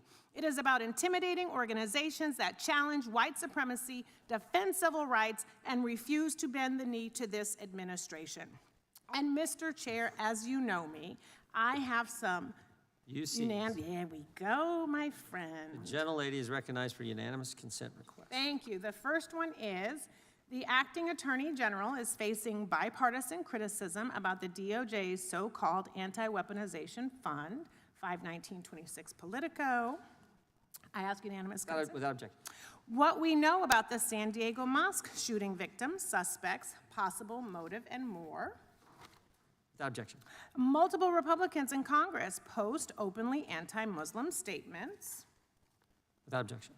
The second wave, return of the militias. Without objection. Pentagon tightens ban on supremacist activity after years of denying problem. Without objection. SPLC, DOJ lawsuit, a wake-up call to end Mississippi's school-to-prison pipeline. Without objection. SPLC report reveals the high price of Florida's incarceration of black children. Without objection. Fifth Circuit rules against unlawful debt collections targeting Hurricane Katrina survivors. Without objection. SPLC report, overcoming the unprecedented Southern voters' battle against voter suppression, intimidation, and a virus. Without objection. SPLC announces new campaign, Poverty is Not a Line, during Poverty Awareness Month. Okay, without objection. How the threat of political violence is transforming America. Okay, without objection. And the last one, right-wing extremist violence is more frequent and deadly than left-wing violence. Without objection. Thank you, Mr. Chair, and I am looking forward to getting additional information on when that possible hearing And can just for the record, Republicans aren't upset when the Southern Poverty Law Center labels racist organizations racist. We're upset when they label non-racist organizations, conservative organizations racist, and we're upset when they pay racists. That's why we're having the hearing. The gentleman from gentlelady is recognized, and the gentleman from South Carolina. Thank you. The 11-count indictment of the Southern Poverty Law Center over wire fraud, false statements, and conspiracy to commit money laundering states that between 2014 and 2023, the SPLC covertly funneled more than $3 million in donated funds to individuals who were associated with several violent extremist groups, including the KKK, the National Socialist Movement, and the National Socialist Party of America. Because the SPLC was instigating rather than infiltrating these hate groups, donor money was seemingly being used to create and prop up the very hate that SPLC claimed to be fighting against. More hate means more money for the SPLC, and this led to a transformation of this corrupt and divisive group, moving towards a creator of hate within America. There is a fundamental difference between federal law enforcement using paid informants and a nonprofit organization lying to financial institutions to compensate people to foment hate, racism, and anti-Semitism. The SPLC's field sources were doing much more than gathering information. For example, the indictment notes that one field source, quote, made racist postings under the supervision of the SPLC and helped coordinate transportation to the Charlottesville event for several attendees, end quote. Mr. O'Neill, do you believe that SPLC's conduct crossed the line from infiltrator to instigator? Yes, based on the information in the indictment. So in response to the indictment, we also found out that the SPLC was sharing information with law enforcement. I've got concerns about that because of how biased the SPLC obviously is, and the information that they were sharing with law enforcement was also biased. I think that you can tell that by the questioning, or at least the accusations that were just recently made, and even some of the articles that were identified by the woman from California. The articles themselves, even accusing the folks this week of committing the horrible act at the mosque out in San Diego. Their own writings defy and disagree with what she was alleging over there. Individuals on the right and left have long recognized that the SPLC is no longer the group that it was founded to be. Mr. O'Neill, shouldn't we be concerned that our government and law enforcement are accepting information from knowingly biased sources? Yes, we should be concerned that they were receiving information specifically from a group that systematically demonizes concerned parents, conservative Christian groups, and even groups of LGBT people who oppose the sexualization of children. So if the SPLC were instigating criminal action and then reporting such information to law enforcement, would that not raise even more legally dubious conflicts? Mr. Perkins. It would. SPLC was it was like they were hiring an arsonist to create a fire. Then they were calling the fire department and ratting out the arsonist that they hired. And then they wanted to get else. Or accusing someone else of setting the fire. Well, but they also wanted to get Citizen of the Year award by calling in and turning in the arsonist that they paid. It's a conspiracy that goes way beyond just money. This was about trying to demonize, silence, and completely eliminate any opposition to the left when it came to their agenda. And that's what's played out, I think, today with the questioning in your testimony. But now we're finding out that the SPLC was not only engaged in this kind of behavior, but we have schools across the country that have included SPLC information in their curriculum. Dr. Swain, what are the concerns that you have in that regard? I have concerns that the SPLC's program, Teaching Tolerance, is really intolerant, and many of the public and private schools use their materials, and because they have so many resources, they are able to get into the schools in a way that I think is very dangerous, because they're all about indoctrination, a very progressive agenda, and so that is my concern. Okay, I appreciate that. I believe that this program, that it's the Learning for Justice is the community education program that I am referring to. Mr. O'Neill, do you have concerns about that program as well? Yes, so it's very telling in my mind that the program that was long known as Teaching Tolerance, apparently the SPLC has become too woke for tolerance, so they changed the name to Nix the Tolerance and just go with Learning for Justice. Okay, all right, interesting. Well, I'm just about out of time. I also have a unanimous consent. This is an article from April 30th, 2026 from LifeSet News. The both sides political violence narrative completely debunked. They cooked the books. An example being that all claims of anti-Semitism, they claim are right-wing or conservative attacks, when we know that is absolutely not the case. They do not count what happened on 9/11. And there are many other examples in this particular article where they have absolutely cooked the books, that they claimed left-wing violence is right-wing when we know that that isn't true. So they're even lying about that as well. So thank you, and I yield back. Without objection, the gentlelady also yields back. The chair now recognizes the gentlelady from Vermont. Thank you, Mr. Chair.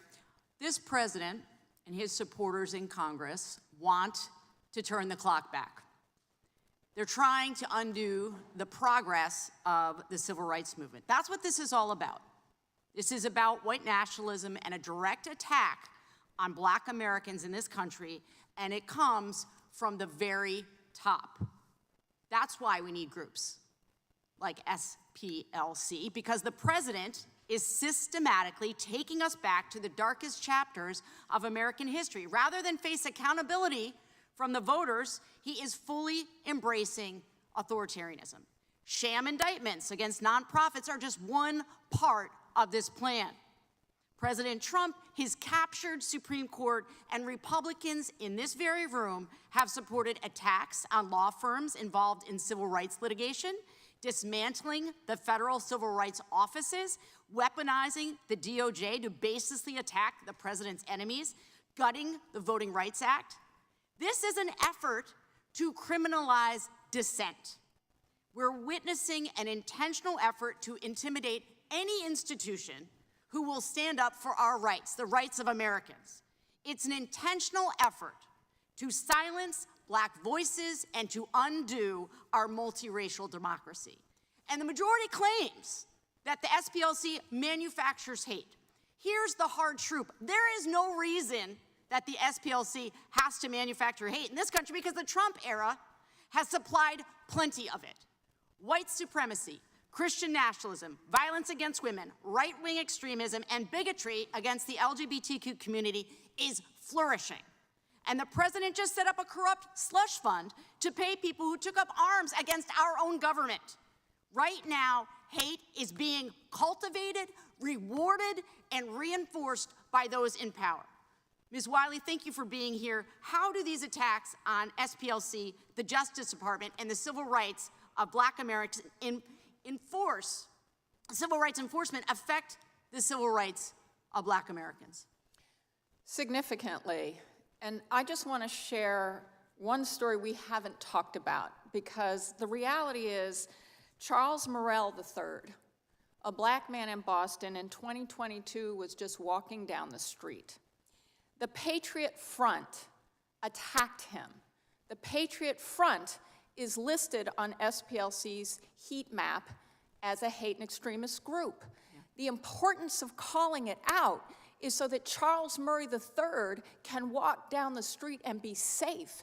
And at a time when we're talking about schools and education and children and what happens within them, we see a broadside attack on even teaching history of slavery, history of the civil rights movement that took permission away from hate and extremism and said, this country, no matter your viewpoint, no matter your religion, no matter who you vote for, and no matter what you believe, is your country. That matters for all of us, and I say every American should be concerned, no matter who you are, if we whitewash hate. I couldn't agree more, because we see every day when we turn on the news and we watch this president at press conferences, the bigotry and the hatred is coming from the top. It's a strategy. It's an electoral strategy, but it's also a cultural one. The way President Trump has routinely insulted and demeaned women and people of color has permeated this country. When he casually calls women reporters piggy and stupid and mouths the word bitch at a Black reporter. When he calls Haiti and African countries shithole nations. When he repeatedly and relentlessly spreads falsehoods about President Obama's birth certificate. It spreads the hate. As a former history teacher, I know there's going to be a reckoning. There will. And our children and our grandchildren will ask us where we stood, what we said, what we did when we had these microphones, when we had these platforms. They will ask us if we bowed down to a tyrant, to a bigot, to a man who spreads hate through his social media posts, through his appearances at press conferences. They will ask us this, and I will tell you, I know where I am. I'm standing with the people, and I'm standing with the Constitution. I yield back. Gentleman yields back. The gentleman from South Carolina is recognized. Thank you, Mr. Chairman. Hey guys, I have a great idea. 2016, we raised $51 million. That's really good. But I think we can do better, right? I think we can do just a little bit better if we just invest in the same thing that we're perpetuating, if we perpetuate the same thing that we're fighting against. So let's take, Mr. O'Neill, $3 million. Does that sound about right? If we take that little bit of money and send it to informants in white nationalist groups, I think we can I think we can double our money. Does that sound like a good business model? I have a deal for you. I think it's only 270 to that particular Charlottesville informant. Right. So let's. I think that's a good investment, don't you? I think if a year from now, $270,000, and then a year from now in 2017, I think we'll see the fruits of our labor. Is that kind of what happened? According to the indictment, and I do need to preface according to the indictment because I haven't seen the underlying evidence, and of course this will work out in court. But according to the indictment, that's exactly what happened. So we take this organization, the Southern Poverty Law Center, that has had, I'd say, tremendous success decades ago in eliminating racism in our country, in fixing laws, and seeing really a societal change in the way that we approach race and the way that we deal with race. And they were doing pretty good in 2016, and even before. But isn't that just crazy? I mean, Ms. Hageman talked about this a second ago, but we're perpetuating the problem and funding the problem that we're eliminating, right? I mean, this is a division for dollars racket. Is that a fair characterization, at least according to the indictment? Well, and that's why I wrote this book in 2020, years before the indictment, because I saw it when they put good people like Tony Perkins' organization, Family Research Council, on the hate map. I've been screaming from the rooftops about this for years. So when the indictment comes out, I say, yeah, that makes a lot of sense to me. And I want to set a few, if you don't mind, I want to set a few things straight. The Southern Poverty Law Center wasn't founded until 1971. A lot of people in this room have been saying that it's a civil rights organization started in the middle of the civil rights movement. It was started toward the end of it. They were almost ambulance chasing. I mean, and forgive me on this, but when they sued the Klan, their own lawyers said that suing the Klan was like shooting fish in a barrel. And their own lawyers quit because they said Morris Dees was so focused on suing the Klan to make money by going to donors because he knew donors cared about this, that they were drifting away from their original mission, which, by the way, wasn't fighting white supremacy, but was representing poor people in the South with legal representation, which is a noble mission, and I pray to God that they turn every effort that they have demonizing conservatives toward that effort, because that effort is noble. And by the way, groups on the hate map, good conservative groups that provide legal representation to people who can't afford it, are demonized by the SPLC for doing exactly what the SPLC was founded to do. Mr. Perkins, real quick, if the SPLC puts on their hate map a neo-Nazi group, that's kind of their mission, right? There's no objection to that, probably not. The transparency, I think, actually helps to eliminate groups like that. Would you agree? Yes. So you're on the same list as a neo-Nazi group, and that's not really a fair characterization, is it? No. And Moms for Liberty, too. I mean, their only crime, I think, is being involved in their child's education, right? Right, being moms. Being moms. Yeah.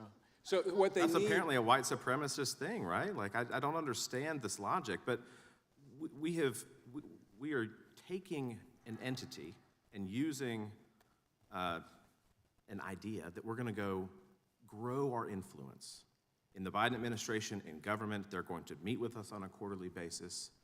We're going to go after people. It became, I think, and maybe this is fair to characterize, but the SPLC went from maybe an altruistic entity at its inception, on a good day, to really a racket of let's go grow our influence, let's balloon our fundraising. I mean, what's their foundation right now? $700 million? Is it fair to characterize the mission creep of the SPLC in that way, sir? Congressman Fry, it's more insidious than that. They needed the white supremacist groups so that they could marginalize and demonize moms and groups that adhere to biblical teaching. They needed those groups. That's why they're propping them up. This was not about money. This was about, Charlottesville was about coalescing corporations behind their initiative to marginalize and demonize conservatives so the left could march forward. It's much more insidious than what, this is like Al Capone. Does anybody believe that it was just tax evasion? Come on, he was a criminal. He killed, he murdered. And you use that to justify your existence. Mr. Chairman, I yield back. Gentleman yields back. Gentleman from Florida, which are we going? No, I was just going to note, they were 36 seconds over, and I think Ms. Crockett needs to catch an airplane, so she could go Gentleman first. from Texas, then we'll come to the gentleman from Florida. Well. It is so hard to sit here and listen to this. That's one reason I watched the majority of this and didn't actually sit in this room, because I'm sure my faces would have told everything that I was thinking. Is there anyone that finds it odd? Well, can we start here? I'm gonna start with the entire panel. Are the Proud Boys a white supremacist organization, yes or no? Starting with Ms. Wiley. It is my view they are. It depends on how you define it. I have a book. Okay, never mind. It Next. depends on how you it's define it. It's a yes or no. Proud Boys, how they define themselves. Are they white supremacists, yes or no? I have not read a description of how they Okay, define themselves. that's fine. I'm not on their mailing list, I don't know. So are you only on the mailing list of? I'm not like the supremacists, SPLC, I don't or- fund organizations that I'm Oh, it just seemed like you were saying because you haven't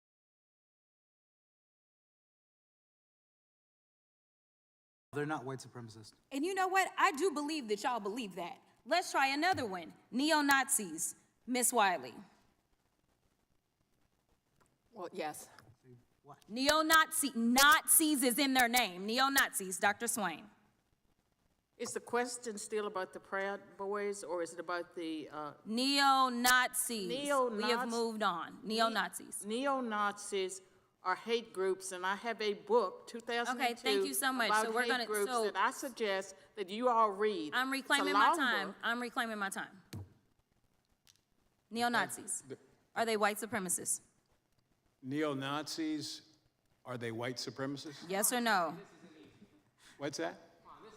Yes or They're no? certainly anti-Semitic, which I would join with any member of the Democratic Party. Mr. Nadler earlier was talking about standing up Okay, for the Jewish reclaiming my time. Be happy Next. to do that. Yes, they're white supremacists. Woo, thank God. Jesus Christ, I didn't think we were going to get there. Oh my gosh, let me be clear. Proud Boys are freaking white supremacists. Neo-Nazis are too. And this president, who loves to coddle white supremacists, has decided that they should be given checks. The reasons that I pointed to those particular organizations is because you can go and read, I don't know how many articles, as Dr. Swain wants people to read up. I'm going to be clear. I've read my fair share of books. I do have my fair share of degrees. It is clear that neo-Nazis as well as Proud Boys joined in on January 6th. Yet this slush fund that they keep talking about is specifically to give them money. So how dare this majority sit here and try to lecture this organization about money? Now, we're not talking about tax-paying dollars as we are in that slush fund. But you're telling me that $2 billion in the same country that I'm sure some of y'all would struggle with whether or not the enslavement of black people was good or bad. I'm not even gonna go there and ask y'all the question because y'all struggle with defining that these people were white supremacists. But this country still hasn't thought that reparations made sense for black folk in this country, but at the same time, they've decided that people that are in organizations that are absolutely white supremacy organizations should get our tax dollars because they decided to tear apart or attempt to tear apart our democracy. They are being rewarded. These are people that went through our criminal justice system. When people on that side of the aisle claim that they love law and order, they went through it. They either entered pleas of guilty or they were found guilty. And this president, on day one, his priority was not around racism. It was around doing things like letting them go and now putting money in their pockets. We haven't had one hearing on white supremacy. Yet when we look at things like the killing of Ahmaud Arbery, George Floyd, Breonna Taylor, the 9 worshipers who were murdered at the Mother Emanuel AME Church, the 23 people murdered in 2019 during the shooting at Walmart in El Paso, the 10 people murdered during the 2022 shooting at a grocery store in Buffalo, New York, all of these were murdered by white supremacists who are empowered by the Republican Party's racist rhetoric and policies. This is the same party that wants to drag us back to the Jim Crow era. Some say that there aren't poll taxes, and I guess it's because they're not listing the amount of money. But when you tell somebody that they've got to go and pay for something, say, like a passport that costs over $100 in order to be able to vote, that looks like a poll tax to me. Some of y'all need to read up on your history books, the very same ones that the Republicans have decided that people should not hear about because you don't want real history taught in our schools because you're afraid that it's going to hurt people's feelings to know that their ancestors were so savage that they would enslave black folk. You don't want them to understand why the 14th Amendment mattered then and it matters today. You don't want them to understand that when they draw these racist lines and tell black folk that they shouldn't have representation in this country, that it is against the Constitution. You want them to be ignorant so that they can sit up here and be your token The gentle for lady your has mission. expired. Well, you can't yield because you've done run out of time. But it looks like the ranking member wants to make a unanimous consent request. Mr. Chairman, thank you. Walmart gunman attacked El Paso because that's what his president was telling him his defense attorney says. I'd like to introduce that for the record. Without objection. Democrats talked about a slush fund. I would just point out, was it a slush fund when Peter Strzok got $1.2 million from the Garland Justice Department? Was it a slush fund when Lisa Page got 800,000? You know, Peter Strzok's the guy that said, I'm in the Northern Virginia Walmart. I can smell the Trump supporters. And the Biden Justice Department gave him $1.2 million.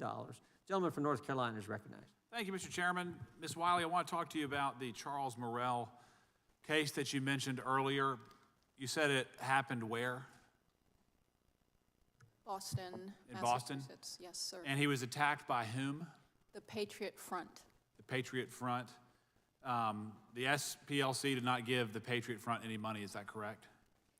I don't know. You don't know? No. And how was he attacked? And pardon me, I'm just not familiar with this case. The Patriot Front was, had a march that they were engaged in without a permit, and he was attacked on the street. Was he killed or just assaulted or? I don't know that it matters if we're talking about a hate crime, which is what we're talking about. I'm just trying to get the details, ma'am, and I'm leading up to this. Would you be willing to condemn the local leaders' efforts to defund the police? Because I agree with you. We should have safe streets. I'm sorry, I'm not quite. Will you condemn Boston's local leaders from trying to defund the police? They did that in their recent budget proposal. I don't live in Boston. What I will say is this was a hate crime. You think that defunding the police helps or hurts public safety? The question I think that I was asked to come speak to was the rise of hate and the critical importance of us addressing and protecting civil rights. Well, you said earlier that you respect Mr. Murrell's right to a free street. So I'm asking you, will you condemn the local leaders' efforts to defund the police? I will not make any comment about local decisions. What about Mayor Wu's policy of offering sanctuary to people here illegally, regardless of their criminal history? Will you condemn that? No. So it seems like your qualification on public safety is very limited, correct? No, I'm just I think it is. I think it is. I'm just here on a hate crime. Well, let's talk about the hate crimes. In terms of the neo-Nazis, I actually agree with just about every word that Jerry Nadler said. I'm working on a bill to promote safe places of worship, increase penalties for attacks on worshipers, and neo-Nazism is certainly on the rise. You would agree with that? I would. Anti-Semitism, attacks against Jews, Christians, members of other faiths, it's on the rise. It is. Do you know why it's on the rise? Well, I think that's why we've been so concerned about the cuts to grants and programs that are helping us understand the rise and exactly why we have young men like we saw in San Diego murder 3 men at a mosque. Are you concerned at all? While we're concerned about the attacks on the Southern Poverty Law Center, which is also seeking to help us better understand. Do you find it at all problematic that one of the leading candidates for United States Senate proudly commissioned and displayed a Nazi tattoo on his chest for almost 20 years? Does that concern you? I don't know who you're referring to. I would only say that anti-Semitism, neo-Nazism, hate always concerns me. Would you condemn that and that candidate? He's a United States Senate candidate who proudly wore a Nazi tattoo right on his chest. Well, certainly I don't agree with any support of neo-Nazism. Now, I'm detecting a little bit of, it seems like, viewpoint and partisan bias from the SPLC. Mr. Perkins, I want to talk to you a little bit about this. Do you know why there is such fervent resistance, or I would say fervent hatred for traditional viewpoints, for Christians, for people like yourself? I do, because we have a fixed view of marriage, of human sexuality, and that stands in the way of the left's ideological push to transgender our children and to redefine marriage. And so in order to shut us up, knock us off the media, defund us, they have to label us alongside of these racist groups. Right. Ms. Wiley, do you think that biblical values are extreme? I don't even understand the question, sir. I'm Very sorry. simple. Do you believe that biblical values are extreme? I believe that people have the right to have their beliefs, including their interpretations of religion, whatever their religion is. Is Mr. Perkins' belief in traditional biblical values what brought him to the forefront of the SPLC's hate group map? I can't speak for the SPLC's You are today. I am here to speak about hate and bias, and what I am here to say is... Do you think that belief in biblical values promotes hate and bias? That is way too broad a question Well, to I'm answer. asking What I'm very clear on is that we have a constitution that protects First Amendment rights, including freedom of religion. We support that as a civil rights community that includes almost every faith and, Yep. and an interfaith alliance. Well, I know, let me frankly, just stop you there. I know Dr. Swain well. She's a scholar, she's independent, she's very well thought out. Why was she listed as someone to be concerned about?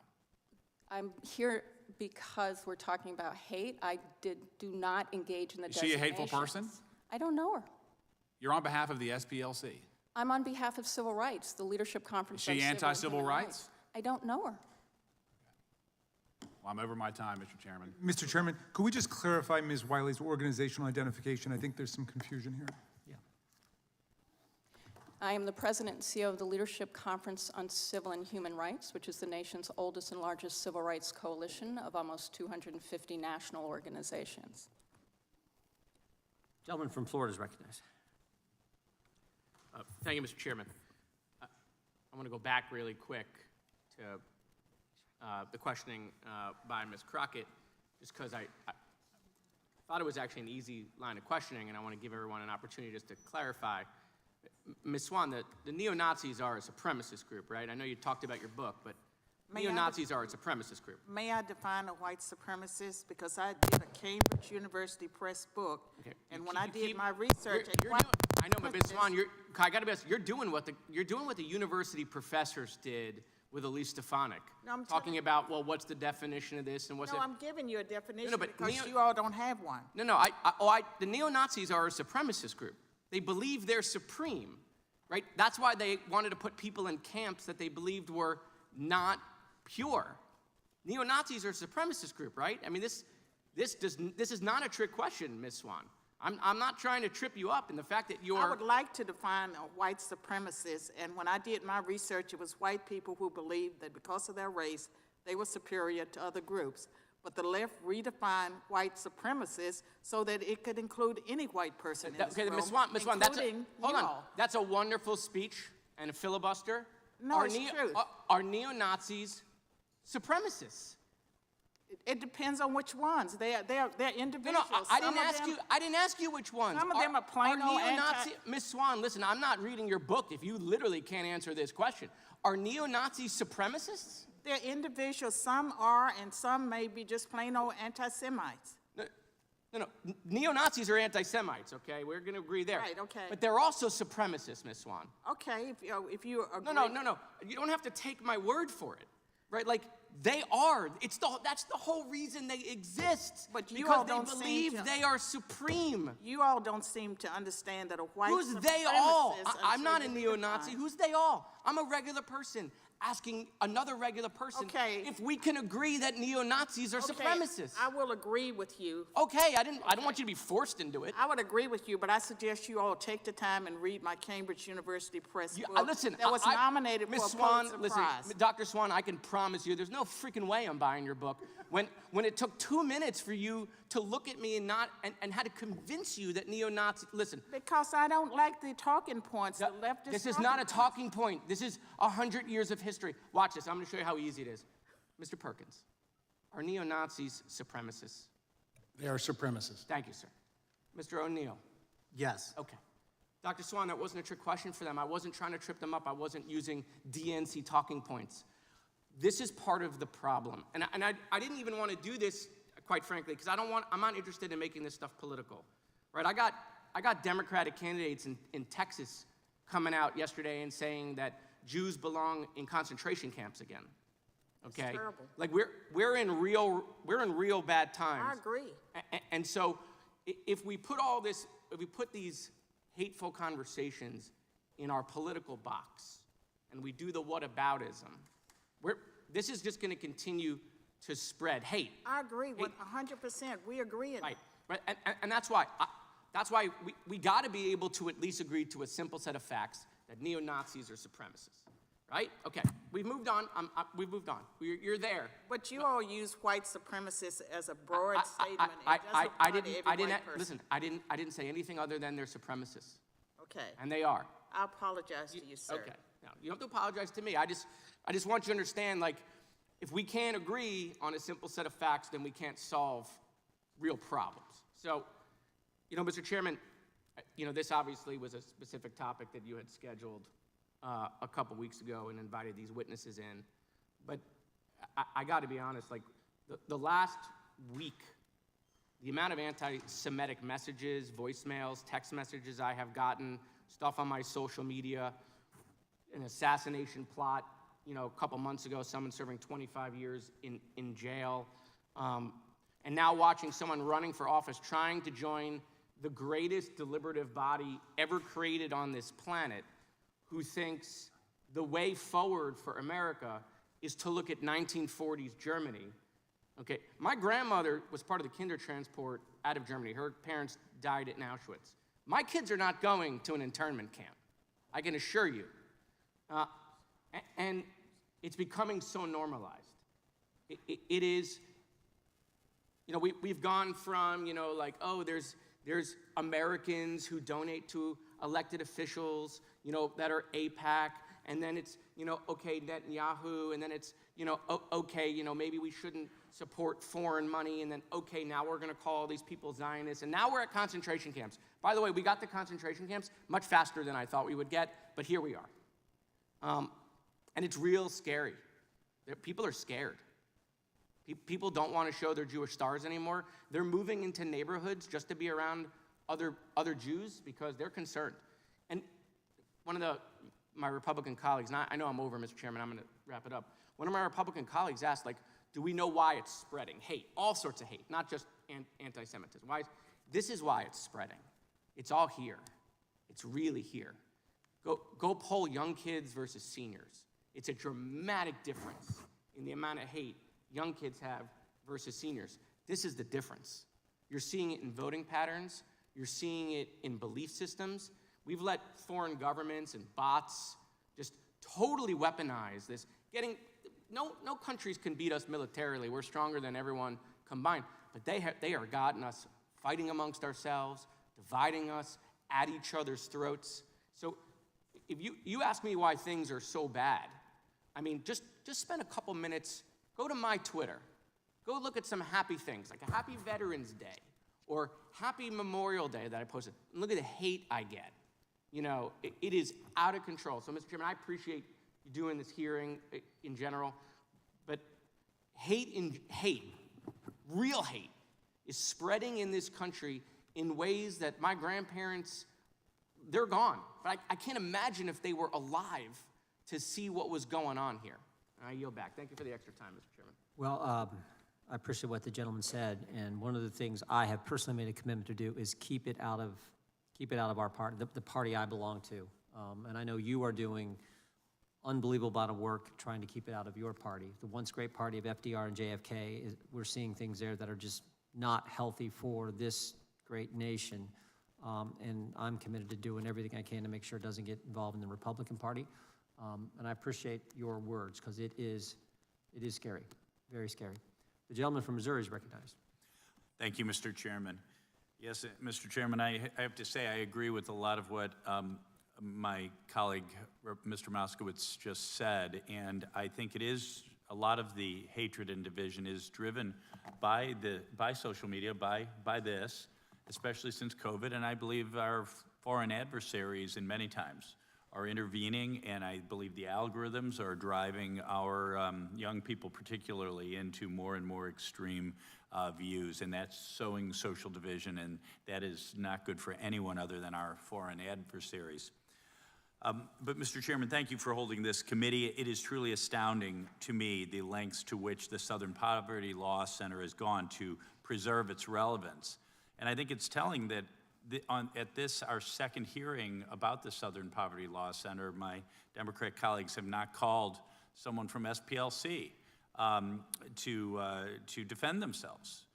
In fact, the previous Democrat witness, very similar to the witness today, just over and over again, well, I don't speak for the SPLC. Well, why are you here then?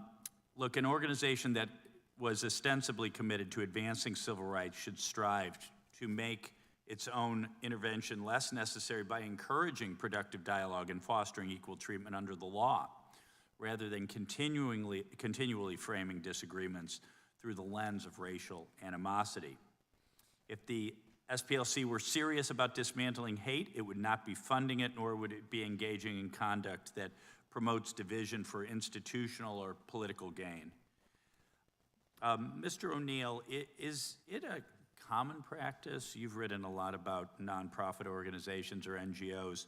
Is it a common practice for NGOs to channel money through intermediaries, entities in ways that obscure the ultimate recipient or purpose of those funds?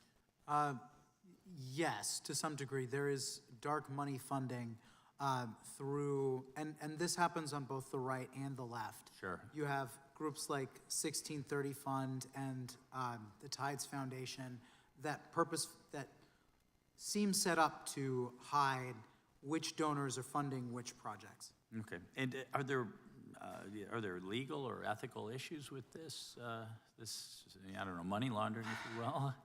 That's a complicated question. Yeah. It is not money laundering. Yes. There is a very important First Amendment right established and upheld through NAACP v. Alabama and most recently AFP v. Bonta that Americans have the right to give to causes they believe in. Yeah. That said, there are questions about this cloaking of dark money. Right. What is not covered in this is lying to a bank by saying you established an account for one purpose and then using it for another. Yes. Okay. Does the SPLC reveal what the criteria or metrics are to determine which organizations or individuals are included in their hate map? They claim to, yes. They have because very weaselly language. They say when a group vilifies other people, typically by their immutable characteristics, but they use the word typically because they have anti-immigrant hate groups. Yes. And so your immigration status is not an immutable characteristic. So FAIR, Center for Immigration Studies, Correct. I've studied their work quite a bit, and all I see is a desire to enforce federal immigration law, but somehow that makes you a hate group. Well, let's go to someone right here. Dr. Swain, are you an apologist for white supremacists? I don't think so. I try to stand up for all Americans. I believe in the Civil Rights Act and the Equal Protection Clause of the 14th Amendment. It applies to all races, and in America, we should not be discriminating for or against any group. So you have a dream that someday your young children would be judged not by the color of their skin, but by the quality of their character. Yes. I don't know. I think if someone says something like that, they would be labeled a hate group by the SPLC, maybe. Probably. Probably. I think you said it very, very well, Dr. Swain, that rather than monitoring hate groups, the Southern Poverty Law Center has become one. And that was 2009. And I had been a Democrat all of my life. And so at that time, I was about ready to make a transition, but So that was 2009. Yes, In the last 2009. 17 years, has anything changed your mind about SPLC? I was ahead of my time. Thank you. Thank you, Mr. Chairman. I yield back. Yields back, gentleman from New York. Oh, okay, sure. We'll go to the gentleman from Wisconsin. Thank you, Chairman. Mr. O'Neill, I wanted to talk a little bit about this, the hate map concept, but isn't it true Southern Poverty Law Center began as a public interest law firm? Correct. Yeah.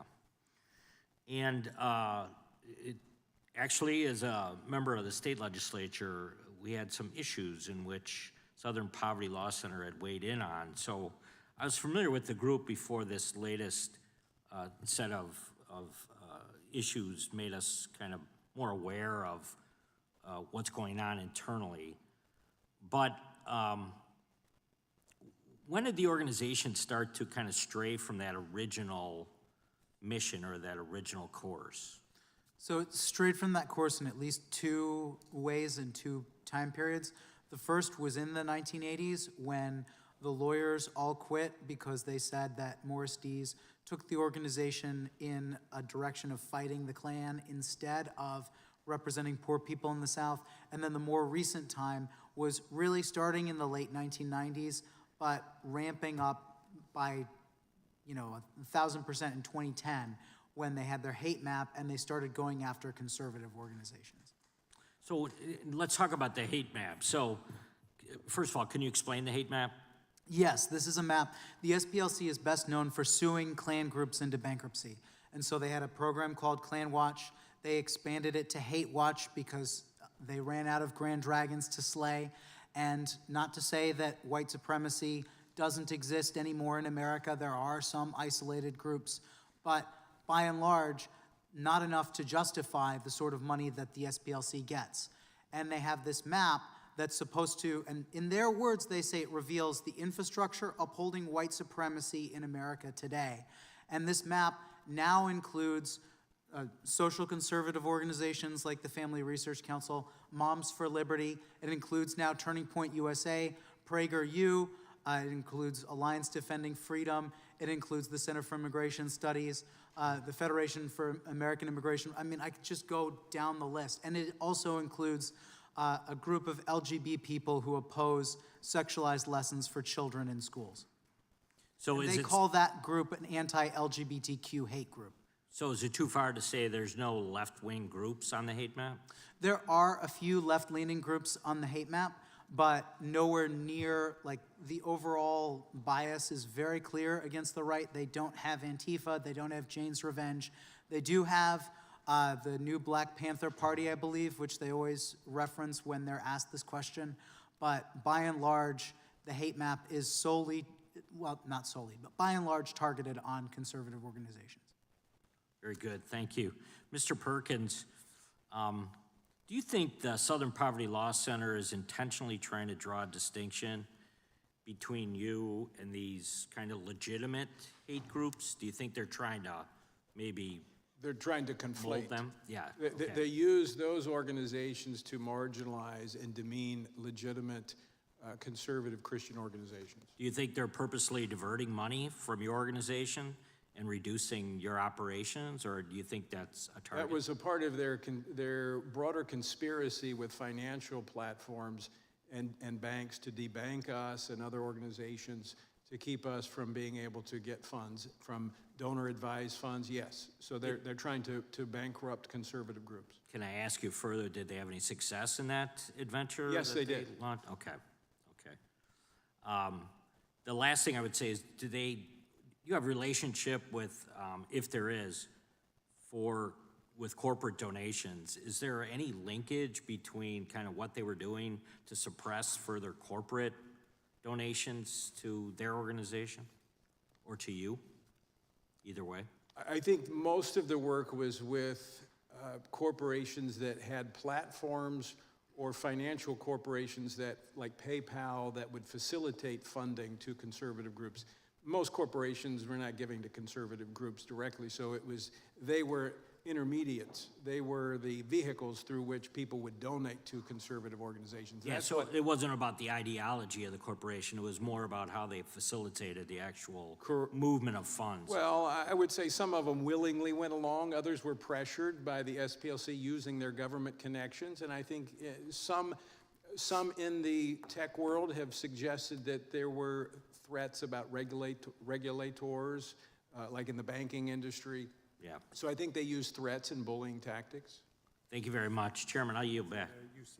Gentleman yields back. The gentleman from Pennsylvania is recognized. Yes, I seek unanimous consent to introduce an article from May 8th, 2026, from The Intercept, which is entitled "Big Finance Might Be Dooming the SPLC Even Before Its Day in Court," describing how some of these larger financial institutions have been blocking donor-advised fund donations to the SPLC. Without objection. Thank you. Gentleman from New York is recognized. Thank you, Mr. Chairman. So the hate map, you don't like it. I get it. But the SPLC is not a government organization, and we have the First Amendment. So they're free to put what they want, and all of you are free to speak out against it and to explain why they're wrong. But as I think of my Republican colleagues, we believe in the First Amendment, except, I guess, when it's critical of far-right groups or conservative groups who support these Republicans. But you are not free to use the government to criminally indict an organization based on a completely bogus charge. And I want to dig into this indictment. On April 21st, hours after Acting Attorney General Todd Blanche and the FBI Director Kash Patel announced this indictment, Mr. Blanche went on Fox and said this. No information that we have that suggests that the money that they were paying to these informants and these members of these organizations, they then turned around and shared what they learned with law enforcement. To the contrary, or else we would have known from their own words that they had given this money to these guys, and we didn't know it. So, they had no idea that the SPLC was using informants and providing information to the government. 5 days later, Mr. Blanche was forced to acknowledge that that was a false statement. In fact, it was in a document filed by the Department of Justice where he said it is true, he went on TV and said it is true that over the years they have selectively shared information with law enforcement. That's well documented and no dispute, but they aren't charged with any of that conduct. What the hell does that mean, they aren't charged with any of that conduct? The entire premise of this fraud scheme is that SPLC was actually using the money given by the donors to support the hate groups, not to dismantle them as they represented. So any knowledge by the government that the SPLC shared information with them to dismantle these groups completely undermines and defeats the fraud claim. But there's plenty of evidence that the FBI knew that the information provided to them by the SPLC to help the FBI dismantle these groups came from informants. In fact, 2 weeks before the indictment, the SPLC presented the U.S. Attorney's Office with evidence that showed that they had been sharing information from informants with the FBI dating back to 2018. And even Blanche's statement that none of the information shared with the FBI was charged in the indictment is false. It doesn't matter because that's not what the fraud claim is, but it is false because the Charlottesville Unite the Right movement is specifically mentioned in the indictment. But the indictment does not mention the 45-page report that the SPLC sent to multiple FBI offices before the Unite the Right event that included information from their informants. Now, we've established that. Now we know this fraud claim is completely bogus. But it gets worse because it's not even part of the allegations. In paragraph 19 of the indictment, it explains the fraud scheme. It says that the SPLC represented to the victim donors that their money would be used to help dismantle violent extremist groups, but that they did not tell those donors exactly how they would do that. So it actually charges fraud by omission, not misrepresentation. But in order to have fraud by omission, you must prove that the omission was material to the victims such that they would have acted differently if they had known about it. But there isn't a single allegation in the indictment that any donor would not have donated if they knew about the payments to informants. In fact, everything we know is the opposite. Ms. Wiley has pointed out repeatedly about how donors are trying to continue to give. And that Intercept article that Ranking Member Raskin introduced cites 20 donors who now say that they either knew about the paid informants or they would have made their donations anyway. And so what is this really about? It is weaponizing and politicizing the Department of Justice, not any of your groups, to quash and squash free speech, to muzzle people that because you are trying to protect far-right investigations who are huge supporters of the Republican Party. They may not do any oversight over this indictment, but I guarantee you when we take the majority back in January, we will be doing that oversight and they will be held accountable. I yield back. Gentleman is back. Gentleman from Texas is recognized. Thank you, Mr. Chairman. Thanks for holding this hearing, and thank you to the witnesses for taking the time to be here and testify before us. We certainly really appreciate that and appreciate your expertise. Ms. Wiley, I have a couple questions for you. Do you still believe in defunding the police? I believe in public safety, and that means driving dollars to where we're most likely to prevent crimes from happening and ensure that we have responsive law enforcement that doesn't violate people's rights and it prevents crime. Does that mean driving dollars away from law enforcement?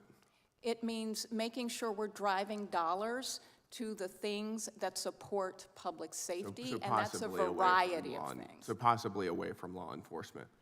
Well, I think we have law enforcement. We have talked about the need for law enforcement, particularly when we're fighting hate and bias crimes, which I agree, we more than certainly doubled do in this need law country since enforcement. 2015. Law enforcement's So I think very important.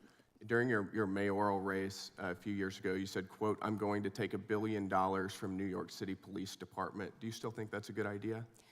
Well, I'm here to talk about hate crimes, not my run just asking for if that's- city. if- I'm I asking from a stand by my public's- run for mayor, and I you appreciate stand the by that statement. opportunity You to also try to stated- drive dollars You also to stated public you safety. have to cut the police budget and change what we mean by policing. Do you still stand by that statement as well? I stand by the need to invest in community safety, to ensure that by we have a defunding the vibrant police. civil rights community that is able to participate in I just want to keeping be our clear. community You safe believe in from hate investing and bias. in community safety by defunding the police? I am here to say that I'm really grateful we have the Southern Poverty Law Center because it is doing work, including with law And you think enforcement, defunding to the police prevent makes our community hate safer? and bias Okay, crimes. I've got another question for you. What is a black job? You'd have to ask Donald Trump. I'm not sure what that means. I'm referring to a statement that you made a year ago on your LinkedIn. "I was so honored and proud to be a New York State delegate for our next president, with Vice President Kamala Harris ascending to her black job." Donald Trump made a comment that was very stereotypical about black people, and it was a joke about his stereotypical statement about black What is a black job? You'll have to ask Donald Trump. I have to ask, well, Donald Trump's not on the witness stand, so Well, I'm asking you. and I'm here to talk about hate crime, which I hope you want to talk about as If well. the gentleman will Hillary yield, I Clinton- can clarify that. No, I'd like to hear from the witness, but I appreciate it. Could Hillary Clinton have filled that black job, what you call You'd a black have to job? ask Donald Trump. Okay, thank you, I appreciate it. Dr. Swain, got a couple questions for you. And thank you again for being here. In your book, The New White Nationalism, which is excellent, you wrote that in 2002 there were approximately 2,000 KKK members in the entire nation. Sounds like you believe a large portion of them were paid informants. Do you think that the SPLC was involved back in 2002? If you can turn the mic on, please. There was a scholar named Larry Wilcox that I referenced, and he did research, and he was very critical of the Southern Poverty Law Center, and he said at one point that there were more paid informants than actually KKK members. And I would concede that the Southern Poverty Law Center was very successful as far as bankrupting the neo-Nazis and the KKK. So I would concede that, but I will also argue that as early as 2009, when I wrote the article that triggered the Southern Poverty Law Center, at that time the new Black Panther Party was patrolling the polls, I think in Philadelphia, and they were intimidating white people, and they had sticks in their hands, and the Southern Poverty Law Center had not labeled them as a hate group. And so in the blog, where I ended with, instead of monitoring hate groups, the Southern Poverty Law Center has become one. Instead of labeling or listing the new Black Panther Party, what they did, they went after Lou Dobbs, and they went after the Center for Immigration Studies and anyone who questioned liberal immigration policies. And we've got about 15, 20 seconds left. Can you just, to sort of close us out, what are the dangers of paying for these informants and extremist groups like the KKK? You get biased information if you're paying people for information. And one of the dangers for our society is that the Southern Poverty Law Center has pretty much become an arm of the Democratic Party. They are very partisan. They should not have that 501c3 status if they're going to take a side in, if they're going to be biased in how they monitor groups and how they destroy individuals like me. Thank you, Dr. Swain. Gentleman yields back. Gentleman from New York is recognized. Mr. Chairman, could I just do one UC? That's what I'm doing. Oh, I think they both want. Okay, go ahead. So sorry. This is in direct answer to the gentleman from Texas question. New York Times, what's a black job? Trump's anti-immigration remarks are met with derision. Trump accused immigrants of stealing black jobs during Thursday's debate, prompting criticism from Democrats and other social media users. So I'm glad to see that the gentleman's on our side. Thank you very much. Gentleman from New York is recognized. I have another unanimous consent motion to enter into the record an April 17th letter from the attorneys for the SPLC 4 days before the indictment, where the organization reminded him of his obligation as a federal prosecutor to inform the grand jury of information that negates evidence of wrongdoing by SPLC, of which there is much. Without objection. Chair now recognizes gentleman from Washington. Well, thank you, Mr. Chair, and our distinguished panelists. You know, I don't know what happened to the Southern Poverty Law Center. I know growing up in the inland Northwest in Eastern Washington, I had some fond, at least favorable memories toward the Southern Poverty Law Center when we had an Aryan Nations compound in the Coeur d'Alene area, and it resonated with me that the SPLC had played a role in getting those folks out of our communities, and it was generally viewed upon favorably. So I don't know how it went from that organization to what I think today could be accurately described is an almost militant, weaponized arm of a progressive Marxist political project here in the United States. So I guess, you know, Mr. O'Neill, I'm sure you're familiar with the phrase "jump the shark" in Happy Days when Fonzie jumped over the shark, and certainly the show went downhill from there. Yeah. And you spoke about the quest to start to focus on raising money from SPLC, but how did this organization again go from doing some good work against real racists like the Aryan Nations to suddenly targeting people trying to exercise their First Amendment rights and care about kids like Moms for Liberty? Where is that process? Yeah, the answer to that question is long and complicated, and that's what my book was trying to do. But the main, so first, there was Morstees, who was a consummate fundraiser, and he decided to take the SPLC in that suing the Klan direction. And the lawyers said it was like shooting fish in a barrel.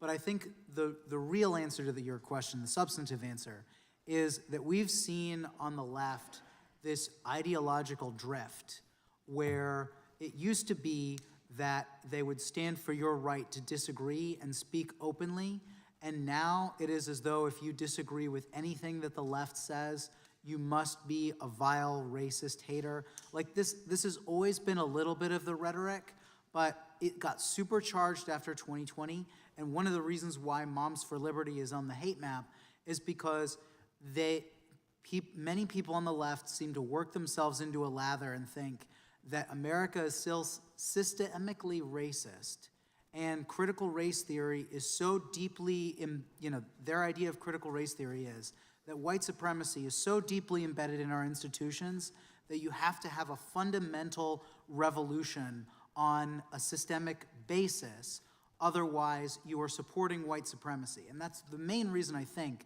why the SPLC justifies calling conservatives the infrastructure upholding white supremacy.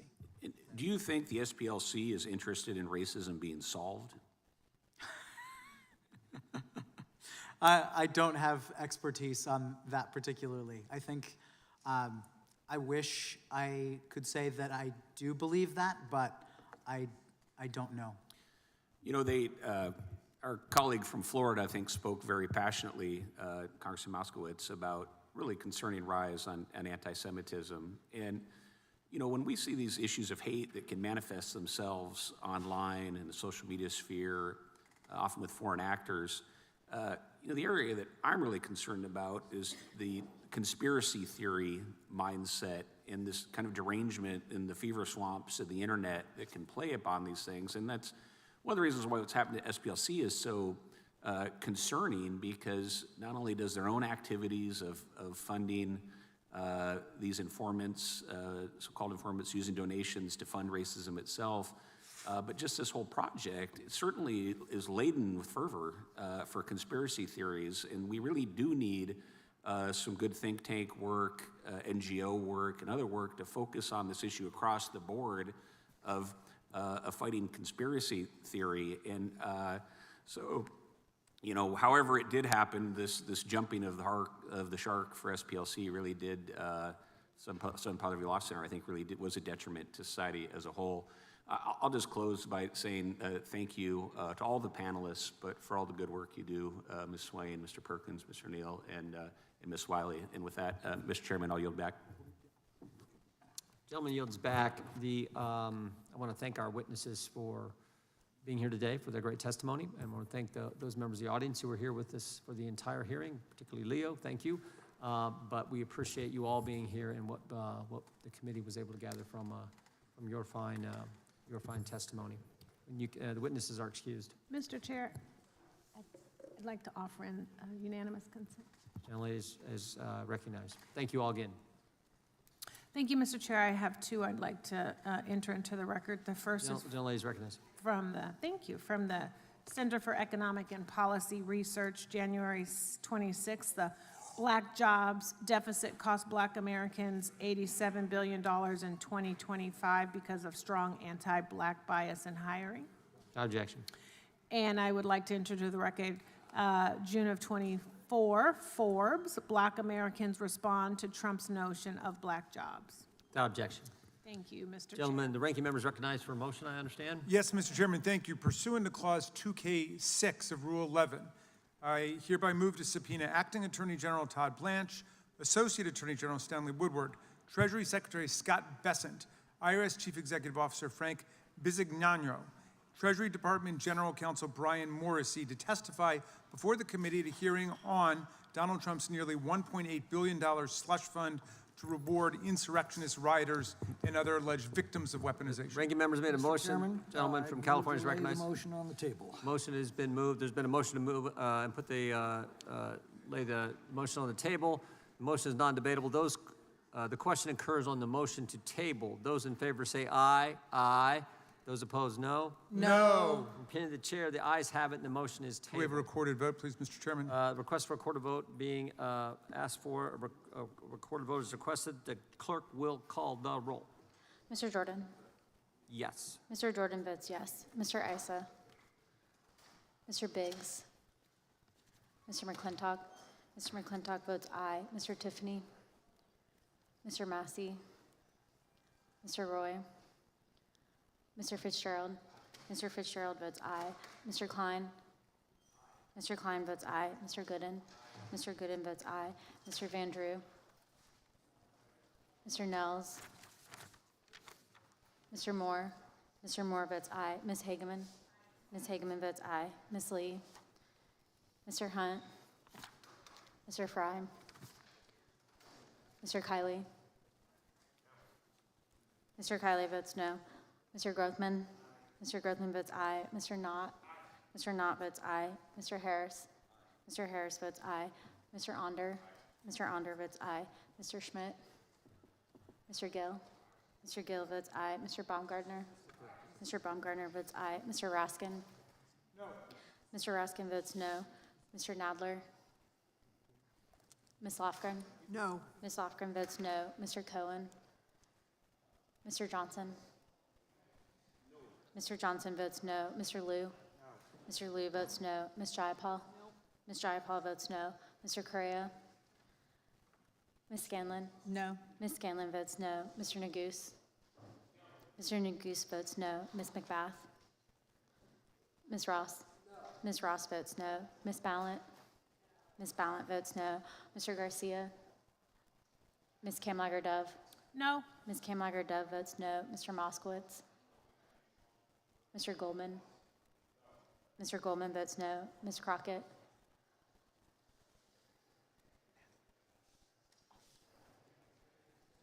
Mr. Nadler? Mr. Nadler votes no. Am I recorded? Biggs? Mr. Biggs, you're not recorded. Aye. Mr. Biggs votes aye.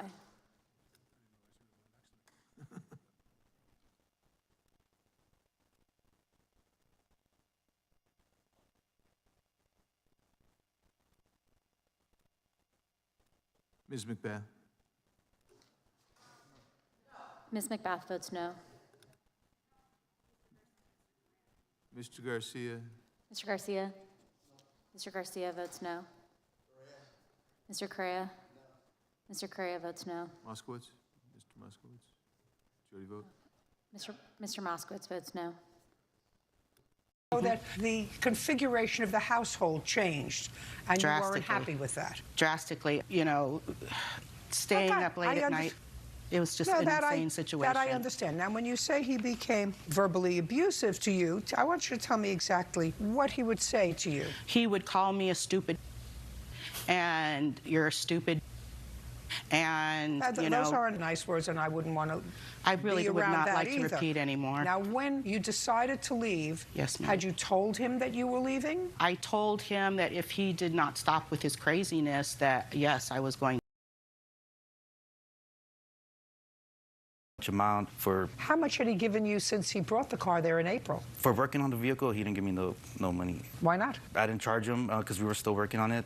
And after the second fire, he did pay that other mechanic for what he did, but I didn't charge him anything. He paid the mechanic that he wanted to work on the car? Yes, yes. He paid him directly? He paid me to give to Jonathan. I gave it to Jonathan. And how much did he pay him? $100. Tell me about him paying the mechanic. How did that come about? Because he says his car was destroyed, right? Yes, it was damaged. Not totaled, but it was damaged, yes. So it wasn't totaled? No, ma'am, it's not totaled. Oh, interesting. So he actually paid for some of the work that was done on the car? Yes. And I have a canceled. Sorry. The car that you were working on, don't worry, we're going to be just fine, you and I. So far, Mr. Lerma, you and I are just fine. Let's make sure we keep it that way. Yes. Since June, when you had these two fires, is your shop up and running again? My shop didn't get damaged. The shop that got damaged was the shop next to my shop, and that's where his car was stored. Who owns that shop where his car was damaged? My father. So your shop is still up and running? Yes. Have you worked on his Mustang since? No. Who's been doing the work on his Mustang? I have. Now, that's not true, because you're good friends and you've seen each other dozens of times since this fire. And the Mustang is not totaled, and unless he sold it, did you sell it? No, ma'am. So you have it? Yes, ma'am. Well, if you have it and you paid a mechanic for some work that they did on it, you must have brought your car someplace else. Yes, ma'am. Why? Because I wanted the car finished. The car was burned, but it was still salvageable, so I took it to Performance, paid them to replace the burned up parts, and got the car running. Okay. And you have a bill from them? Yes, ma'am. I'd like to see the bill from them. Not that I think he's necessarily responsible, but I just want to see the bills from them.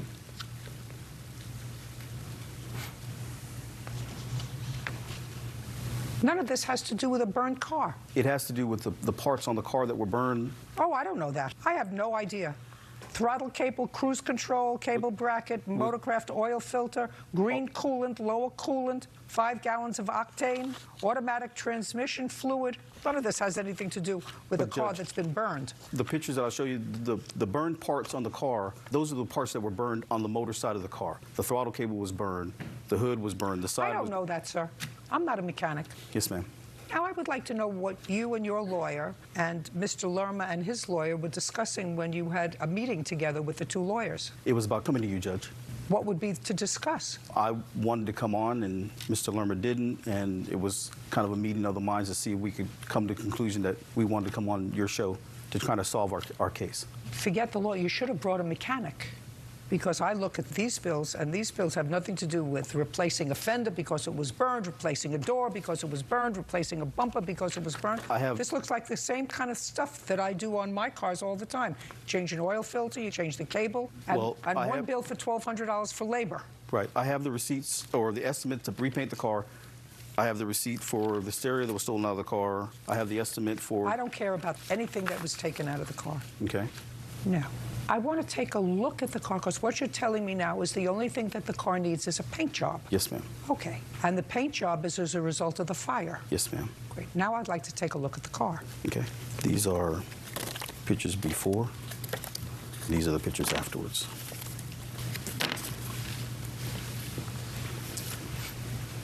Before, after.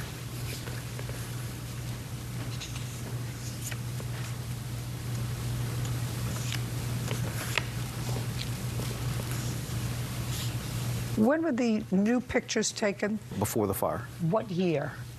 14. I don't think so, unless you were driving with an expired registration. That is October of 13 in the windshield, isn't it? Yes. You asked when the pictures were taken. The pictures were taken in 14. The car had not been running.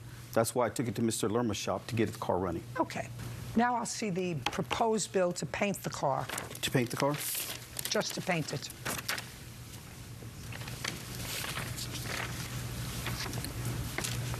That includes the parts that need to replace. When did you purchase the car, Mr. Andrews? In 2011, I think. 11 or 12. I'm not 100% on the Where date. did you purchase it from? A friend of mine. Who? Gus. Gus what? Gus.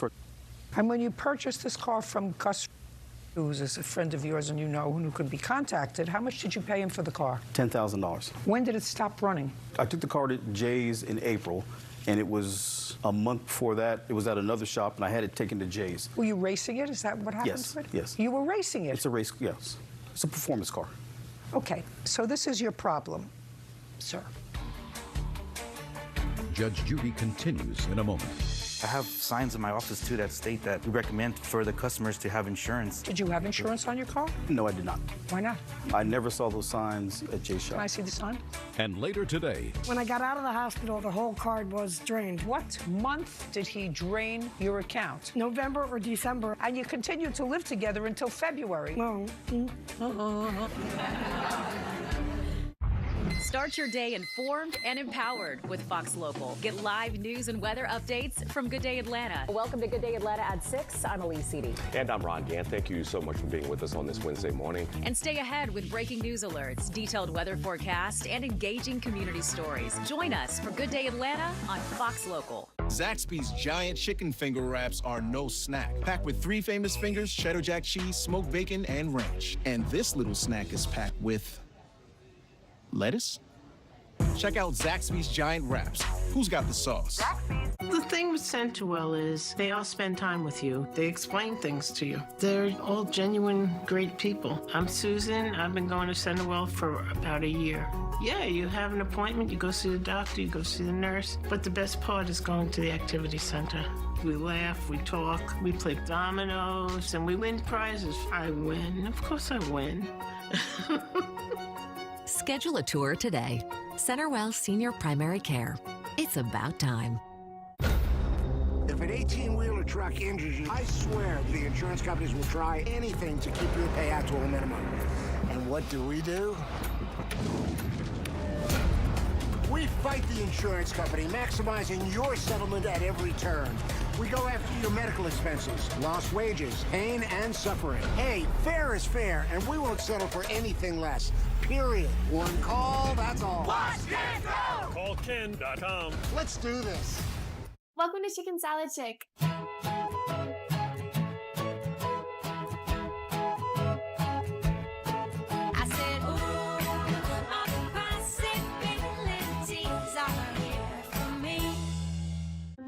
This election is not real complicated. If you want higher and higher property taxes, no income tax cuts, and more excuses from failed career politicians, vote for the other guy.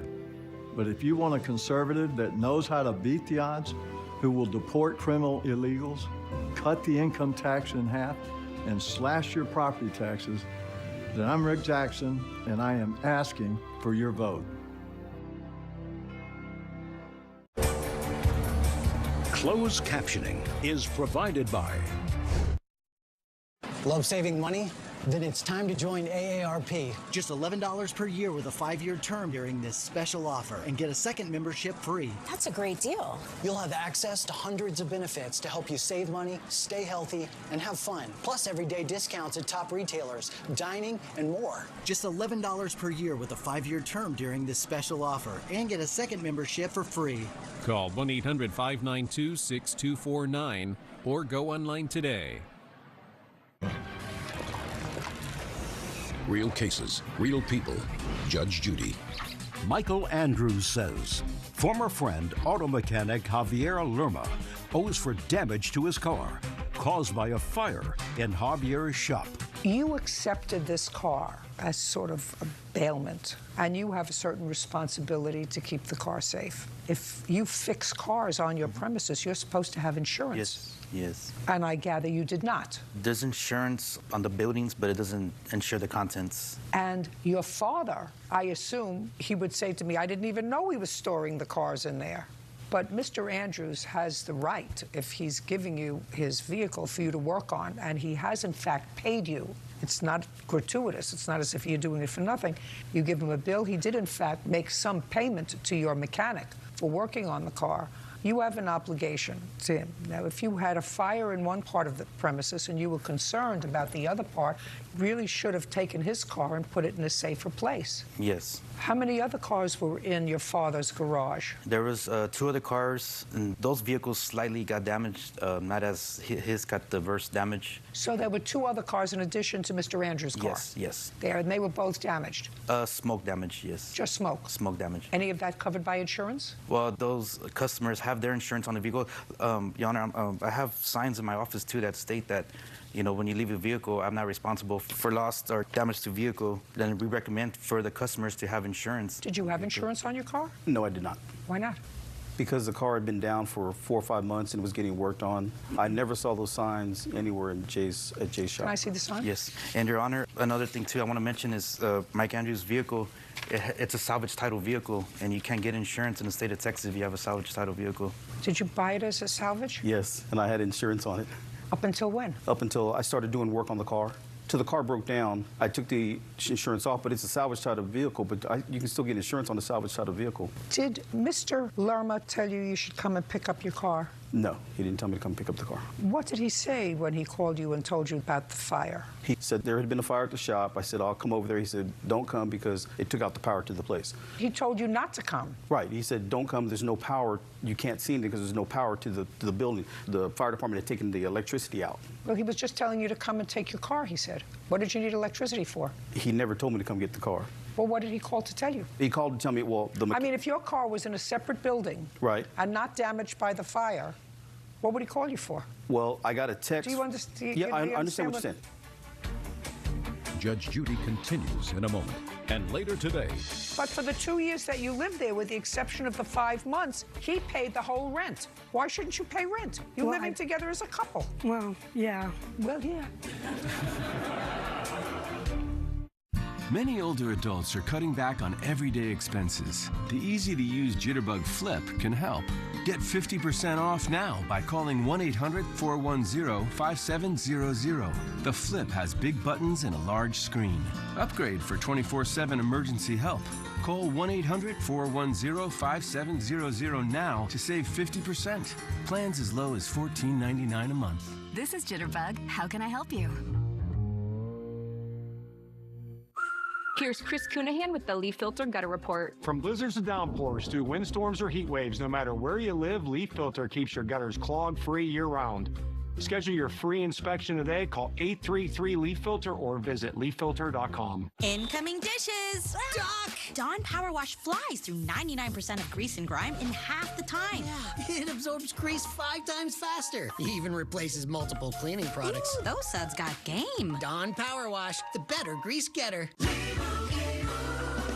And Doug. Thank you both for coming in. I'm a bit worried about Doug Jr. I know how important Liberty Mutual is to your family. They customize car insurance to save people hundreds. Right. Well, Doug Jr. keeps writing this. Douglas Jr. Well, at least he spelled insurance right? He did not. Only pay for what you need. Liberty, liberty, liberty, liberty. Bulldogs Now is your source for all things Georgia Bulldogs with exclusive access to the dogs. Saturdays at 8 a.m. on Fox 5. Presented by Hoffman Financial Group. Protect your dreams under our roof. And based on how your family drives... Hey, baby, you're home safe. Hey, Mom, I did something. You could save with a personalized rate. Don't worry. She'll be good to you, baby. Mama missed you. Get a quote and find an agent at amfam.com. If your bathroom still has a tub you barely use, and if stepping over that tub to take a shower is getting more difficult, it's time to make a change. At West Shore Home, we specialize in transforming outdated tubs into beautiful, safe, and fully customized walk-in showers built to fit your lifestyle. These transformations look incredible, and they're designed to increase safety in and around the shower. And right now, getting this project done just got more affordable. With our Memorial Day sale, anyone who calls the number on the screen or visits westshorebath.com will get $4,000 off their tub-to-shower conversion. That's right, an extra $4,000 off just for calling us now. Take a look here. This homeowner had a tub they hadn't used for years, and getting in and out every day was a concern. We came in, completely removed the tub, and replaced it with a beautiful walk-in shower. It has a low-step base and durable anchored grab bars. We also have options that include fold-down seats and removable shower heads that make bathing a breeze. We help hundreds of homeowners a week make this exact change, and the response is almost always the same. They wish they'd done it sooner, so stop putting it off and save big when you choose West Shore Home for your tub-to-shower conversion. With our Memorial Day sale, anyone who calls the number on the screen or visits westshorebath.com will get $4,000 off their tub-to-shower conversion. And get your project started now with no money down, but only when you call or schedule online at westshorebath.com. Don't miss out. West Shore Home, remodeling, reimagined. Protect your dreams under our roof. And based on how your family drives... Hey, baby, you're home safe. Hey, Mom, I did something. You could save with a personalized rate. Don't worry. She'll be good to you, baby. Mama missed you. Get a quote and find an agent at amfam.com. Real cases, real people. Judge Judy.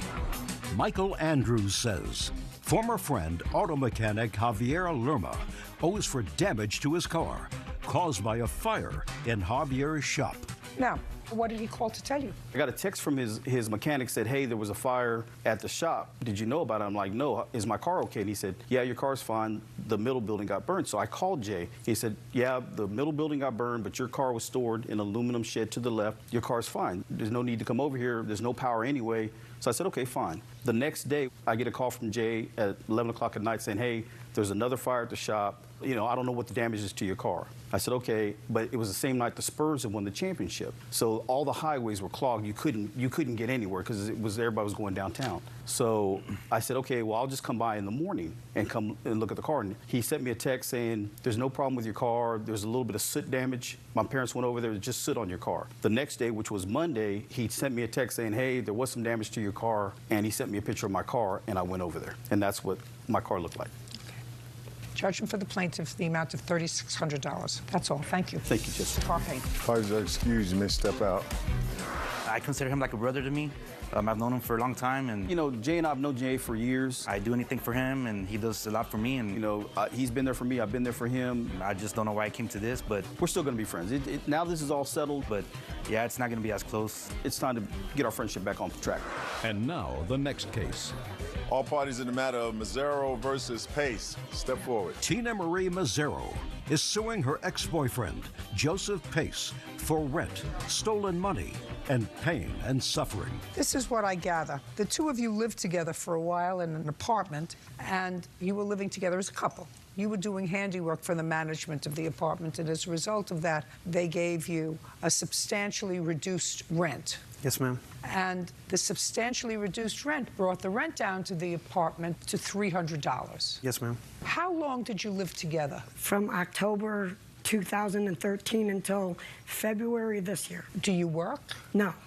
Why not? I'm disabled. So you get disability? Yes. How much? Between SSI and SSDI, I get $773. A month? Yes. Do you drive a car? No. So that covers your rent and your food? Yes. According to you, you loaned Mr. Pace money for rent for the $300 that you were being charged for rent on a couple of occasions. Yes, ma'am. How many occasions? 5. 5 occasions in a couple of years. Right. And all of the other times, he paid the $300. No, because there was no rent. The only time that he borrowed from me was when it had to be paid. So there was only 5 months. So what you're telling me was that you had a free apartment? No, he was doing a lot of maintenance work. It was on call 24/7. So there was no rent that he was charging. Well, that's what I'm asking you. Judge Judy continues in a moment. Closed captioning sponsored by... Your sisters are running early. Early? This headache. We've got an hour. Try Painquill. The max-strength liquid pain reliever that starts working fast. Painquill, the aches, pain, strains, head-pounding, back-aching, fights pain fast medicine, also in liquid caps. Ready to cut your bill? We're ready to help. Consumer Cellular gives you the same fast, reliable nationwide coverage for up to half the cost of big wireless. Call now and get $200 off your bill when you sign up for 2 lines with code SAVE200. Real cases, real people. Judge Judy. There's so many dynamics when you're in an accident. Montlick took care of it with no delay. They knew what they were doing. To have the outcome be as great as it was huge.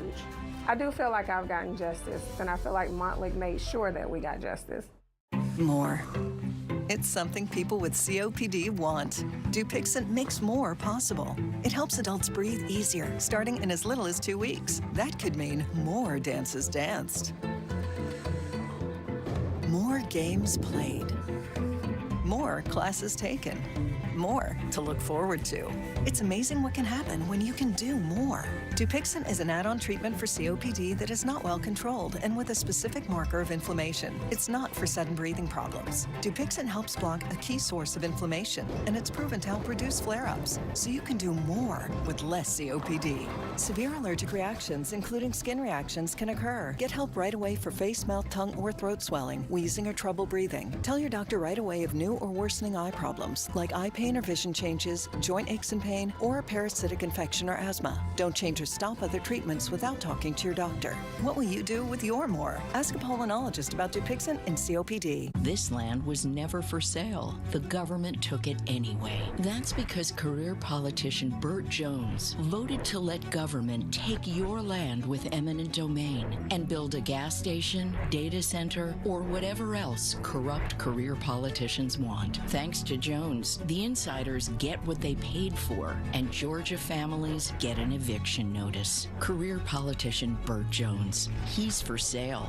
and Georgia is paying the price. Over 1,000 mattress stores are going under. Over 10,000 luxury beds unload on the dump, making us go 80% under their prices. Authentic heirlooms handmade for over 9,000. Friday under 1,000. Hundreds more $3,000 luxury brands. Choose any size, $4.95. Choose any size, $1.95. Every Tempur-Pedic and Stearns & Foster. Not enough? An extra 50% off every floor sample. They go under. You get over 80% off their luxury beds. To the dump, to the dump, to the dump, dump, dump. When someone you love is seriously injured, you're trying to hold everything together. You're exhausted, and you're being asked to make important decisions. That's when calm, trusted guidance matters. We know it's stressful, and we're here for you always. Call Montlick at #WIN. Want justice? Go to judgejudy.com. Like us on Facebook and follow us on Twitter. Now, is that right? That there was no rent? At the beginning, there was no rent. And then you stopped working full-time? It was not so much to do. So that they said that they would charge you partial rent? Right. And it was those 5 months that she paid? Yes. And it's those 5 months that you paid? Yes, ma'am. What's the normal rent on that apartment? $575 at the beginning. And then? Then he raised the rent to $600. Is that right? Yes, Your Honor. So why don't you pay $300? What's wrong with you paying $300? You live there. The government is paying you for food and rent. Why shouldn't you pay rent? He's working off the other $300. Why shouldn't you pay rent? You're living together as a couple. I paid for everything else, though. What else? I paid for cable. I paid for the food. But for the 2 years that you lived there, with the exception of the 5 months, he paid the whole rent through his labor. And you paid for nothing. Well, yeah. Well, yeah. That would be right. For most of the time, he paid all the rent. So for 5 months, you paid half the rent. That doesn't sound unfair to me. Does it sound unfair to you, Miss Massaro? Well, when all his money was going to a rent-a-center account. I don't care. Doesn't it sound fair that you pay your share? You're a grown woman. He paid it all for a while. Then he said you pay half, which is $300 for 5 months. Doesn't sound unreasonable to me. What else do you think he owes you for? He had asked if he could borrow a couple $100 when I was in the hospital. I hurt my foot, and he wanted to update the room a little. And he asked if he could borrow $100, and I said sure, so I gave him my card. And when I got out of the hospital a couple weeks later, the whole card was drained, all $700. And what month and year did he drain your account? I think it was November or December of this past year. And you continued to live together until February of 2015. Well, about 2 weeks I was there because I went home to help my daughter. I don't care. Yeah. But you continued to live together November, December, January, February. Goodbye, Miss Mazzara. That's all. Parties are excused. You may step out. Judge Judy continues in a moment. And on the next Judge Judy. My opinion's the only one that counts.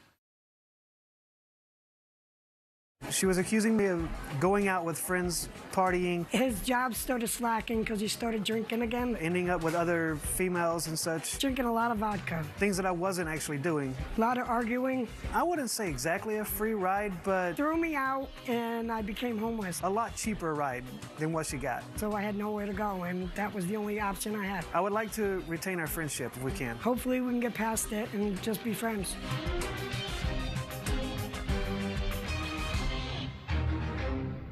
I saw that he was kind of shady because he started trying to extort more money from me.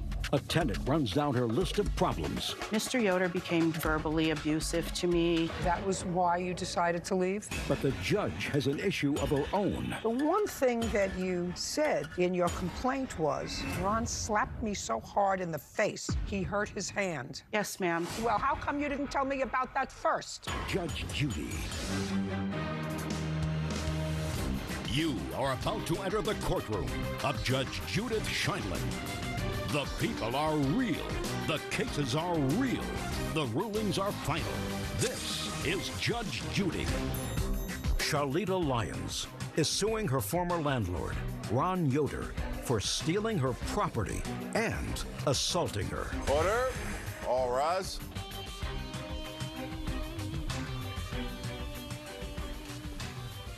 Yeah, it's case number 13 on the calendar in the matter of Lyons versus Yoder. Thank you. You're welcome. Parties have been sworn in. You may be seated. Folks, have a seat. Ms. Lyons, it is your claim that the defendant from whom you rented a room has some of your property and also assaulted you. The defendant says that that never happened. He has none of your property. He's got a cross-complaint. His cross-complaint alleges that you made allegations against him of assault, and they were false allegations. In addition to that, he says that you were late in some rent, and you stored your stuff in his house until February, and he wants you to be responsible for making whatever room you had unavailable to anybody else because your stuff was still there. It is clear you didn't pay rent for the month of February. Is that correct? For the month of February, no, ma'am. Was your property there? Yes. Month of January, did you pay rent? No, I didn't live there in January. Your property was there? Yes, ma'am.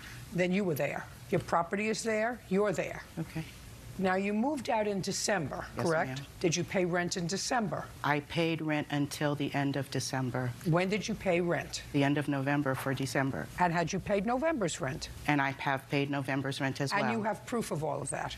I have a canceled check for November, but the defendant would not allow me to pay him with a check. He always demanded that I give him cash. That's all right. You get a receipt when you pay somebody in cash. Yeah, but I asked him for the receipt, ma'am, and he wouldn't give it to me. Now, I want you to tell me, you were there for a relatively short period of time. You found this room how? On Craigslist, ma'am. And you moved in when? The end of September. So you moved in October 1? Yes. And you moved out on December what? December 22nd. Tell me the circumstances surrounding your moving out. Your Honor, I rented a room from Mr. Yoder. No, I know that you rented a room from him. Got that. Okay. Now we're up to December 22nd when you said you moved out. Now I want you to tell me the circumstances, because you just told me you were paid through December. Yes, ma'am. You said you paid your rent in November for December. He says that that is inaccurate. But if you paid your rent until the end of December, I want you to tell me the circumstances surrounding your moving out in December. Mr. Yoder became very verbally abusive to me and would just fly off the handle at any given moment. There was no quiet enjoyment of the property for which I was renting, and it had escalated to such a point where I felt for my own safety it was best for me to just leave, and I basically left with one bag and the clothes on my back. So let me understand this. When you say he became verbally abusive, that was why you decided to leave? No, that wasn't the only reason. Shortly after I moved into the house, I was told that he was going to have his ex-wife and child come live in the home, but he forgot to tell me that the ex-wife is bipolar and an intravenous drug user.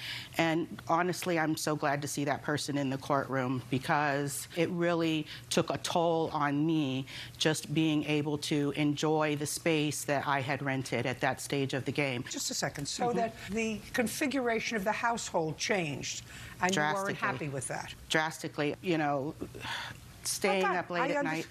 It was just an insane situation. That I understand. Now, when you say he became verbally abusive to you, I want you to tell me exactly what he would say to you. He would call me a stupid, and you're a stupid, and, you know... Those aren't nice words, and I wouldn't want to I really would not like either. to repeat anymore. Now, when you decided to leave, yes, ma'am, had you told him that you were leaving? I told him that if he did not stop with his craziness, that, yes, I was going to leave. Okay. And did anything specifically happen in December? Any event, or did you just decide you had had it? He had gotten, as I said, very verbally abusive, and he almost hit me at one point earlier in the game. And at that stage... What do you mean earlier in the game? Before I had left and came back. So when we had that altercation, he was in such a state that I felt afraid for my life, basically, and left. And I left with one bag and the clothes on my back. And when did you come back for your things? I believe it was December 22nd. You said you left on December 22nd. Well, on December 22nd, we had this disagreement, yes. And because of it, I left. Okay, and the police then I'm asking you, when you came back for your things... Yes, ma'am. What date did you come back for your things? I came back for my things on January the 2nd. So between December 22nd and January 2nd, where did you stay? I was living in a shelter for women. Which one? Comitas, shelter for women. Will you register there every night? Yes. You hesitated for a moment. Will you register there every night between December 22nd yes, and January 2nd? Yes, ma'am. And the reason I hesitated for a moment is because it's a lottery system to get a bed in this shelter. And so some days you get in and some days you don't, depending on where you are in the lottery. I ask you these questions, Ms. Lyons, because the one thing that you said to me in your complaint was, which I would have, if I were telling the story about what happened and why I left, you said, on December 18th, Ron slapped me so hard in the face, he hurt his hand. I was really scared, so I immediately left with an overnight bag, leaving all my personal property there. Now, I must tell you, Ms. Lyons, that I gave you every possible opportunity to tell me about that assault. I asked you 2 or 3 times to describe what he would say to you, why you left, what caused you to leave. You told me about his ex-wife moving in and problems that you had had with her. You told me how verbally abusive he was to you, how he called you names. But the one thing that you didn't tell me that was in your first paragraph in your complaint was, he hit me so hard in the face that his hand hurt. You want to explain that to me? Yes, ma'am, that did take place. Well, how come you didn't tell me about that first? Because I gave first. Ma'am, I was sleeping when he hit me. And so I didn't incur any bruising or anything like that. I didn't go to the hospital. It's not something that I have a hospital report for. Okay, I know where I'm going. Now I have a little sense of where we're going. Now, you came back to get your property on January 2nd. You came back with the police, is that correct? Yes, ma'am. And did the police escort you into the house? Yes, ma'am. And did you get your property? Well, at the time, I only had my car, and I came to get interviewing clothes because I had to rent a U-Haul truck. And quite frankly, I didn't have the money to rent the U-Haul truck until some weeks later. And as soon as I had the money to be able to do it, I did. Well, he's not a storage unit. You're not paying him. But I had paid him through the end of December. For which you have no proof, because he says you did not pay him. I do. I have a canceled check. You have one canceled check for November.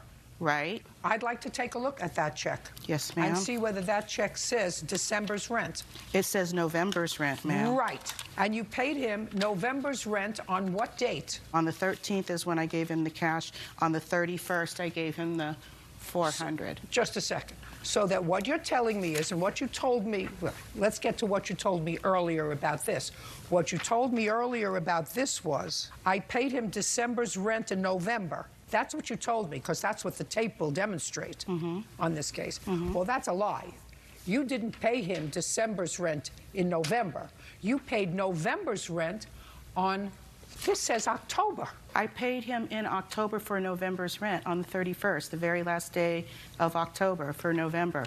But I had paid him 3 months in advance in cash, and he insisted that I pay him in cash. But I saw that he was kind of shady after a couple months because he started trying to extort more money from me, and so I paid him with a check. Just a second. You just told me, Miss Lyons, that you moved in the beginning of October, end of September, so I said October 1st. You moved in October 1st, and you moved out on December 18th. 30 seconds ago, you just told me you paid him 3 months' rent in advance in cash when you moved in. That would be October, November, and December. And if you paid him 3 months' rent in cash when you moved in, why would you pay him again in October? Because he was extorting money from me. And Oh, he said Miss if I Lyons, didn't... I don't believe you, madam, at all. Judge Judy continues in a moment. It's my job to determine whether people are telling the truth or not. And since you told me 9 different stories in the relatively short period of time that you were there, I don't know what to trust and what not to trust. And later today... When did you call her? I didn't call her. She called me. Let me tell you what happens when you don't tell the truth and you wear a neckline like this to women. It's a terrible thing. Their chest gets red. It's starting to get red. All good? Mom? Welcome to Take 5. Fitting an oil change into your schedule doesn't have to be scary. Just go to Take 5.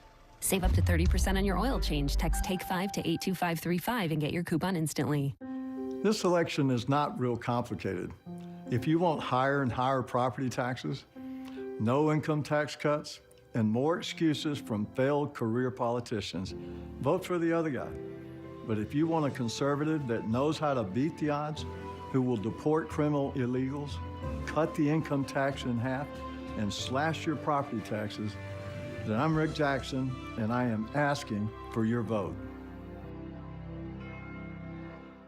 After a serious wreck, the insurance company will try to pay you less. And what do? We fight to maximize your settlement at every turn and get you all that you deserve. One call, that's all. CallKen.com. Bottom of the 9th. Intense competition. This is the dream. Jimmy knows the game's on the line, and he's ready. I've got this. What a shot. Life's better when you're protected under our roof. Because your house... Way to go! What a game! ...is home base for their dreams. I did it! Bundle life and save on home and auto. American Family Insurance. Get a quote and find an agent at amfam.com. Zaxby's just dropped dry rubs, and they're not playing. They've got zesty lemon pepper, savory garlic parm, and spicy Nashville hot. Hey, other chicken chains, this is called seasoning. Take notes. Who's got the sauce? Zaxby's.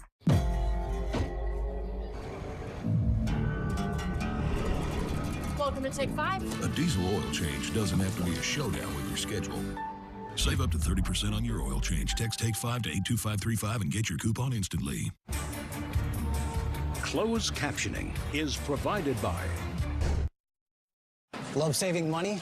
Then it's time to join AARP. Just $11 per year with a 5-year term during this special offer and get a second membership free. That's a great deal. You'll have access to hundreds of benefits to help you save money, stay healthy, and have fun. Plus everyday discounts at top retailers, dining, and more. Just $11 per year with a 5-year term during this special offer and get a second membership for free. Call 1-800-592-6249 or go online today. Real cases, real people. Judge Judy. Charlita Lyons says former landlord Ron Yoder owes for stolen property and an assault. Ron is countersuing for rent, storage fees, a false police report, and harassment. Keep going. The truth of the matter is, I saw that he was shady, so I gave him a check. He would not give me any receipts, and I thought if I paid him with a check, then I would at least have that receipt. Well, he took the one check for that month, and then he said, I'll take it this time, but from now on, you pay in cash. Well, I had gone by then. I don't believe you for a second. Because you seem like a very swift lady. And what you said to me a moment ago was, I paid him 3 months' rent in cash when I moved in. You moved in October, November, and December. Then 8 minutes ago, you told me you paid him December's rent in cash because he wouldn't take a check anymore. You gave him a check for November's rent in October. That's what you just told me. Now, were you mistaken when you told me you paid him 3 months' rent in cash up front? No, ma'am. Oh, okay. What items do you allege, madam, that he has that belong to you? He has a whole list of items stemming from a computer hard drive to my designer bags that are missing, shoes, equipment, sleeping bags, tents. Do you have any of her property? We don't know what she's talking about. We've never seen this stuff. He doesn't have any of your property. And you were there 2 times with the police, according to everything that I've read. He has none of your property. And since you didn't think it was important enough to talk to me about the assault, I'm dismissing that part of your complaint that talks about an assault. Now, you left your property, according to you, in his house in December, January, and February, because you didn't go back until mid-February. Is that correct? That's correct, ma'am. That's correct. And your rent was how much? $400 a month. Then you owe him $1,200 in rent, because if your stuff's there, you're there, and he doesn't have to wait for you to go get a U-Haul. Madam, it's my job to determine whether people are telling the truth or not. And since you told me 9 different stories in the relatively short period of time that you were there, I don't know what to trust and what not to trust. Judgment on the counterclaim for $1,200, your case is dismissed. That's all. Parties are excused. You may step out. This man is a maniac and assaulted me. Totally false. I think my ex-wife would say, too, that that's just not who I am. She has some serious issues with drug use. There was no drug use. I trusted this landlord with my cash, and I ended up in Judge Judy. I never want to see her again. Wish her luck. But as long as my path doesn't cross, I'm okay. And now, the next case. All parties in the matter of Sedaris versus Aaronstein, step forward. Rita Sedaris is suing her former friend, Holly Aaronstein, for an unpaid loan to pay storage fees. Miss Sedaris, you live in New York? Yes, ma'am. Yes, Your Honor. You have a home? Yes, Your Honor. Do you own it or rent? I own it, Your Honor. Do you work? Yes, Your Honor. What kind of work do you do? I do security work. Who else lives with you? My husband and my son. Does your husband work? My husband is retired, NYPD. What do you do? I'm a receptionist. Full-time or part-time? Full-time, Your Honor. For whom? For the city marshal. You own your home or you rent it? No, I rent. How long have you been Miss Sedaris' neighbor? For a little over a year. Who else lives in your home? My mom. Does she work? No. Mother gets Social Security? No. Who supports her? I do. Fine. There came a time when all the storage that you or your mother had in storage was going to be auctioned off because you hadn't paid the bill. Yes, ma'am. Why hadn't you paid the bill? Judge Judy continues in a moment. So you did take the stuff with you? Yes. Oh, I thought you were just going to let it go because you didn't need it. At the time, I didn't have the money to pay for it. Well, now you can sell it and give her the money back. Well, when... Well. Many older adults are cutting back on everyday expenses. The easy-to-use Jitterbug Flip can help. Get 50% off now by calling 1-800-410-5700. The Flip has big buttons and a large screen. Upgrade for 24/7 emergency help. Call 1-800-410-5700 now to save 50%. Plans as low as $14.99 a month. This is Jitterbug. How can I help you? Here's Chris Cunahan with the Leaf Filter Gutter Report. From blizzards to downpours to windstorms or heat waves, no matter where you live, Leaf Filter keeps your gutters clog-free year-round. Schedule your free inspection today. Call 833-LEAF-FILTER or visit leaffilter.com. Incoming dishes! Doc! Dawn Power Wash flies through 99% of grease and grime in half the time. Yeah, it absorbs grease 5 times faster. It even replaces multiple cleaning products. Ooh, those suds got game. Dawn Power Wash, the better grease getter. And Doug. Thank you both for coming in. I'm a bit worried about Doug Jr. I know how important Liberty Mutual is to your family. They customize car insurance to save people hundreds. Right. Well, Doug Jr. keeps writing this. Douglas Jr. Well, at least he spelled insurance right, right? He did not.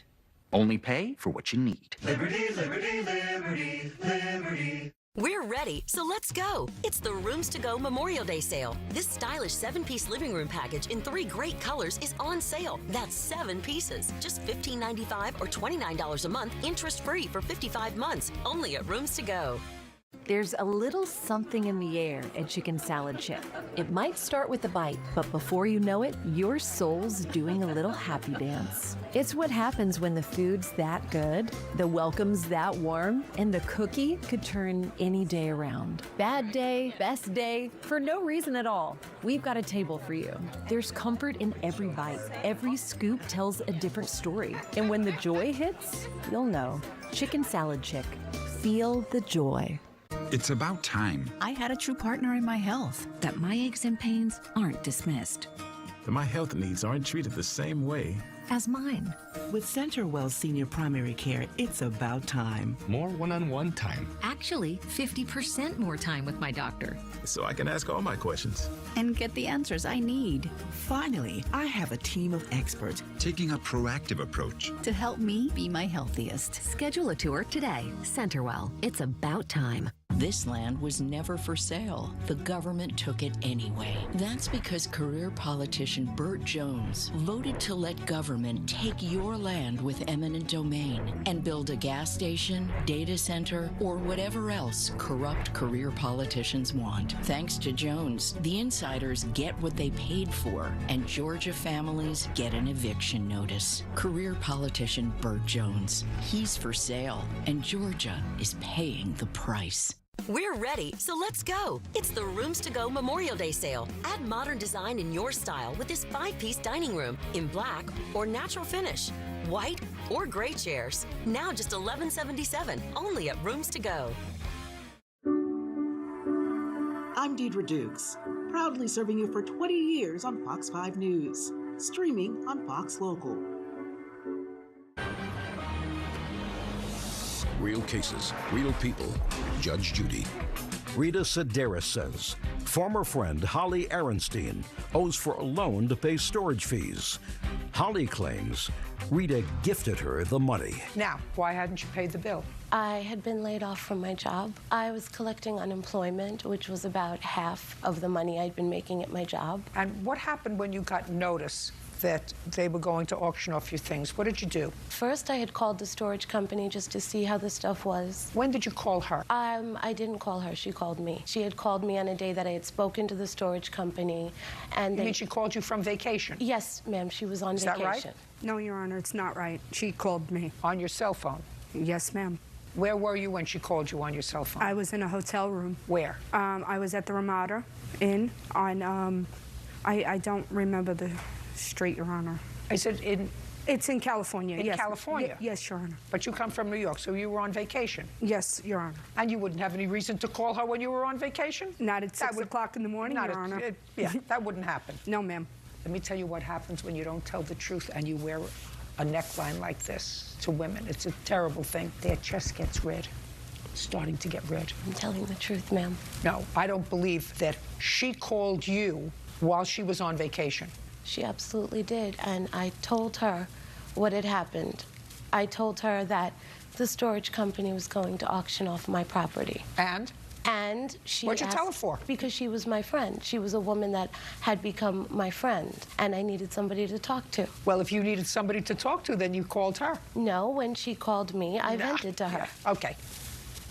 You want to tell me about the conversation when she called you? Yes, Your Honor. On the morning of May 7th, it was 6 a.m. California time. It was 9 a.m. her time.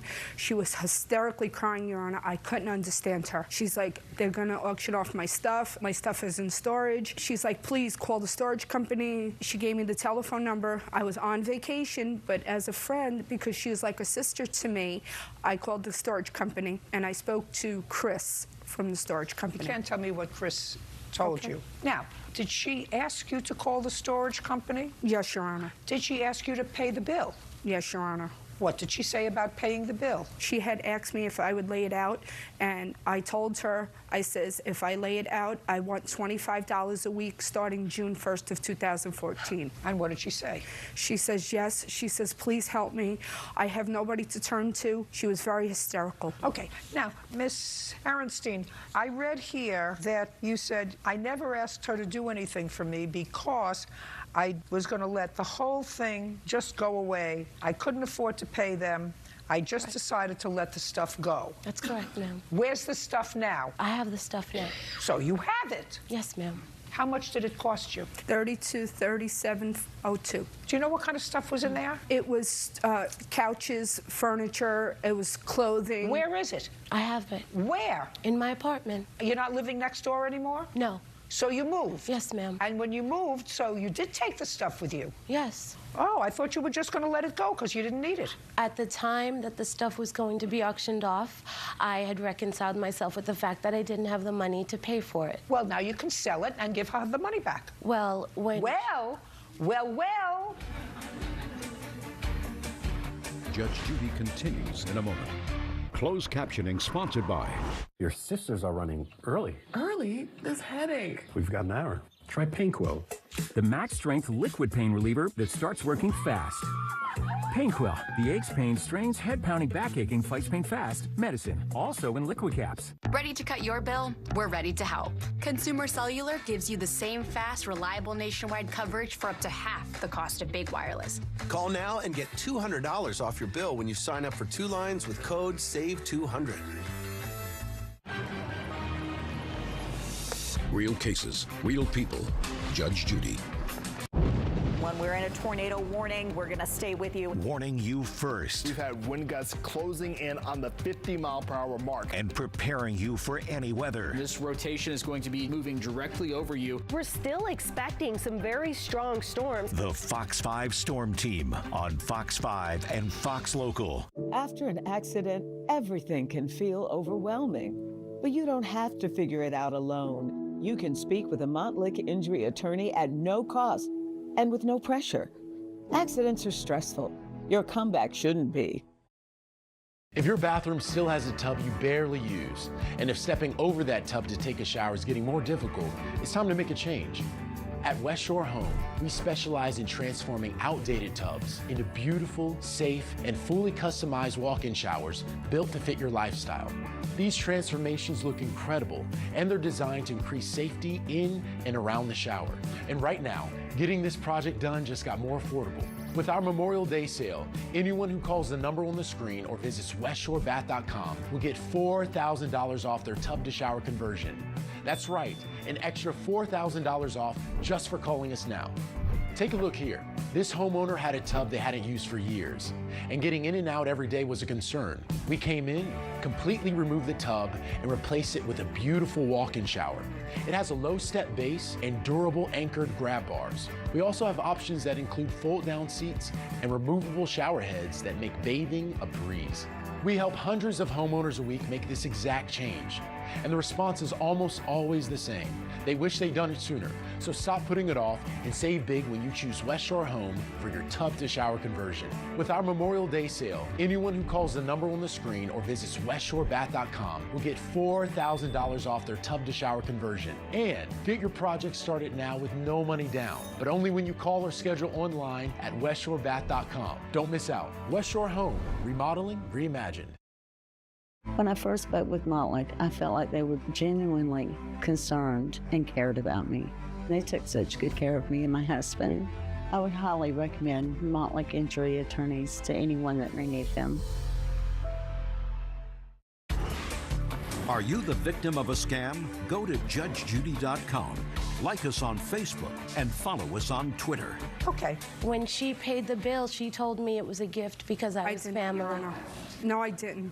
Then I want to tell you something. Yes, ma'am. You got nobody to take care of but yourself. She takes care of herself. She has a child. She has a husband. They have a house. They've led a relatively responsible life. And if she was in a position to help you out when you needed it, then you say, thank you very much, and if I get some of my stuff back, if I don't have the money, I'll sell some of my stuff if you need it and give it back to you, or I'll start to give you back something. That's correct. I was going to start giving her money back as soon as I had it. I've been playing catch up. I haven't had a job for over a year. Oh, that makes my life much easier, just for the plaintiff in the amount of $32.37. Thank you. Thank you, Your Honor.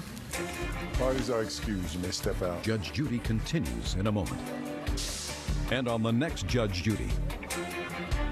My opinion's the only one that counts. She had told me it was a gift. She was like family to me. Now she decided she needed money and she came after me. I consider her my family, my sister. Money is the root of all evil. It destroys friendship. Never mix money and friendship. It never works.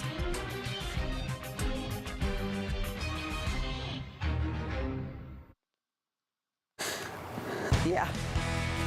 Fox 5 News at 4 starts right now. Georgia voters have spoken, and two big races will be decided in a runoff after last night's primary election. Thanks so much for joining us here for Fox 5 News at 4. I'm Christine Spiro. In the race for governor, Georgia Lieutenant Governor Burt Jones will face billionaire Rick Jackson in a runoff for a spot in the November midterm election. And in the U.S. Senate race, Georgia Congressman Mike Collins and former football coach and attorney Derek Dooley will duke it out for a spot in the midterms. The winner of the runoff will face Democratic Senator Jon Ossoff in November.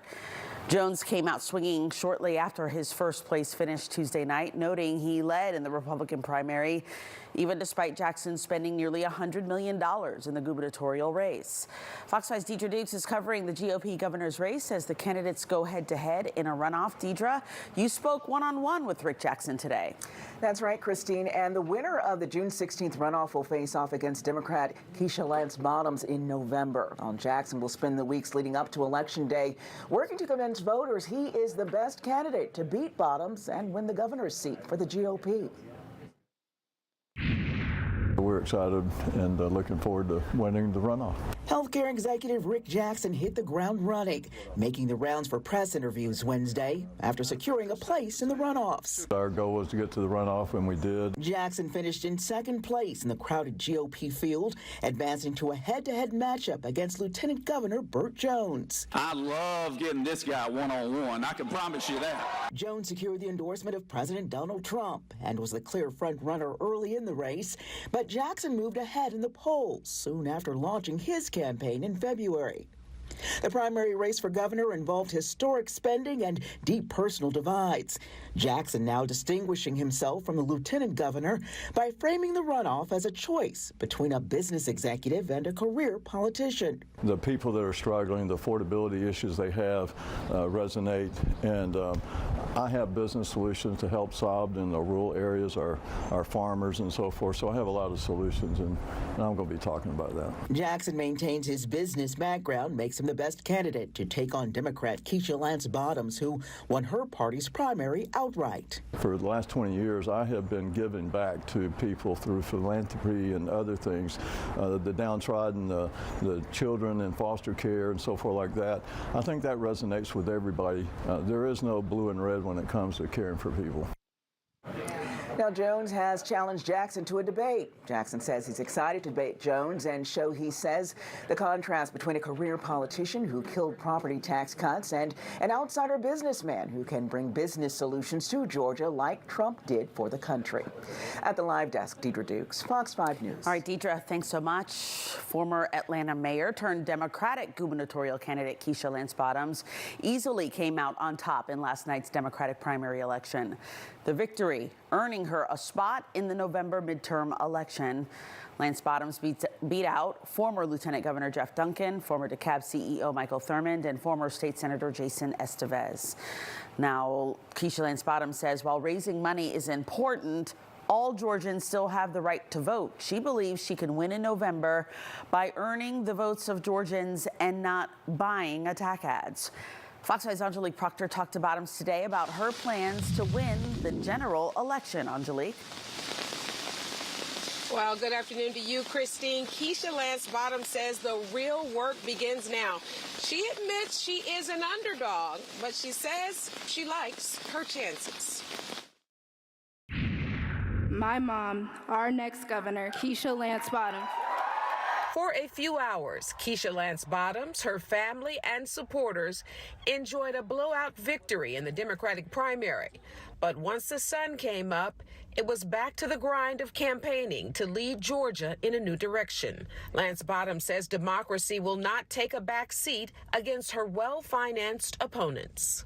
We still have the power of the vote. And even in this race, I was not the top fundraiser in this race. On the Democratic side, we are not even holding a candle to what the Republicans have personally put in, and still more Democrats turned out to vote. Public safety is an issue that Bottoms' opponents will use against her following the police killing of Rayshard Brooks and the heartbreaking shooting death of 8-year-old Sequoia Turner during the summer of 2020 when she was mayor. You can't have the death of a beautiful young girl and not wonder, was there something that I could have done differently? Even the narrative around abandoning streets, it absolutely wasn't true. Nobody ever gave orders to officers to stand down. Bottoms says she will keep talking to Georgians about kitchen table issues like affordability, expanding Medicaid, and eliminating the state sales tax. She says she doesn't believe this notion that Georgia will not elect a black woman statewide. We don't look at a slew of, say, white men who've served statewide and say, Mark Taylor lost, Casey Cagle lost. Why should a white man run again? To assign that burden to black women really is unfair to us. Now, Bottoms says her campaign can learn from past elections, including that one of Stacey Abrams. She also says a lot of people didn't think that Ossoff and Warnock could win in 2020, but they did. Live in downtown, Angelique Proctor. Fox 5 She can sit back and wait and see who she will be up against in November. Angelique, thanks so much. You can get all of the results from last night's primaries at fox5atlanta.com and on the Fox Local app. Those are your two main resources for information. Well, we have learned a second person has been arrested following an investigation at Morgan Falls Overlook Park. We brought this story to you as breaking news Tuesday when Sandy Springs police investigated reports of a suspicious person and possible gunshots in the area. Officers later located the suspect, James Andrew Dutton, in the park's parking lot. Dutton is charged with 2 counts of possession of a firearm in a city park and 1 count of possession of alcohol in a city park. Authorities located a second suspect in Cobb County just across the Chattahoochee River. Elisha Deaton is charged with 1 count of possession of a firearm in a city park and 1 count of possession of alcohol in a city park. Let's give you a live look over Atlanta's Hartsfield-Jackson Airport. Things look calm here, but officials have prepared for a busy holiday weekend. Today, the airport announced it expects to welcome more than 2.7 million passengers over the Memorial Day weekend. This year's 8-day Memorial Day period runs from today through next Wednesday, May 27th. The airport projects the busiest day will be Friday, when they expect nearly 379,000 passengers will pass through Atlanta. Airport officials encourage passengers to check their flight status and potential travel advisories and to arrive at least 2 hours early. And if your travel plans include a stop at the airport, you may notice something a little different. Authorities have placed concrete barriers along the pickup and drop-off lines. The barriers can be spotted on both the domestic and international side of the airport. Fox 5's Tyler Fingert will have more info on this new layer of protection for passengers. That's coming up in the next hour on Fox 5 News at 5. Let's turn our attention to the weather forecast as we look over our 101 Marietta camera. And we know some neighborhoods are not seeing any rain, but some neighborhoods are. You saw in that live shot just a moment ago, our Angelique Proctor was getting soaked in Atlanta. Meteorologist Lauren Robinson has more details. It's scattered, but it's coming down where it's fallen, yeah. That's right, and it's just moving its way overhead here at Fox 5. So we're going to look for those cells to be very hit or miss through the rest of the afternoon and evening. And when one does pop up overhead, it's going to dump a bit of water, and we're going to continue to see this pattern over the next few days. So let's go ahead and take a look at our live Viper radar, where we zoom in to North Georgia, and this is where we have a front that's pushing its way in very slowly, and with it, we're going to see continued chances for on and off showers, hit or miss storms over the next several days, which is good news because we are still in the middle of a drought. But as we go through the next few days, any sort of outdoor plans you have, you certainly want to stay weather aware, because we're not going to be completely wet each day. We will have some dry hours, but you just want to make sure you're aware of what's going on in the skies. So as we take a look across North Georgia, we're seeing those scattered storms push their way in from the west. A couple of different areas seeing those storms overhead. We have one centered right over downtown Atlanta, and that's what's continuing to push its way in to our Fox 5 studios here near Emory. Now, as we take a look at some of the other storm areas, we have one just near Lake Lanier. So if you're in Lake Lanier, know anyone near Lake Lanier, you want to be out of that lake for a little bit, and just remember, when thunder roars, head indoors. We also have a little cell just north of downtown Atlanta between Canton and Roswell. And then as we move our way further to the northwest, this is where we're seeing some more rain showers, a few storms, some heavy downpours making their way toward Carter's Lake. That's where you want to make sure that you're indoors as well. Some of these were heavier, maybe about 30 minutes ago or so, and likely dropped some small hail. And then as we take a look just south, this is where we're probably seeing some light hail just right over Greenville. Outside of that, some scattered storms. So coming up in a check of my full 7-day forecast, I'll walk you through what we're expecting with these storms today and how long this will stick around in our forecast. All right, Lauren, we'll see you in a little bit. Thanks. Lawmakers on Capitol Hill have asked tough questions about a new settlement barring the IRS from investigating President Trump's tax returns. It comes just a day after a $1.8 billion fund for President Trump's allies was announced, where some are wondering if this is even legal. Democrats immediately attacked the settlement, but it's also raising eyebrows among some high-profile Republicans, including Senate Majority Leader John Thune. I think that there are and will be, continue to be, a lot of questions around that the administration is going to have to answer. It's just another step in what has been a sad and long history of Trump concealing his taxes, not paying his taxes, playing with his taxes. The IRS has defended the decision, claiming it only applies to past returns and it's just tying up legal loose ends, it says. Still ahead on Fox 5 News at 4, it's been almost a week since the deadly stabbing on the Beltline. Today, we're hearing from the officer who arrested the suspect who's been charged. And local family sharing their story after their loved one was killed, allegedly by her boyfriend, how they're remembering their loved one. If you're hurt in an auto accident in Atlanta, then I have the right lawyer just for you. Gary Martin Hayes and his team's experience and knowledge got me way more than I thought I would get. That's why you call me Gary Martin Hayes first. It pays to get Hayes.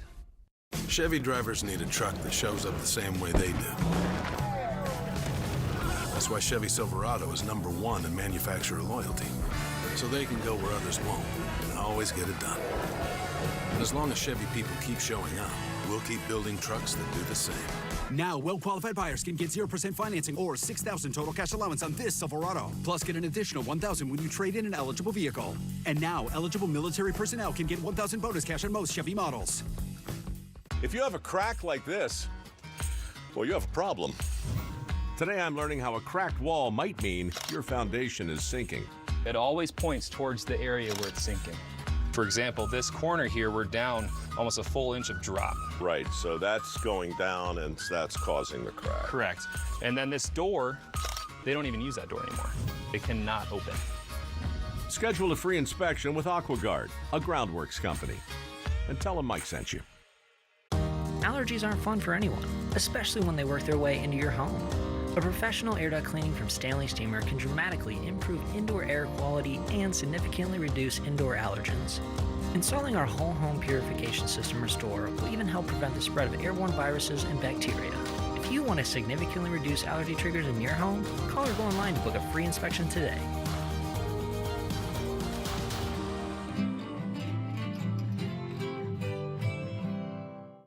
When you think of rooms to go, you think of us for furniture. But smart shoppers also think of us for mattresses, especially now during our Memorial Day sale, when you can get this amazing therapeutic queen mattress for just $297. Imagine $297 for this quality queen mattress you'll actually love sleeping on. Or look for other great mattress sale offers in store or online. Find the mattress you want at a great Memorial Day sale price. Now at Rooms to Go. This election is not real complicated. If you want higher and higher property taxes, no income tax cuts, and more excuses from failed career politicians, vote for the other guy. But if you want a conservative that knows how to beat the odds, who will deport criminal illegals, cut the income tax in half, and slash your property taxes, then I'm Rick Jackson, and I am asking for your vote. Tragically, accidents happen all too frequently, and sometimes those wrecks lead to life-changing injuries or worse, become fatal. You have enough to deal with. Call me, Gary Martin Hayes, for a free confidential consultation. Warning you first and preparing you for any weather. The Fox 5 Storm Team on Fox 5 and Fox Local. All right, welcome back. Let's talk weather. Got a cell making a little ruckus in Atlanta right now. Yeah, it's funny because at the start of the show, you're like, well, it's dry out here. Yeah, I was like, it was fine when I walked in today. That's how it is this time of year, Yeah. where you're dry, you're even getting some sunshine, you're thinking, oh, it's hot outside, this is nice. And then here comes the storm. And this is what we're going to continue to see over the next few days. It's those pop-up hit-or-miss showers and storms, and then you get that cell overhead that drops some water, maybe some lightning and thunder, then it moves on out, and maybe you're through for the rest of the day. But we will continue to watch for these chances through the rest of the week. We have some rain here in downtown Atlanta, and as we take another look at our live Viper radar, we're seeing some Gulf moisture push its way up northward, and this is what we were expecting this afternoon and over the next few days. So this is what we're going to continue to pay attention to, is where are these showers and storms popping up. Now, while they're scattered all across North Georgia, we're really not expecting anything severe, but that's not saying that you can't get maybe a strong cell overhead that drops so much water. Maybe you get some localized flash flooding or lightning and thunder. We're going to watch for some gusty winds. I think we may have even seen some hail in a couple of these cells. But right now, let's zoom into downtown Atlanta, where we do have this cell here dropping some rain, likely no hail, but some gusty winds. I'm hearing that lightning and thunder outside. And then we're having another cell that's just pushing its way eastward of Lake Lanier, but you still want to be away from the lake for a little bit until this cell pushes further out. Now, outside of that, it's just kind of isolated where you're seeing hit or miss. Some areas getting some sunshine while other areas getting rained on. As we move our way to the northwest a bit more, this is where we're likely getting some heavy rain and probably some small hail over Carter's Lake. And we continue to see these scattered showers as you make your way through Calhoun and up toward Chattanooga. Now, as we take a look at the southwestern corner of our viewing area, here's where we're seeing more scattered cells. Our larger one right now over Greenville, this is dropping a lot of water. We're seeing some lightning and thunder. We're also likely seeing some small hail here, and then just some sprinkled storms as you make your way to the northeast through Griffin and into McDonough toward Covington. So we're just going to continue to watch for those very hit or miss showers and storms through the rest of the evening. Again, things that we're used to this time of year. It's just going to be on repeat for the next several days. Now, we can see that on our hour-by-hour forecast. We go into tomorrow afternoon. Here's another round of these scattered showers and storms. We move into our Friday afternoon. Here's another round.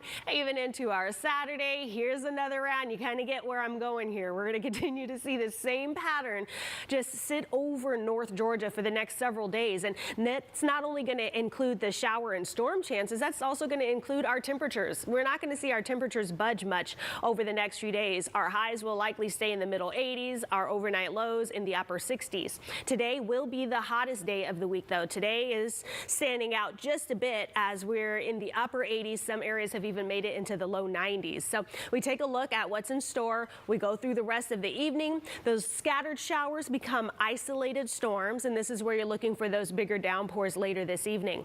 Overnight, we clear out just a tad, and then by tomorrow morning, counties to the north could wake up with some showers, but the vast majority of us won't see any sort of rain until, again, tomorrow afternoon, where we see those hit or miss showers and storms push across North Georgia. So we stay in this same pattern through a good portion of the next few days. Our entire 7-day forecast, we're looking for afternoon highs in the middle 80s, overnight lows in the upper 60s. Each day looking for those scattered showers and isolated storms, mostly during the afternoon and evening hours. So if you have those outdoor plans, maybe try them earlier in the day, and then again, just stay weather aware so you know whether or not you need to move indoors. Christine? All right, Lauren, thanks so much. A family is in mourning and speaking out this afternoon after a woman was shot and killed, allegedly by her ex-boyfriend.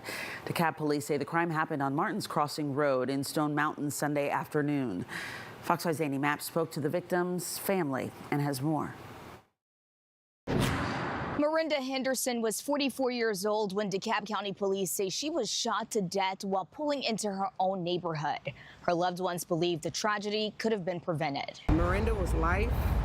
She was joy. Miranda Henderson was almost at her driveway on Martin's Crossing Road Sunday afternoon when her family says she came across her ex-boyfriend. She was returning from the store and in her neighborhood, and he was already in her neighborhood, and they crossed paths. According to DeKalb County Police, 46-year-old Jaworski Rainey pulled up next to Miranda, got out of his car, and shot her. Investigators say Miranda tried to escape but crashed her car nearby. She died from her injuries. I was at home and got a phone call that I did not want to believe. I immediately knew who likely was responsible for it. And it was tragic. It was tragic because it could have been avoided. Rainey reportedly fled the scene. Police tracked him to a home on Summit Lake Drive and took him into custody. He now faces murder charges. Nisha says her sister feared Rainey following the couple's breakup. Broke up and moved on, but unfortunately, he did not. Unwanted visits, the stalking, he vandalized her home, busted every window out. The victim filed reports with police, but according to her sister, never managed to secure a protection order against a suspect. This should not happen to anyone, any family. No one should have to go through what we're going through. People who are dealing with domestic violence can get support by calling the National Domestic Violence Hotline at 800-799-SAFE. Reporting in DeKalb County, Annie Mapp, Fox 5 News. Annie, thanks so much. Time now for a look at Skyfox traffic. In the evening rush hour, we are following some trouble out on the West Expressway. An earlier crash had 3 right lanes blocked on I-20 eastbound before 285, but we've just gotten word all lanes have reopened. We are still seeing lingering delays in the area. This is a live look at some of the backup here at Riverside Parkway. Continue to use Highway 78 as your best alternate. And inside the perimeter, we're starting to see the rain slow things down on the connector. This is a live look over the Grady Curve. You can see slower moving traffic in both directions. Expect about a 20-minute ride north and southbound between I-20 and the Brookwood interchange. The World Cup just a few weeks away, but if you're still looking for tickets, you may be in luck. The price drop some matches are seeing. You can listen to Fox 5 live on the Fox 5 Radio 1 network. Just tune your HD radio to 107.9 HD2 FM. You know, in high school, I was voted most likely to succeed. You've actually been very successful at irritating me. Anyway, Fox 5 is giving away a $500 gift card every Friday until May 22nd. Go to fox5atlanta.com/contest and watch Good Day Atlanta weekdays from 5 to 8 a.m. for your chance to win. Is that your thinking cap? I think so.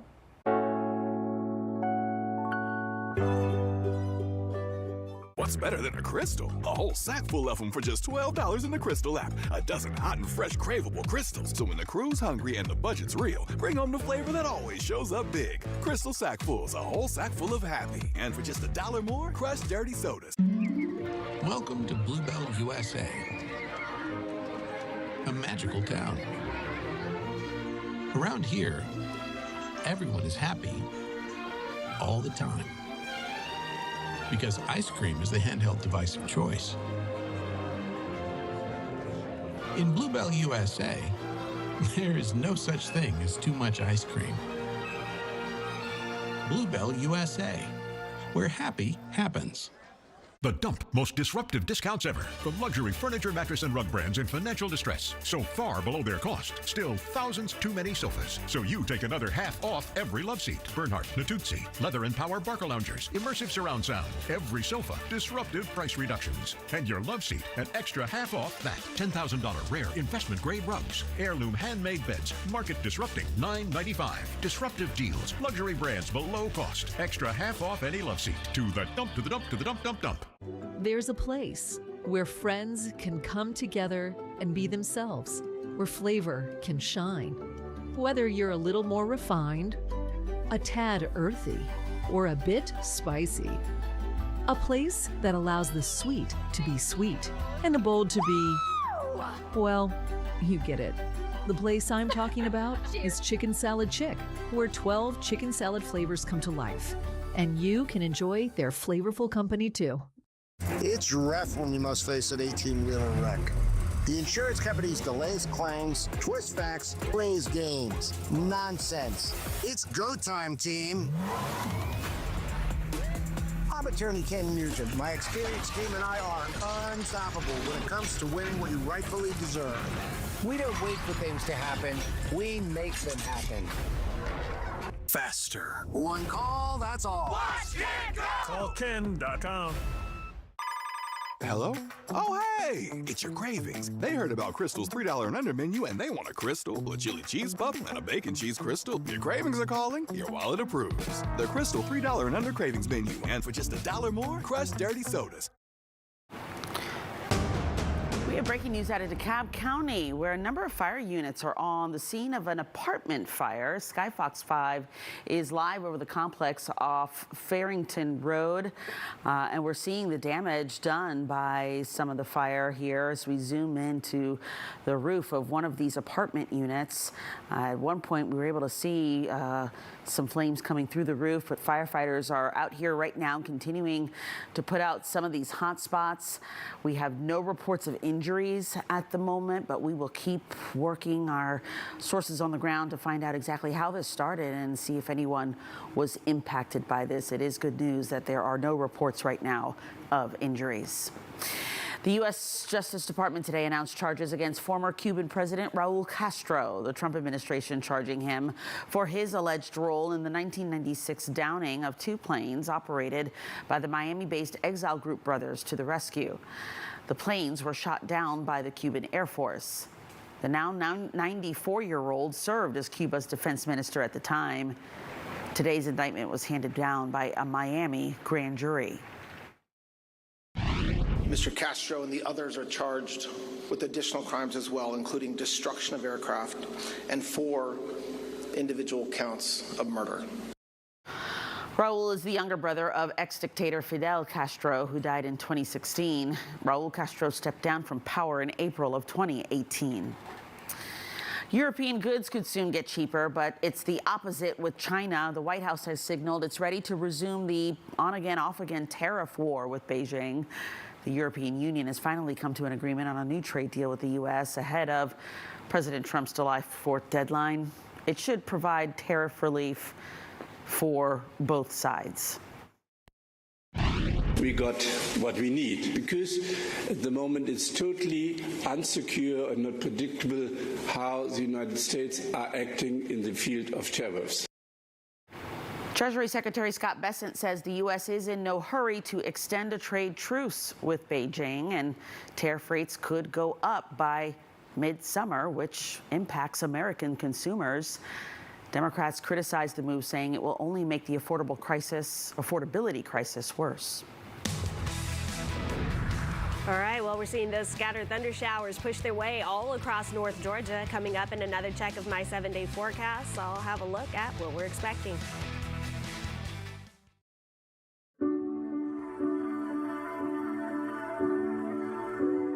Kroger always gives you more ways to save, like low prices in every aisle. Plus, you can clip and save more with digital coupons in the app and earn fuel points to save up to $1 per gallon at the pump. Discover more ways to save big. Kroger, fresh for everyone. This Nissan lineup goes and goes. And goes. And goes. As in really goes the distance. Fuel efficiency that doesn't run out when you go out. Nissan, #1 in new vehicle quality. Well-qualified buyers get 0% APR on select model trims or get $3,500 customer cash on Rogue. We're on holiday with MSC Cruises in the Caribbean, but I feel like we're in Europe. It's kind of funny, right? Almost as funny as an Englishman who's named after a city in Florida, Orlando. That's no funny. Password 1234. Incorrect password. Technology, am I right? We need a new tech lead. This is a job for Sponsored Jobs. Sponsor your job on Indeed and get matched with quality candidates when you need them most. Visit Indeed.com/hire now. This land was never for sale. The government took it anyway. That's because career politician Burt Jones voted to let government take your land with eminent domain and build a gas station, data center, or whatever else corrupt career politicians want. Thanks to Jones, the insiders get what they paid for, and Georgia families get an eviction notice. Career politician Burt Jones. He's for sale, and Georgia is paying the price. We're here for those who build America. Those who believe that giving everything we've got today will pay off tomorrow. Who will drive America forward for 250 years to come. If that's who you are, you should pay what we pay. Now get employee pricing across a full lineup of Ford trucks and SUVs. Employee pricing. You pay what we pay. Only from your local Ford dealer. You'll find more ways to save every day at Kroger. Right now, USDA Choice whole boneless beef briskets are only $2.99 a pound with your digital coupon. And select packs of soda are buy 2, get 3 free with your card. Kroger, fresh for everyone. All right, get you updated on your weather forecast, where we're going to be in this pattern where it's going to be nice one minute and then the next, a downpour. Yeah. Like what's happening right now in some neighborhoods, unfortunately. Yeah, and you know, I think it's something that we're used to this time of year. We have a live look at downtown Atlanta from their topper, and you can see where the showers are and where it's dry. You can, where it goes dark from light to dark, that's where some areas are dry and getting some sunshine. And then where it's dark, you can see the downpours. Oh, this is beautiful because you can see right where that rain is ending there. Right over downtown Atlanta. Oh, I love it when you can just see the rain shaft. And that's what we're going to continue to just really look for over the next several days. Just isolated showers and storms. If you're far enough away, you can see that rain shaft where it goes from lighter to dark to light again. That's what you're looking at. Right now we have another live look outside from Georgia Power. And of course it's raining here as well. And as we zoom into North Georgia, this is where we're just looking for those scattered showers and a few isolated storms to continue to push their way from west to east. So let's zoom into a couple of areas that are seeing those storms right now. We still have this one over downtown Atlanta. That's what we were just looking at from our chopper view. And we have one little cell pushing its way toward Lilburn. And we have another one just east of Lake Lanier. I still think this is too close to be in the water there. So you still want to make sure you're out of the water because this cell, that's just too close for comfort there. But we're going to continue to watch for those hit or miss showers and storms because while some areas are just getting dumped on, other Other areas are dry and even getting some peaks of sunshine.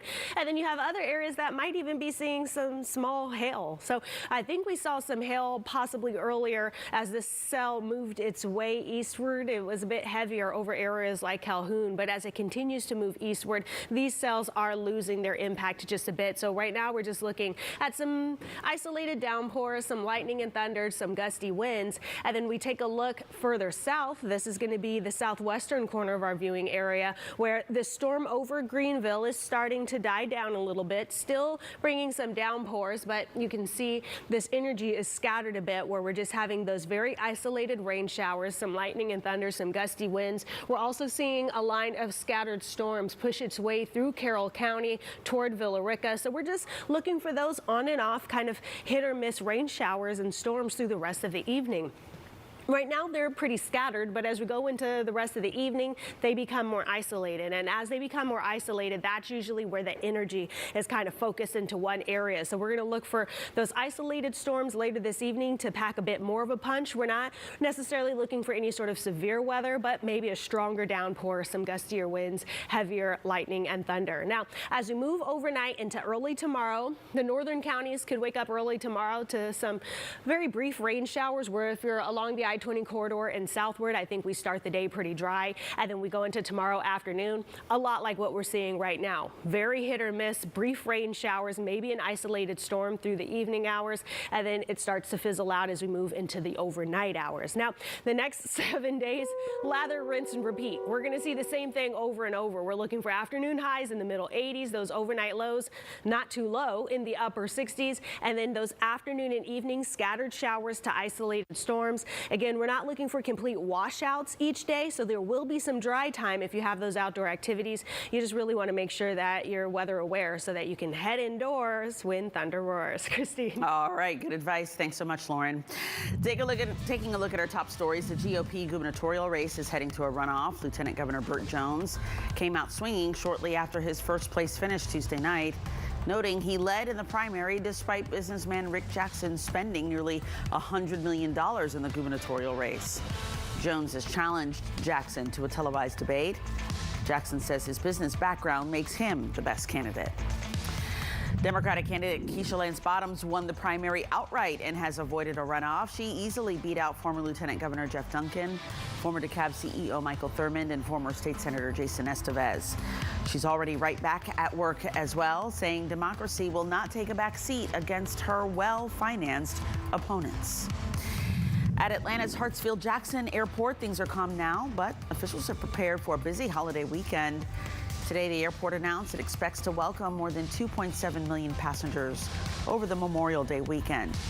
Airport officials encourage passengers to check flight status and potential travel advisories and to arrive at least 2 hours early. It is a service-filled summer for a couple of UGA students as they take the time to help foster kids at Murphy Harps Children's Center in Cedartown. A group from UGA's Wesley Foundation tapped into a purpose-driven travel trend and is working directly with youth on art projects, campus improvement, and even graduation events. Today's focus is on creating a therapeutic multi-use space. Take a listen. A lot of these kids have really been placed into unfortunate situations, but it's our job and it's the staff's job to just love on them and to create a place for them to land, a place for them to feel like they're a part of something, and with that, giving them the tools, they can do so much more and they are capable of so much more. According to Skift Travel Research, roughly 50% of Gen Z travelers actively move away from traditional vacations in favor of volunteer projects, experiential travel, and community-focused work. Time now for a look at Skyfox traffic in the evening rush. On the west side and east side perimeters, things are still looking dry, but we are seeing some volume delays. On the west side, drivers are currently looking at about a 17-minute ride from 75 down to I-20. And over on the east side perimeter, it's going to take you a little over 30 minutes to go from 85 to the East Expressway. Speaking of 85, your northbound ride into Gwinnett is starting to see some of those afternoon delays.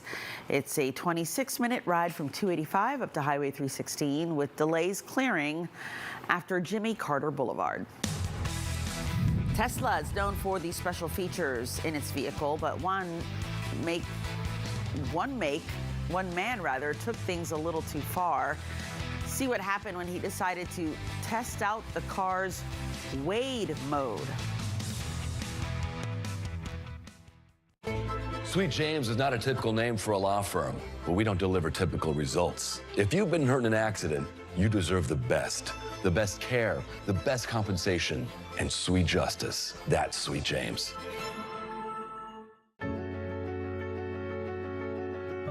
Through every stage of life, it's great to have a partner to help you take the next step. To open that first checking account, build credit, save for the future, plan for retirement, and create a legacy for those who matter most. From that first milestone to all the moments ahead, greater awaits. Bank OZK. Chevy drivers need a truck that shows up the same way they do. That's why Chevy Silverado is #1 in manufacturer loyalty.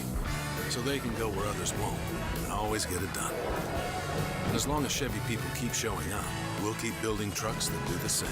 Now, well-qualified buyers can get 0% financing or $6,000 total cash allowance on this Silverado. Plus, get an additional $1,000 when you trade in an eligible vehicle. And now, eligible military personnel can get $1,000 bonus cash on most Chevy models. Mom, I got it. Life is but a dream. Life is but a dream.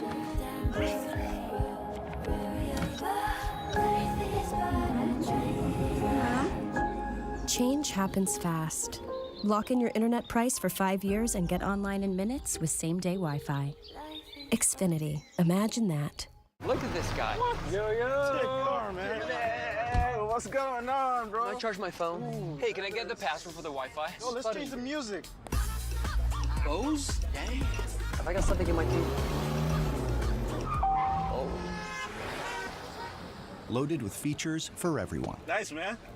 How it should be. The Hyundai Elantra. Lease a Hyundai Elantra for $159 a month, or get 2.99% APR or $2,000 bonus cash. Hurry in. If you've been hurt in an accident and you need results, call Sweet James. Here are just some of the recent wins for our injured clients. Call the firm that wins big. Call Sweet James. Pride.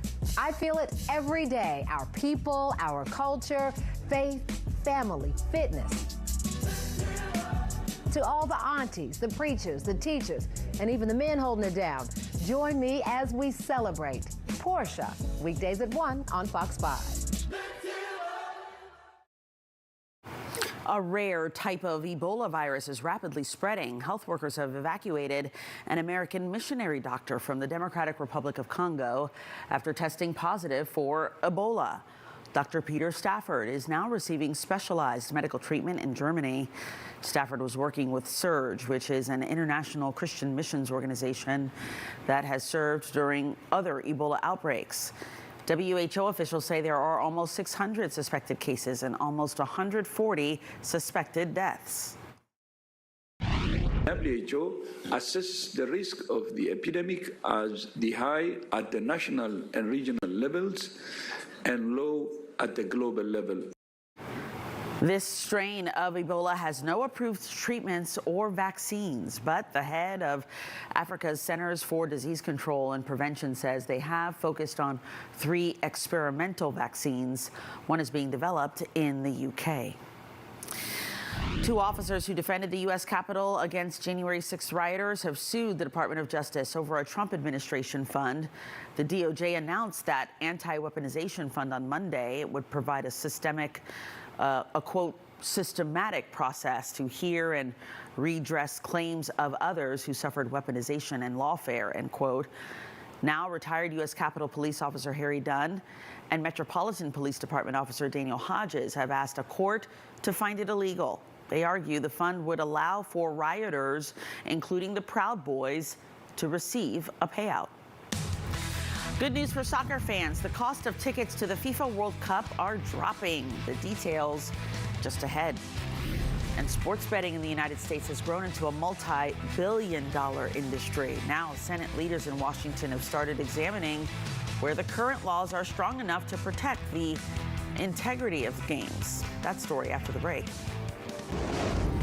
And tonight on The Pulse, it's getting hot out, and that means more sandals and flip-flops. But a woman has gone viral on TikTok saying men should not wear them. What do you think?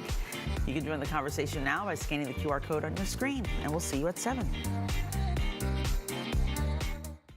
Fox 5 News is brought to you by Superior Plumbing. Call 770-422-PLUM. When you're injured, you need to protect your future. If you want maximum compensation, it's all about the law firm. That's why you call me, Gary Martin Hayes, first. 1-800-WIN-WIN-1. Georgia's billion-dollar truck wreck lawyer.